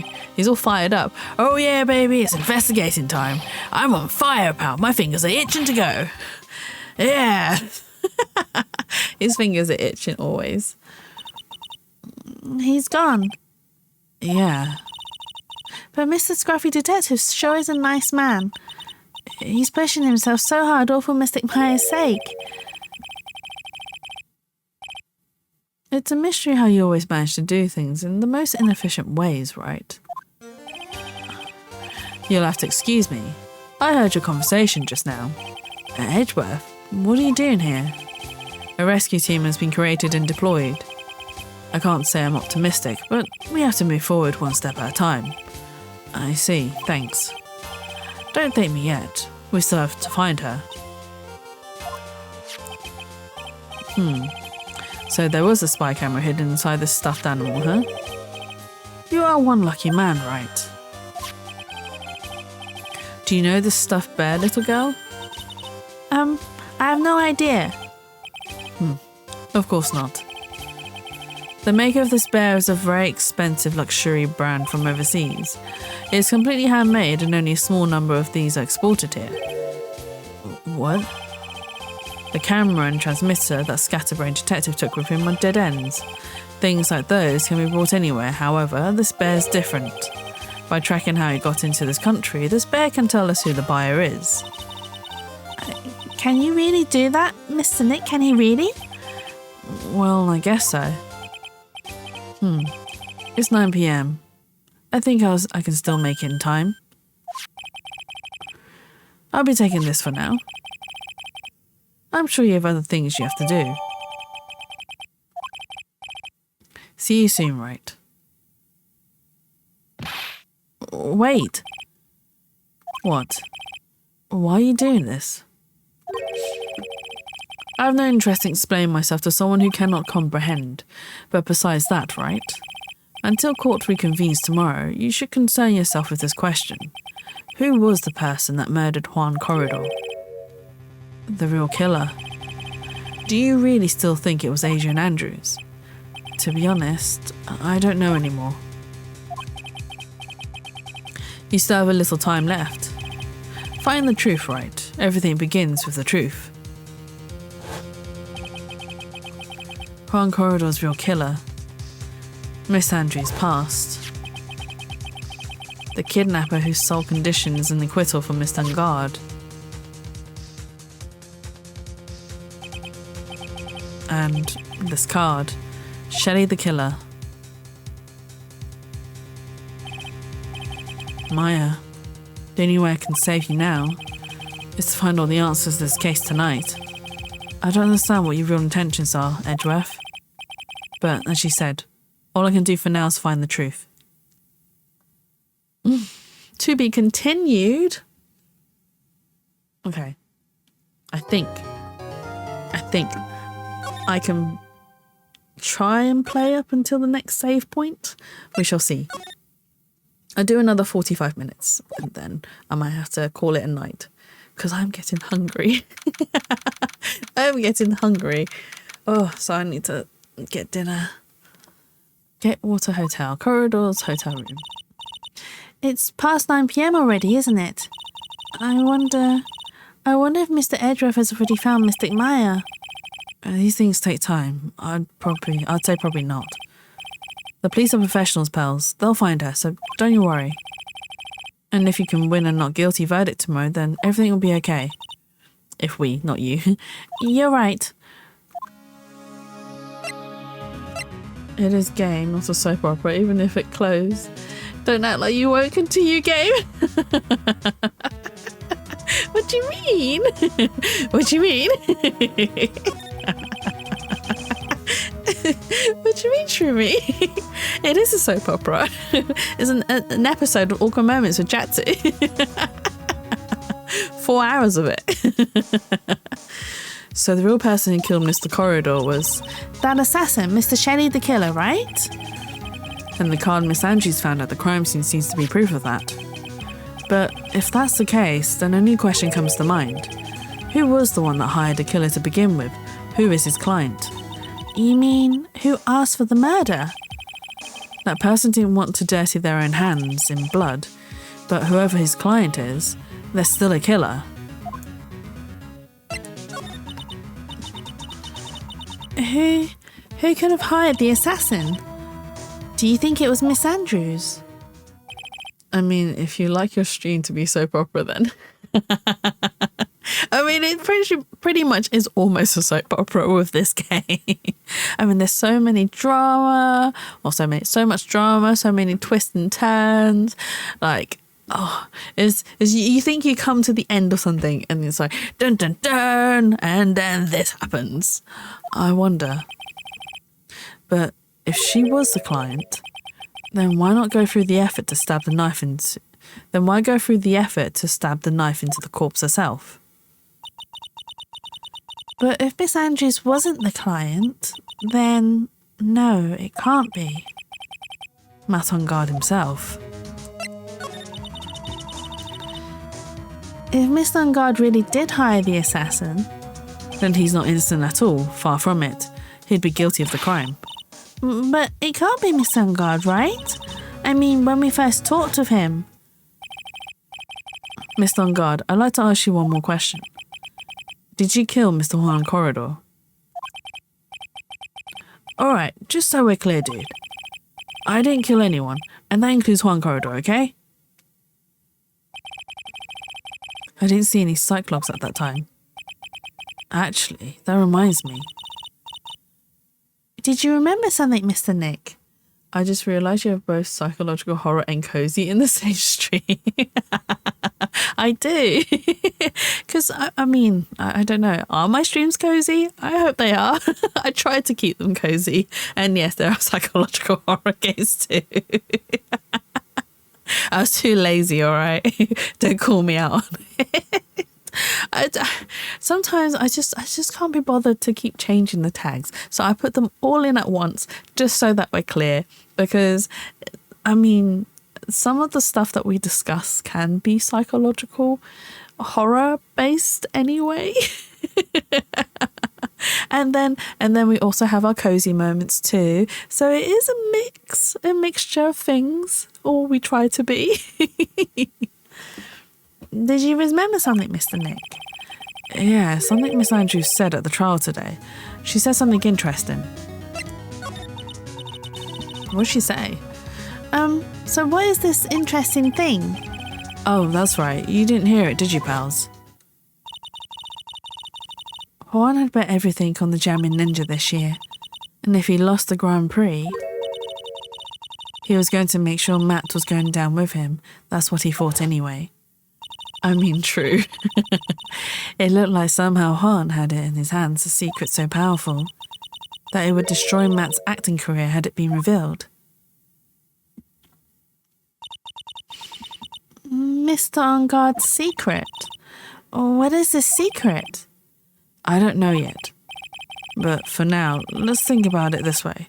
Mr. Corridor was going to reveal this secret. That means Miss Longard had plenty of motive to have Mr. Corridor silenced. Which means we have to meet with Miss Longard. There's no way around it now.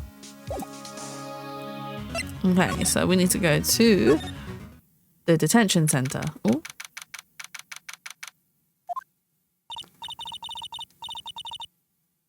Wow, it's really getting late, isn't it, Mr. Nick? Yeah, it's past 9 o'clock already. But we still have some things to prepare for tomorrow's trial. There's still the matter of the secret Mr. Corridor held about Miss Longard, and Miss Andrews' real intentions. These are two things I must know tonight. But aren't visiting hours over at the detention centre? I'm sure we'll think of something. Pearls, don't you worry. Oh, can we think of something? There's just commentary every single room we go to, isn't there?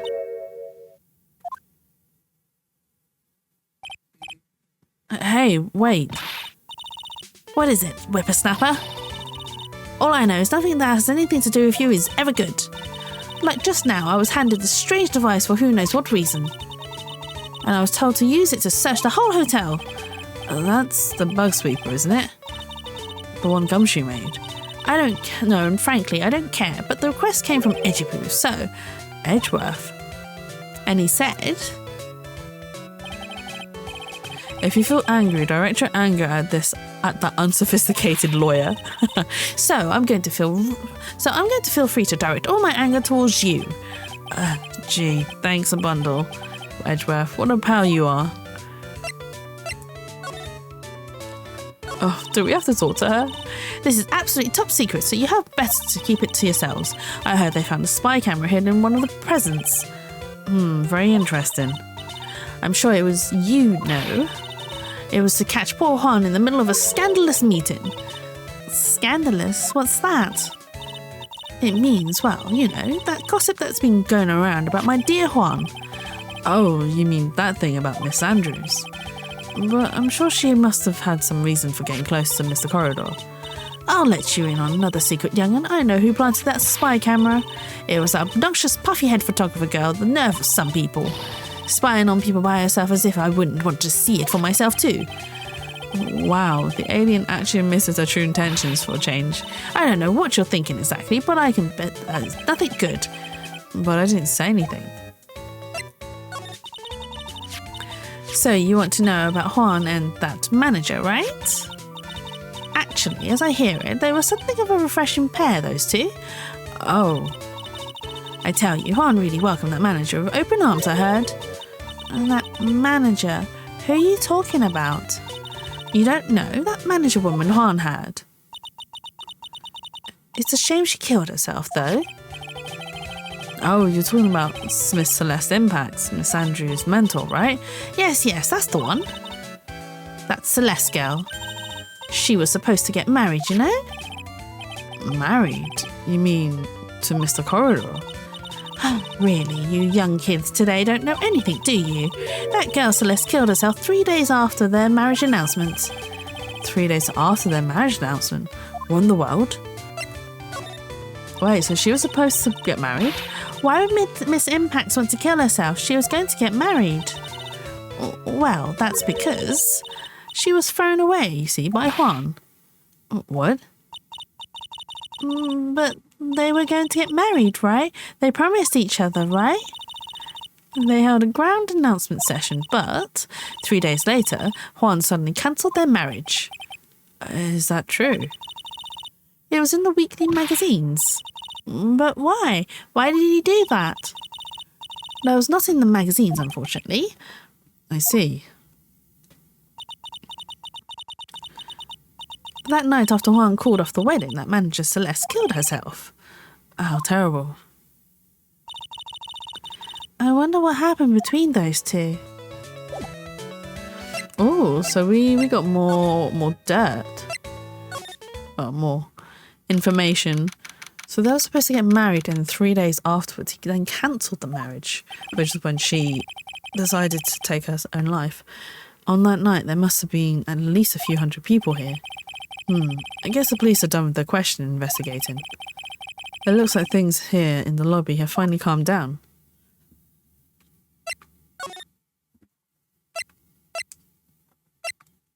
Can we go to the criminal affairs, or do we want to go right? Let's go right and go.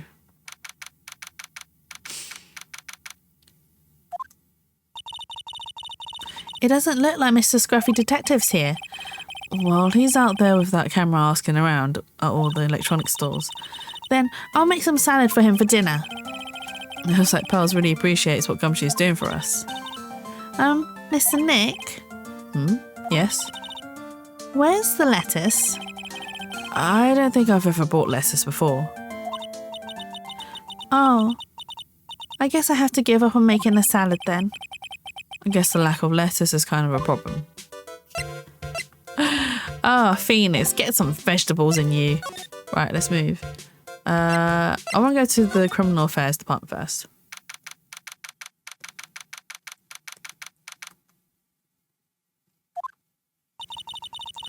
It feels sort of tense in here, doesn't it, Mr. Nick? Yeah, it does. I wonder if something happened. You're Miss Ongar's lawyer, right? Yes, sir. Well, we finally found just the person we've been looking for. A real decisive witness. A decisive witness? You mean for the on-guard case? We're taking a witness's statement right now. Gotta hand it to Mr. Edgeworth. What's Edgeworth up to now? Who is this witness? I think you know this person quite well, Mr. Lawyer. Mr. Nick? Between the kidnapper's demand and now this, I can't see any way to win here. Oh yeah, Mr. Edgeworth wanted me to tell you something. He did. Even though visiting hours are long over at the detention centre, he wanted me to grant you special permission, so there you go. What? I've already called them so they know. Go on, go talk to your heart's content. Thank you very much. This is such good news, Mr. Nick. Go talk to your heart's content. Sounds like the police are pretty sure they have tomorrow's trial in the bag. Oh, so we're allowed to go. Even though I didn't actually go first, but it's fine. It was a good idea to go to the criminal affairs first. Okay, let's see. I'm sure they must have transferred Miss Andrews here by now. So that means that both Mr. On Guard and Miss Andrews are in this detention centre. Now then, whose story do I want to hear first? Let's do Agent Andrews first. And then we'll do Matt On Guard. Oh, it's you. I'm sorry to be visiting to such a late hour, but there are a few questions I absolutely have to ask you tonight. Me? I thought your client was Matt. I'm sure Miss Andrews knows something. She can't be clueless about this secret Mr. Corridor had on Mr. On Guard. Yeah, let's talk to her. I'd like to ask you about Matt On Guard, if you don't mind. Mr. Wright, you still don't know, do you? The real him, I mean. I just had a memory of the real him. Oh, this is gonna be good. You seem to bear a lot of resentment towards Mr. On Guard. If that's the case, then why did you become his manager? And why would you become intimate with his rival? That has nothing to do with the case. Nothing. Okay. About Miss Celeste's impacts. I had finally put her death behind me. And now, thanks to you, it's all come back to the surface. Surface, even. I'm sorry. Yes, I was shocked by her suicide. And it's true that when I heard the rumour that Juan was the one who had hidden her suicide note, began to draw close to him. I wanted to get her suicide note back and to burn it. You wanted to burn it, but why? I didn't want it to spread like just another piece of gossip. But I never held any murderous intent towards Juan. I'd never do something so stupid. The suicide note, huh? I wonder what it said. Why did you try to frame Mr. On Guard? That's simple, because he's the killer, that's why. Isn't it the duty of every good citizen to inform the police? But there had to be another way.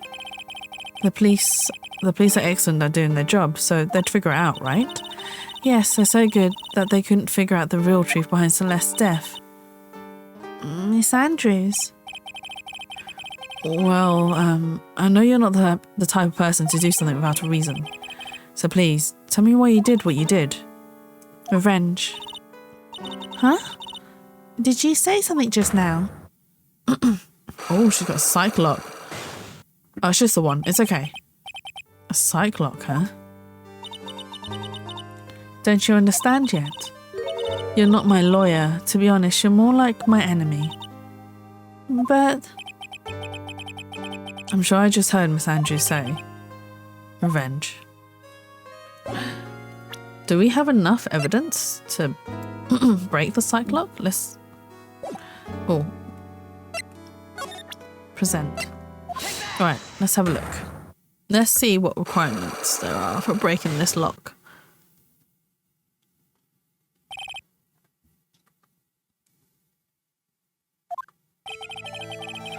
Can you please tell me why you framed Mr. On Guard for the murder? I've already told you countless times it's because I thought Matt was the killer. No, that's not it. I know you have a personal reason to dislike Miss Dungard. Miss Andrews, you may think I didn't hear it, but I know you said something earlier. You said revenge. So you're saying I was taking my revenge out on Matt and that's why? What an absurd idea.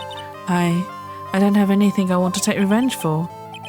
Miss Andrews, a woman who lives by being dependent on other people. There is something or someone in her past that would make her take revenge. It'd be Celeste.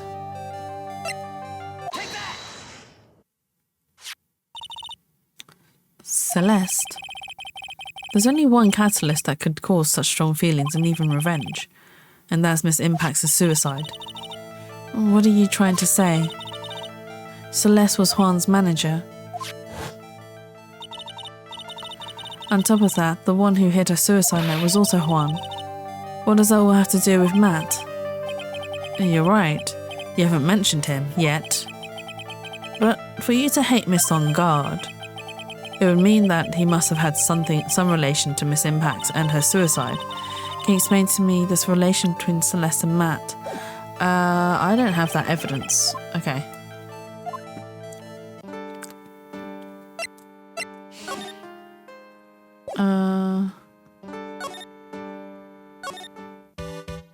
Okay.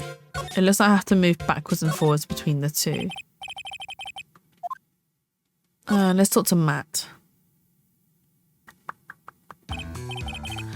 Dude, it's Mr. Wright. I hope you can get me off the hook tomorrow. I'm counting on you. I hope so too. Edward just dropped a bombshell on me by saying that Juan Corridor was killed by an assassin and that the assassin's client is this man, Matt On Guard. What's wrong? Miss On Guard. There's something I must know with 100% certainty. You seem kind of different. You're totally not like your usual lawyer dude self. About the press conference.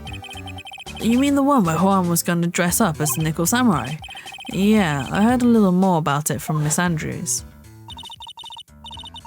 It looked like somehow Juan had his hands on a secret so powerful that would destroy Matt's acting career had been revealed. Or had it been revealed. Could you please fill me in what the secret is, please? There we go, Cyclock. Oh, wow. Wow, 5 of them. Oh my god. I knew this was coming. Mr. Nick, don't tell me. Cyclops. You said a secret, right? But I don't have any idea what it is, do you, dude? Did you know about Mr. Corridor and Miss Andrews' relationship? Well, it's all over the tabloids, dude. But I don't know any of the details, if that's what you mean. Look, how many times do I have to tell you? I don't care what Juan did with his life. Miss Andrews, she had a purpose in mind when she started seeing Mr. Corridor. Her mentor was Mr. Corridor's manager, and Miss Andrews was going to get Miss Celeste's Impact's suicide note from him. Celeste? Does that jog any memories? Dude, I suddenly just got totally hungry. You up for a pizza? My treat. Mr. Nick, what's a pizza? Is it a kind of pea, like green peas? Oh, bless her. What's a pizza? Let's go eat one later, okay? I got cut off by the pizza dude at the shop. That's too bad.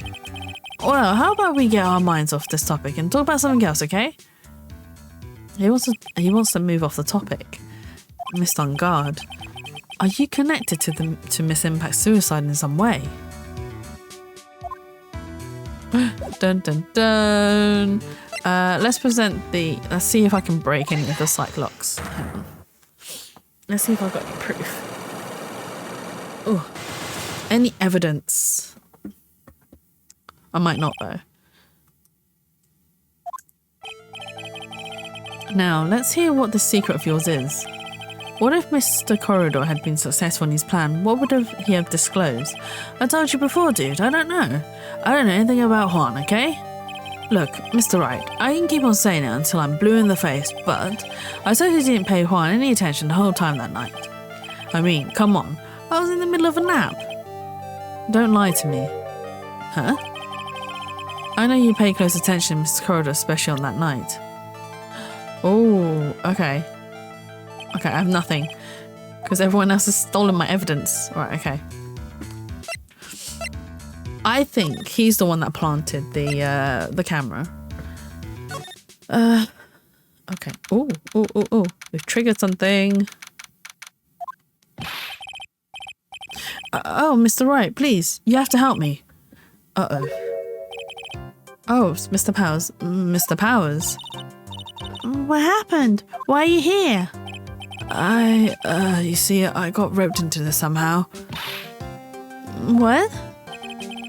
And now I'm going to testify at tomorrow's trial.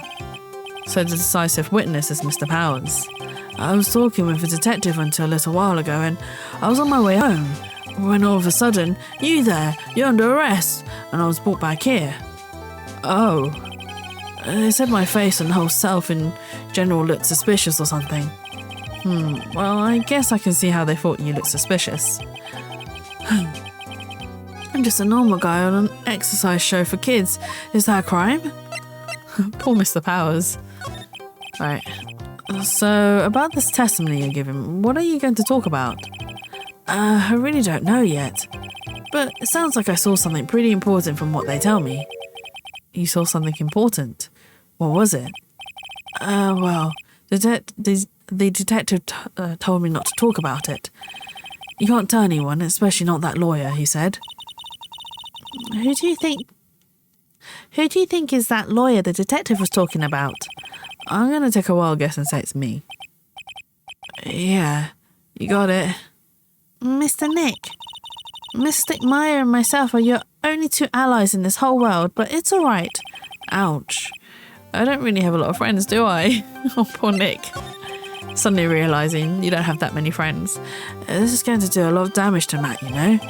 Because he's got that refreshing like a spring breeze image going. But what is he really like? Well, let's see. Matt's always been kind of a player with women.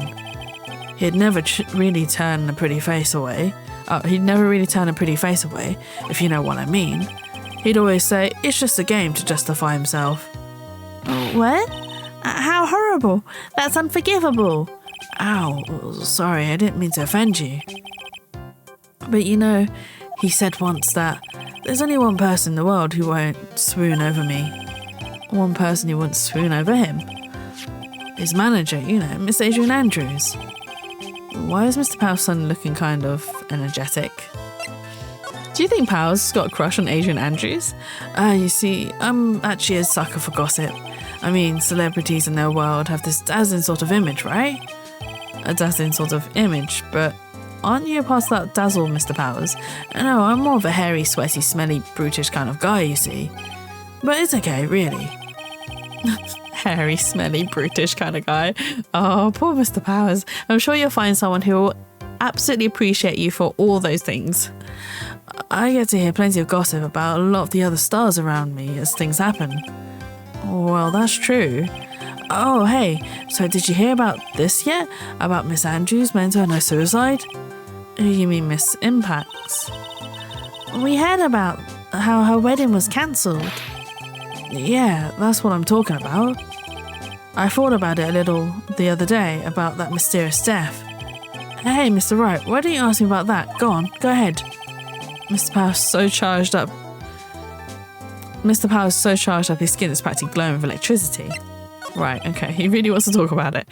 Hey, so have you heard this? Celeste left a suicide note. And they say that Juan went and hid it. We heard about that in court today. But there wasn't any actual proof that she had left a note. Well, this is what I think. I think that something bad was written on that note. Something bad for Juan, that is. Something bad for Mr. Corridor? Why do you figure so? Well, before she died, Celeste talked with a few of her friends. And she said, it looks like I got caught up with a truly insidious man. A truly insidious man? Does she mean Mr. Corridor by that? Well, there's no one else that fits the bill, right? And that would be enough reason enough for him to hide the suicide note. I see. Well, that's some good info, thank you. You're welcome. Miss Longard and Miss Andrews, they're both at the detention centre right now. There's still things I don't understand or know about, I'm sure. I have to get the two of them to tell me everything. Oh, I actually thought that was my own phone. I thought that was my own phone. It was actually the game. I was like, phone call? Right. Mr. Nick, your phone. Hey, that's the Steel Samurai theme song, isn't it? I don't like the sound of this ringtone right now. It sounds kind of ominous. Yeah, I know. Hello? We're in trouble now, pal. I'll be back at the office real soon. What's wrong? Something really unexpected just happened. Mr. Edgeworth, Edgeworth? Anyway, hurry up and get back to the office, pal. I don't know what's going on anymore. It's not good. The end, Wow, Gumshoe. Hello? You got cut off. What's going on, Mr. Nick? Gumshoe said we need to go back to the office right away. Then we should hurry back. I'm scared to go back. What are you talking about, Mr. Nick? Pull yourself together. Maybe it'll be good news. Somehow I doubt that. Oh no, the music got really tense. Right, back to the office. Oh, Gumshoe, what news are you going to give me? Not any more bad news. What took you so long, pal? Miss Edgeworth couldn't stick around forever and had to go. Well, what happened? Oh, we got him. We know who bought that spy camera. Eh? This quickly. And this bear's what gave them away, pal. The bear? I figured it out, pal. I figured that we should have been looking into the bear instead of the camera. Actually, that was Edgeworth's idea. But wasn't it Mr. Shh, pals. And go on. There's only one person who bought one of these bears who's related to this crime. Who is it? Who would be so rude as to spy on another person in their room? Mass on guard. Huh? Mass on guard, your client. That's who, pal. And here I thought things couldn't get any worse. Oh no, we're in big trouble, and we're trying to get an acquittal. Are you sure you heard right, that the person who bought this bear was... I heard it from the department store clerks, pal. This is the credit card receipt for the purchase. It's $3,800, pal. That's an exact match to the price of that stuffed bear. A receipt? That's all you have? Nah, it's not just a receipt, pal. The store clerk said so himself. He told me, I'm sure I sold the bear to Miss Longard. The clerk even got Miss Longard's autograph out of it, pal. So I'm sure the person that bought the stuffed bear was Miss Longard himself. My sight is failing me. This can't be. Are you gonna pass out? So what about the spy camera we found? That was a dead end, pal. You can get this kind of thing from anywhere. But for now, I guess I can give these back to you for you to file away into evidence. I know you don't want to give up, pal. I didn't think it was possible. The person who put the spy camera in Juan's corridor was Matt on guard. Why would Miss Longard do something like this? I bet it was to catch Miss Andrews and Mr. Corridor in one of their rendezvous. I bet it's not good enough for me. I have to know the absolute truth behind this camera. Are you going to see him, Miss Longard, Yes. I'm scared, Mr. Nick. I wonder what we'll find out next. I'm scared myself, but I have to put on a good face for pals. Matt on guard. What in the world have you done? Dun dun dun. Oh, okay. Right, let's go. Let's go to the detention centre. Oh. You're working really late, It's already past 10 PM, dude. I think it's time you told me the truth. Relax. Don't you know that ignorance is bliss? But if you really want to know, let's talk. Alright, let's present. Because we have the evidence back now. Ooh. Ooh. Right, let's break him and Andrews, and then we're going to call it a night. Although I think that will give us a save anyway. Now let's hear what this secret of yours is. What if Mr. Corridor had been successful in his plan? What would he have disclosed? I told you before, dude. I don't know. I don't know anything about Juan, okay? Look, Mr. Wright, I can keep on saying it until I'm blue in the face, but I totally didn't pay Juan any attention the whole time that night. I mean, come on. I was in the middle of a nap. Don't lie to me. Huh? I know you paid close attention to Mr. Corridor, especially on that night.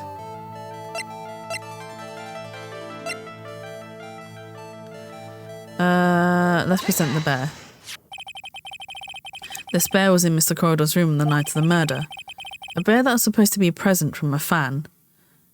Yeah, he has 5 of them as well. And I only have 2 lives. So, it's a present, dude. It actually looks kind of classy, if you know what I mean. Yes, I hear it's quite expensive. Which is why it's very odd that this gadget was found inside this bear. Dun dun dun. This is a very small video camera. And it was hidden inside this bear's eye. Maybe it's a really curious bear. Well, whatever this bear saw was sent somewhere using this transmitter, which means someone on the night of the murder was secretly filming Mr. Corridor's room. Whips and chains everywhere. Are we sure this game is safe for work? That's why there's a psychological horror tag, Pixie. That's why there's that tag, and that's why it's a plus 18 stream. I am well aware of the things that goes on. I have put out notices everywhere. It is not my fault if you stumble across and discover this is not safe for work. I guess Juan had a few of those kinds of fans too, huh? Actually, I wouldn't say this bear was a present from a fan. You sure, dude? Who else could it be from? The person who gave this bear to Mr. Corridor was none other than you. Oh my god. You scared the hell out of me with the all night long. Thank you so much for the all night long.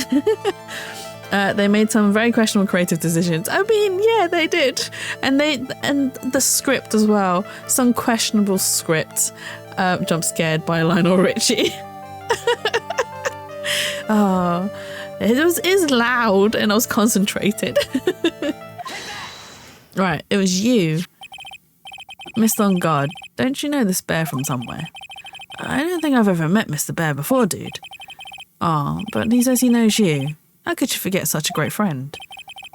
What else did the bear tell you? He says that the one who put the camera in his eye was you, Mr. On Guard. If I didn't know how you work in court, I'd think I was in some serious trouble. Come on, this is not a joke, right, dude? You're just pulling my leg. Looks like you're not ready to give up your secret yet.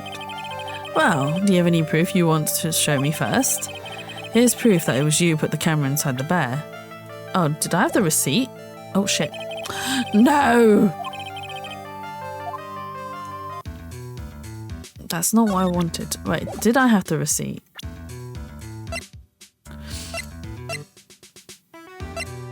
I do have the receipt. Oh my god. Right, okay. I didn't mean to click out of it. Right, we'll speed through that bit. Right, okay. Ugh. Right, come on, speed through, speed through.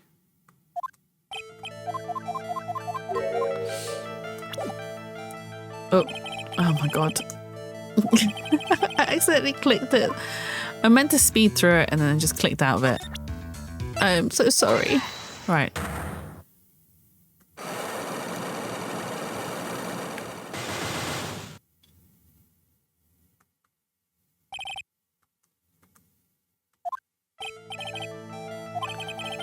Okay. Okay.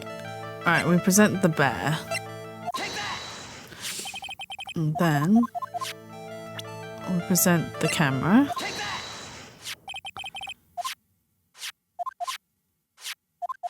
And then...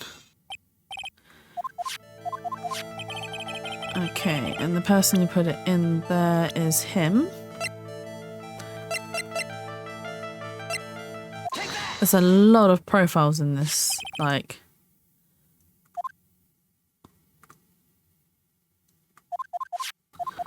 Okay. Here's the proof. You put the camera inside the camera. It's the receipt. There we go. I have here one credit card receipt, Miss Ungard. It's from when you bought the stuffed bear. Dude, all you can tell from this is that I spent $3,800. I go to that department store all the time, okay? And this $3,800, this could be the toothbrush I bought that one time, a $3,800 toothbrush. It is ivory, and it's got elephant hair for bristles. Why would you buy an... I'm sorry. An ivory toothbrush with elephant hairs as bristles to brush your teeth with. Ugh. How you are so wrong. And ivory is bad, by the way. It is not. People are like, oh, someone must love elephants too much yet that they want the elephant in their mouth. I mean, no offense to elephants. Elephants are amazing creatures, and this is why we must protect them, which is why ivory is bad, because whilst people might not realise, but in order to obtain ivory from an elephant, you have to actually kill the elephant because, well, it's in their tusks, and poachers are not very kind. Ew, elephant hair. Is that what rich people use nowadays? Anyway... The store clerk clearly remembers you and your purchase. After all, you even gave him an autograph, did you not? Spa zoo visit? Yes, we should do a zoo visit, Pixie. I would absolutely love to. Like, it doesn't even have to be a big zoo. I'd be happy with like a small zoo or a sanctuary as well. Like, just pay money to go to a sanctuary to help support it. Sanctuaries are great places too. I think do you know what? One of the sanctuaries that I would love to go to again is an otter sanctuary up in the Midlands. And I can't remember exactly where, but oh my God, the otters were so damn cute. I was like, oh my God, you're so cute. But they were adorable. I've been to a swanery as well, which is, as you can guess, a sanctuary for swans. And I actually went when it was is it cygnets? Is that what baby swans are called? Cygnet season? And oh my God, there was just baby swans everywhere. Obviously, you had to be very careful because swans are very territorial when they have younglings or cygnets. So you shouldn't really get near a family of swans if you do come across them, because they will attack you. They do not care. They get very territorial and they are very protective of their young. So if you do come across family, please, please, please be respectful and just stay away. Apparently otters are really vicious. It depends on the otter. There are different species of otters, and yes, some of them can be very, very vicious, whilst others are quite friendly. Dude, you should have said that earlier. Oh. We've broken through too. Can I ask you one thing? Yes. You're my lawyer, right, dude? So, if you are, then why are you looking into stuff like this? Because if I don't know the truth, I can't help you. Sounds more like stupid lawyer talk to me. Hey, let's stop talking about this, okay? No, not yet. I haven't asked why you set the camera up yet. And what your secret is. Of course, it'd be strictly confidential. So, what are you going to do now? I'm going to find out what I want to know, because I must. The reason you hid the camera in Miss Calder's room and filmed it in secret is... Oh, we know this answer. It's because of this article.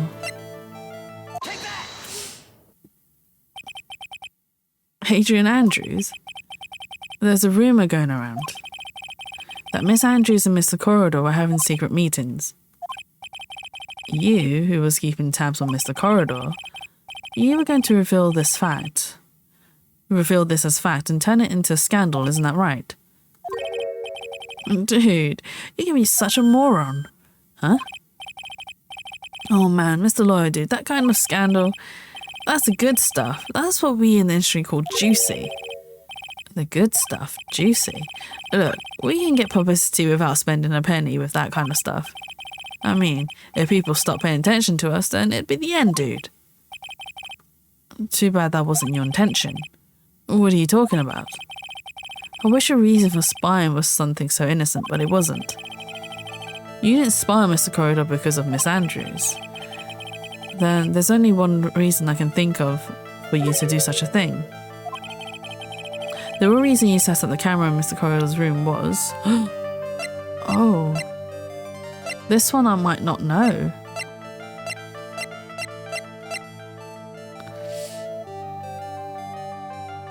Is it because of this? Oh, I don't know. I'm gonna lose all my lives. Let's try it anyway. I was right. What is this card? Maybe he doesn't know about this card. This is Assassin Man's calling card. The man's name is Shelly the Killer, and I'm sure you know of him, don't you? Shelly the Killer. That's ridiculous. Why would I know some shady scumbag like him? If you really don't know him, then why are you acting so jumpy all of a sudden? This is it. I'm finally starting to get the truth. I can't afford to make any more mistakes now. Mr. Matt on guard. I know why you know Mr. the Killer is because... you're his client. Since you're the one who set up the camera, that means you knew. You knew exactly what was going to happen in that room. So, how? How would you know something like that? It's because you're his client, that's why. You hired Shelly the Killer to assassinate Mr. Juan Corridor. The real mastermind behind this whole murder is... you, Matt on guard.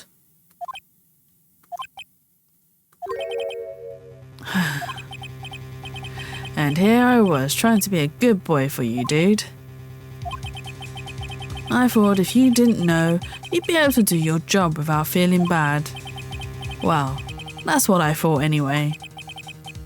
Mr. On Guard, you really did hire... Hold on a sec. I'm gonna consult myself, okay? Consult myself? Right, consult myself?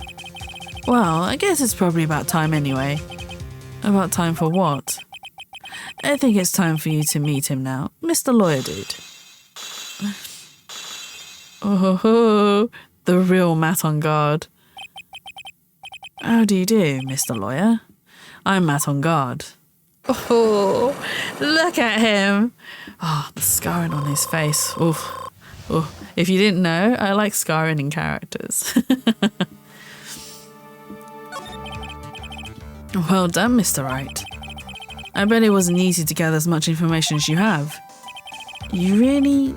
So you are Shelly the Killer's client?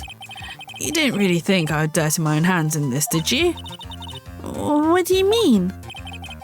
And that woman, Adrian, was quite brave herself, trying to stick the crime on me. I didn't think she had it in her. Pixie was once accosted by otters. They threw their rocks at her. Is that why? It's past traumas. Pixie's like got PTSD with otters. Trying to stick the crime on me. I didn't think she had it in her.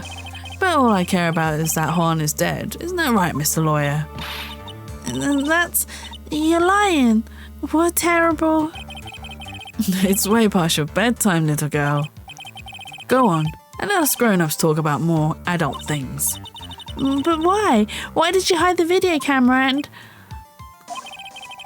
A weakling soon believes the words of others, just like that pathetic Adrian. He knew about Miss Andrews' secret. But I'm no weakling. I don't believe anyone, least of all assassins. What? Oh, come now, Mr. Wright. Assassins aren't above blackmail. They turn their clients into cash cows by holding the sinful deed over their heads. And a superstar like me, how much do you think I'm worth? Care to guess? And that's why... Yes, that's where the video comes in. It's got his face and the crime scene recorded on it, preserved for all time. With that, I can keep him at bay and even blackmail him if I want. That's right, that video is my insurance. Isn't that what they call it, Mr. Wright? Why would you do something so wrong? Because I'm a grown-up and I can. Good enough of an answer for you, little girl? Oh, he is mean. Oh, why? Why would you kill Mr. Corridor? I used to really like them until I found out what they do to baby seals and each other's babies. Yeah. I mean, like I said, it depends on the species of otter, because there are different types. Because he was about to sling so much dung onto my beautiful public image. Scandals are a little annoying, aren't they? This is all because of that press conference, isn't it? But how he's managed to hide those scars as an actor is unbelievable. Because it's not like he'd show that. I mean, I know he has the emo hairstyle, but surely that can't be covering his face the whole entire time. If Mr. Corridor had been able to give it, then Miss Unguard's secret would have... Oh, well, that's what we call taking advantage of the situation, you know? I had no interest in doing it, really, but bit by bit, it crept up on me. And then the situation just presented itself perfectly. How beautiful, I thought. And that's how Mr. Corridor ended up dead. Let me tell you something. I'm not like Adrian. I don't depend on anyone. People are simply things to be used and thrown away. Put on a sweet innocent face and people will swallow anything you feed them. Adrian fell for it, the assassin too. Oh, and how can I forget? Even you fell for it, Mr. Lawyer. Everyone all working their butts off for me, mat on guard. Ah, did that leave you speechless? What a shame. What's wrong, Mr. Lawyer? You've grown awfully quiet. How could I have been so deceived by you all this time? When we first met, I asked if you had killed Juan Corridor, and you answered very clearly that you hadn't killed anyone. Hey now, I never told you any lies. The person who did the killing was the killer guy, right? All I'm guilty of is taking a catnap in my room. You killed Mr. Corridor. I dare you to say that in court tomorrow. Oh, but too bad. You can't. You're my lawyer after all, aren't you? You could always drop my case and refuse to represent me. How does that sound? Oh, but you can't, can you? That'd be the one thing you absolutely can't do. Mystic Maya. You wouldn't want to test the killer. He's a man of his word, or so I hear. You could end up getting a certain friend of yours rubbed out of if you lose. You scoundrel. So if I were you, Mr. Wright Esquire, I think I'd give it my all tomorrow. Remember, everyone likes a happy win-win resolution. I'll get you for this. That's such a cliche phrase. Wanted something just like that if memory serves. Of course, well, we all know how well things turned out for him, don't we? Good night, Mr. Lawyer. Maya, what am I supposed to do? And now you finally found it. Oh, it's Edgeworth. I keep reading his voice wrong. The starting line of this case. Edgeworth? I don't care for the horrid atmosphere here. Let's return to the precinct. Oh, there's so many twists and turns. So twisted. Well, right, what are you going to do if you plan on changing your strategy? No, we can't do that. That's right. He's holding Maya hostage. What should I do? That's not something I can answer for you. Mr. Edgeworth. Right, only you can decide where to go from here. 1 year ago at that time, I didn't truly understand what a prosecutor was. And that is why I had to leave the prosecutor's office.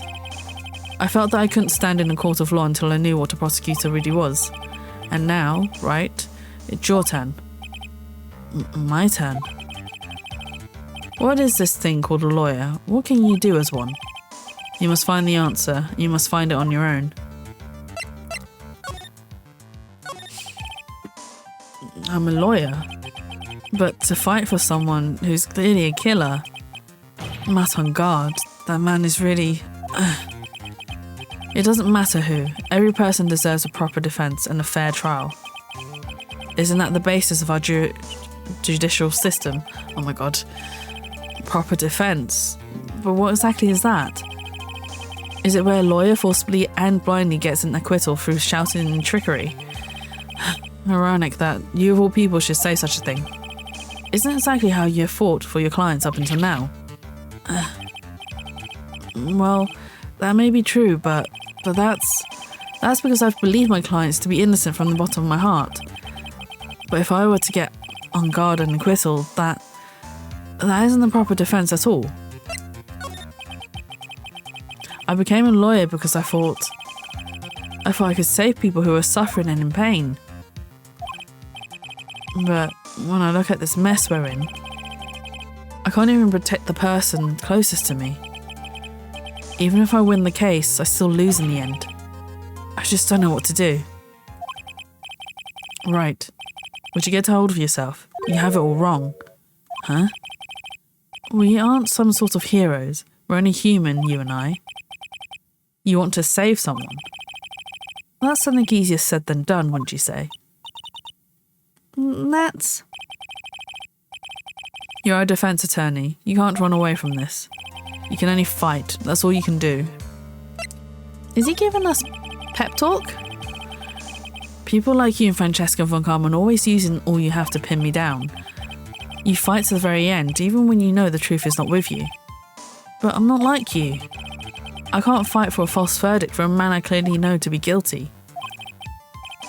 Francesca, she fights for herself. The only thing she fights for is her perfect win record. That's all. And isn't that the same as you? Isn't that why you ran away a year ago? Because your precious win record was destroyed. You're so petty. I see. Now I understand why you despise me so. However, you're mistaken. What do you... Thanks to you, when you sealed off my path to a perfect win record, I began to realise the error of my ways. I realised that things such as a perfect record were meaningless. What? I don't believe you. Are you saying that is why you left the prosecutor's office? But then, why? Why are you here now? The answer to that is something you will find out on your own. I have faith you'll see it before the verdict is read tomorrow. But if you can't, then you'll be powerless to change the end of the story. Oh. Mr. Nick, the transceiver. I'm sorry for what happened earlier. Now then, Mr. Attorney, do you wager you can obtain an acquittal tomorrow? My, what is the matter, Mr. Attorney? I don't sense your usual anger this time. Tell me, please, why are you holding my hostage for Mr. Unguard's sake? Why are you doing this for that cold-blooded killer? Right.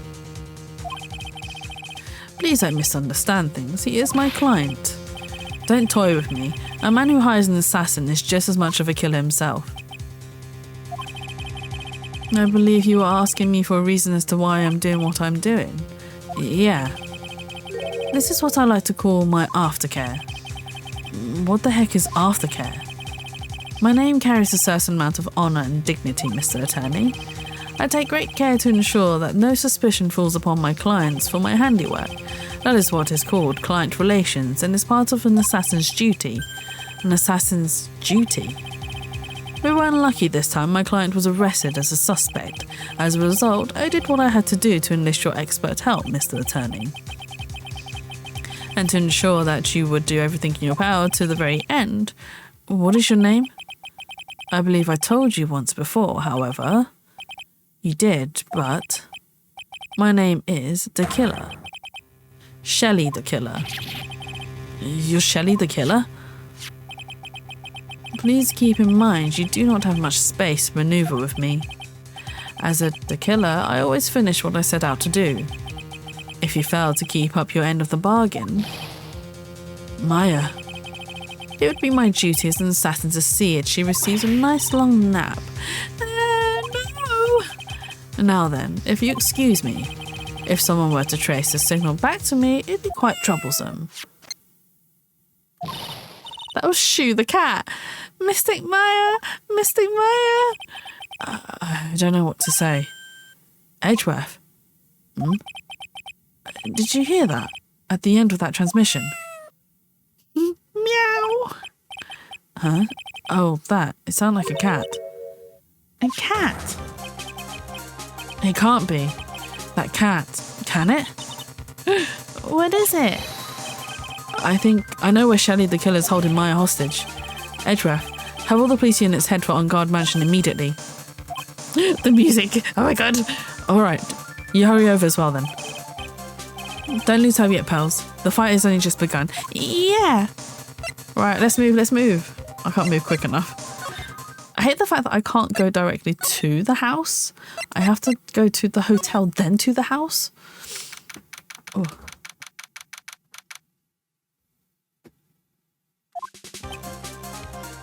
Maya? Please answer us, Mystic Maya. We have this area completely surrounded. There's no way for him to escape. Assuming he's still in the area. I can't believe it. That butler, all this time, he was the killer. He and On Guard were working together all this time. I'm sure they worked out that a contingency plan ahead of time. Oh my god, that was a really hard word to say. Right. Why is there a bear here? Oh, Maya must have put it out there.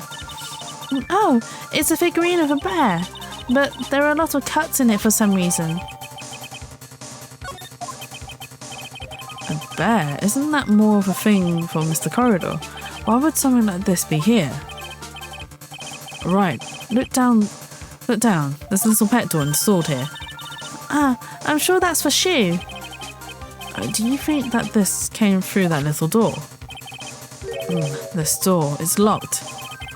Well, I'm pretty used to breaking doors down by now. Let's go, Edgeworth. Go on! There's no one here. From the looks of this room, I'd say this is On Guard's private lounge. Look at this, Wright. An antennae for sending and receiving radio signals and a VCR. Check inside the deck. If there's a tape, it would be an important piece of evidence. If we're lucky, it'll have the moment the crime was committed recorded on it.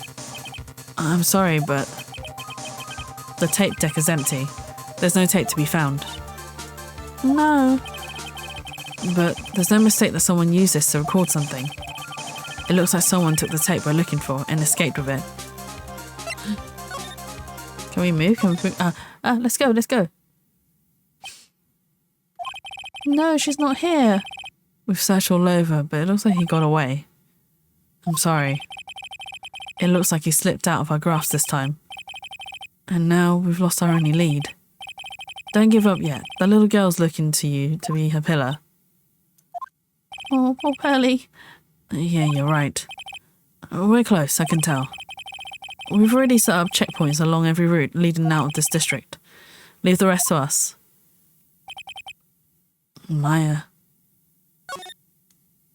Why is this picture here? This looks like a picture of Miss Impax. With love, Celeste. Miss Impax, you mean? Yeah, Mr. Corridor's former manager. Why would a picture of Miss Impax be here in Miss On Guard's mansion? And why does it say with love? This might be a clue. Dun dun dun. Ah! Oh, what's wrong, pals? Please let me see that picture frame. Huh? What's so special about the frame? On the back, there's something written on the back of the frame. Maya. It's Mystic Maya. She left us a message. What?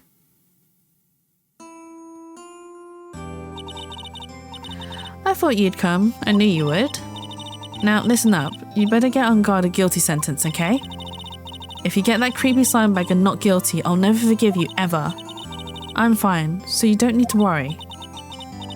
There's so much I want to write, but I don't think I have a lot of time left. Pearly, you're there too, right? Make sure you help Nick, okay?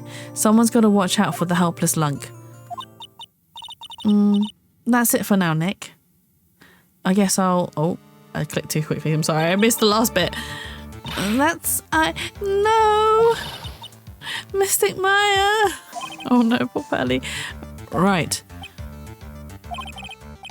What's wrong? Why the blank stare? Oh, nothing.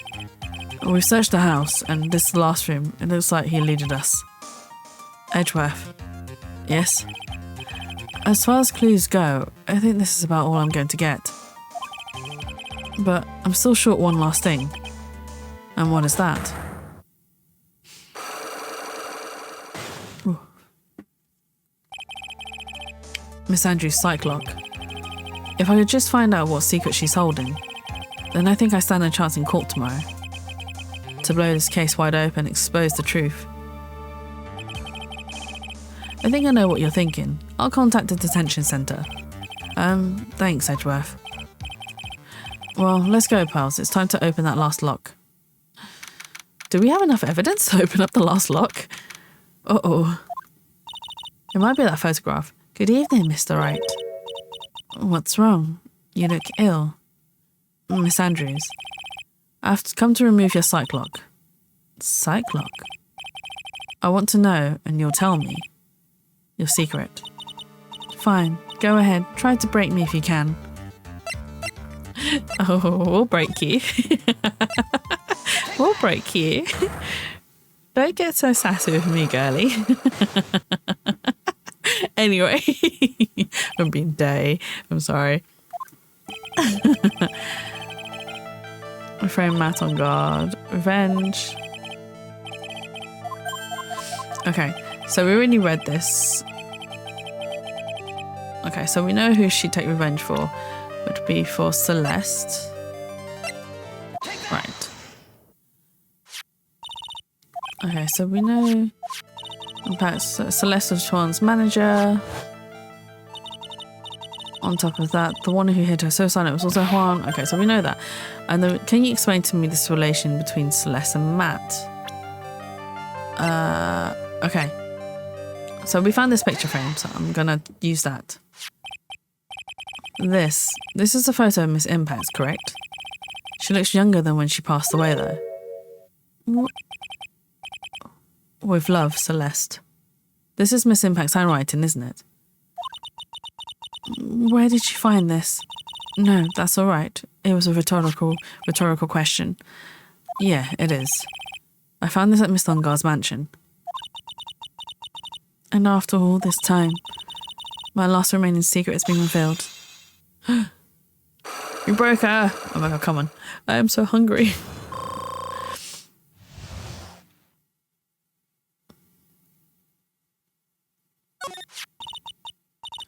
Celeste, she was supposed to get married to Juan. Yes, but I heard that it didn't work out. Because Mr. Corridor didn't want to get married to her anymore, right? Yes, because of Matt. Because of Mr. On Guard? What do you mean? I think I can see where this is going. Celeste, she was Matt's manager a long time ago. She was the happiest woman in the world at the time. There's a really sad version of the Steel Samurai. I was working part-time back then, and I often saw the two of them together. So that's why, with love, Celeste is written on the frame of that picture. They were a couple, weren't they? It was anything as splendid as that. I wasn't anything as splendid. Celeste was being used. Toyed with until she was thrown away. That's so horrible. Matt's entire image is built around how nice and wonderful of a man he is. A scandal would have destroyed that. Which is why Celeste, in her kindness, moved over to Worldwide Studios, and that is where she met Juan. She seemed really happy with him, even happier than when she was with Matt. Celeste and Juan were such a good match that they were even planning to get married. And then it was suddenly called off. On the night Juan called their marriage off, Celeste, she killed herself. And that's why I framed Matt. It was revenge for Celeste and for myself. I'm sure even you can guess why Juan called the wedding off, right? Matt confessed to Juan about his relationship with Celeste. I see. So that's what's happened. But then why did Mr. Corridor have to call off the wedding? I don't understand at all. It was probably because of his worthless male pride. Juan and Matt were always fierce rivals. Matt waited for the wedding announcement and then unleashed the truth on Juan. He was aiming for when it would hurt Juan the most. Poor Miss Impacts. That wasn't the end of it. That day, I'm almost certain that Celeste left a suicide note behind, and in that note, she left a detailed account of Matt's various misdeeds and, so that she would never again be hurt by Matt, she chose to die. Then when Juan discovered her body, he hid her note. But why would he do that? It's simple. Juan realised that note was a powerful weapon against Matt, and it would be especially damaging to his reflection like a spring breeze image. In any case. With his pride hurt, Juan sought revenge. Revenge? There's that word again. Juan wanted to publicly disclose the contents of that suicide note. At a time that would cause Matt the most damage, of course. And that was at the press conference after the stage show. I know all about it because I heard it all from Juan. It was so I could find out about all this that I drew close to Juan to begin with. And they're quite a pair of hideous monsters, aren't they? Even Celeste's death was something for them to use in their game. That night when I found Juan's body, it was only natural that I thought the murderer was Matt. Those two were always spying on one another after all. As for me, I was frantically searching for Celeste's suicide note. I wanted to destroy it before it ever went public. I was going to burn it. I'd even bought a lighter. But I couldn't find the suicide note, and that's when revenge crossed my mind. Yes, I was going to bring them my own kind. I was going to bring to them my own kind of cruel revenge. Celeste was killed by those two monsters. So when I stabbed Juan's body with that knife, I didn't feel a single shred of guilt. And that's all I have to say. Well, Mr. Wright, even knowing all this, are you still going to help that man? I am a lawyer. I see. What a foul profession. Thank you very much for your time and for talking with me. It was no big deal. I couldn't sleep anyway. I can't sleep either, not with my situation, or with what I know now. To be continued! Okay, we are going to call it a night. But oh my god, that was so much information. We learned so much. We learned that Miss Impacts was actually originally dating Matt, who was using her, and then she left, and then she actually left amicably. She decided to do no drama and went over to another studio and became manager for Juan, who then just wasn't... No, you wanted to know more? You'll have to wait till next week's stream week because I'm hungry. My stomach's been growling for the last hour. I was like, oh my god, they're going to hear my stomach. But thank you so much for joining me today. I will be back Tuesday, maybe, perhaps. Oh, that's very loud. Yes, I'll be back on Tuesday. If you would like to keep up to date with all... Oh. If you'd like to keep up to date with anything that I post or when I'll next stream, go follow my social media. I am mostly on Twitter. If you like the community, please feel free to come join our Discord. We have the spa, which we have a lot of fun things. We do a lot of fun things. Sorry, my brain's like not working because I'm thinking food. But yes, I'm going to call it a night. Thank you so much for joining me. I appreciate each and every single one of you. I hope you have a lovely and wonderful weekend. I'll be back on Tuesday, hopefully, maybe. Check out my Twitter. I'll post information there. But yes, enjoy the rest of your weekend. I will see you guys another time. Bye bye for now.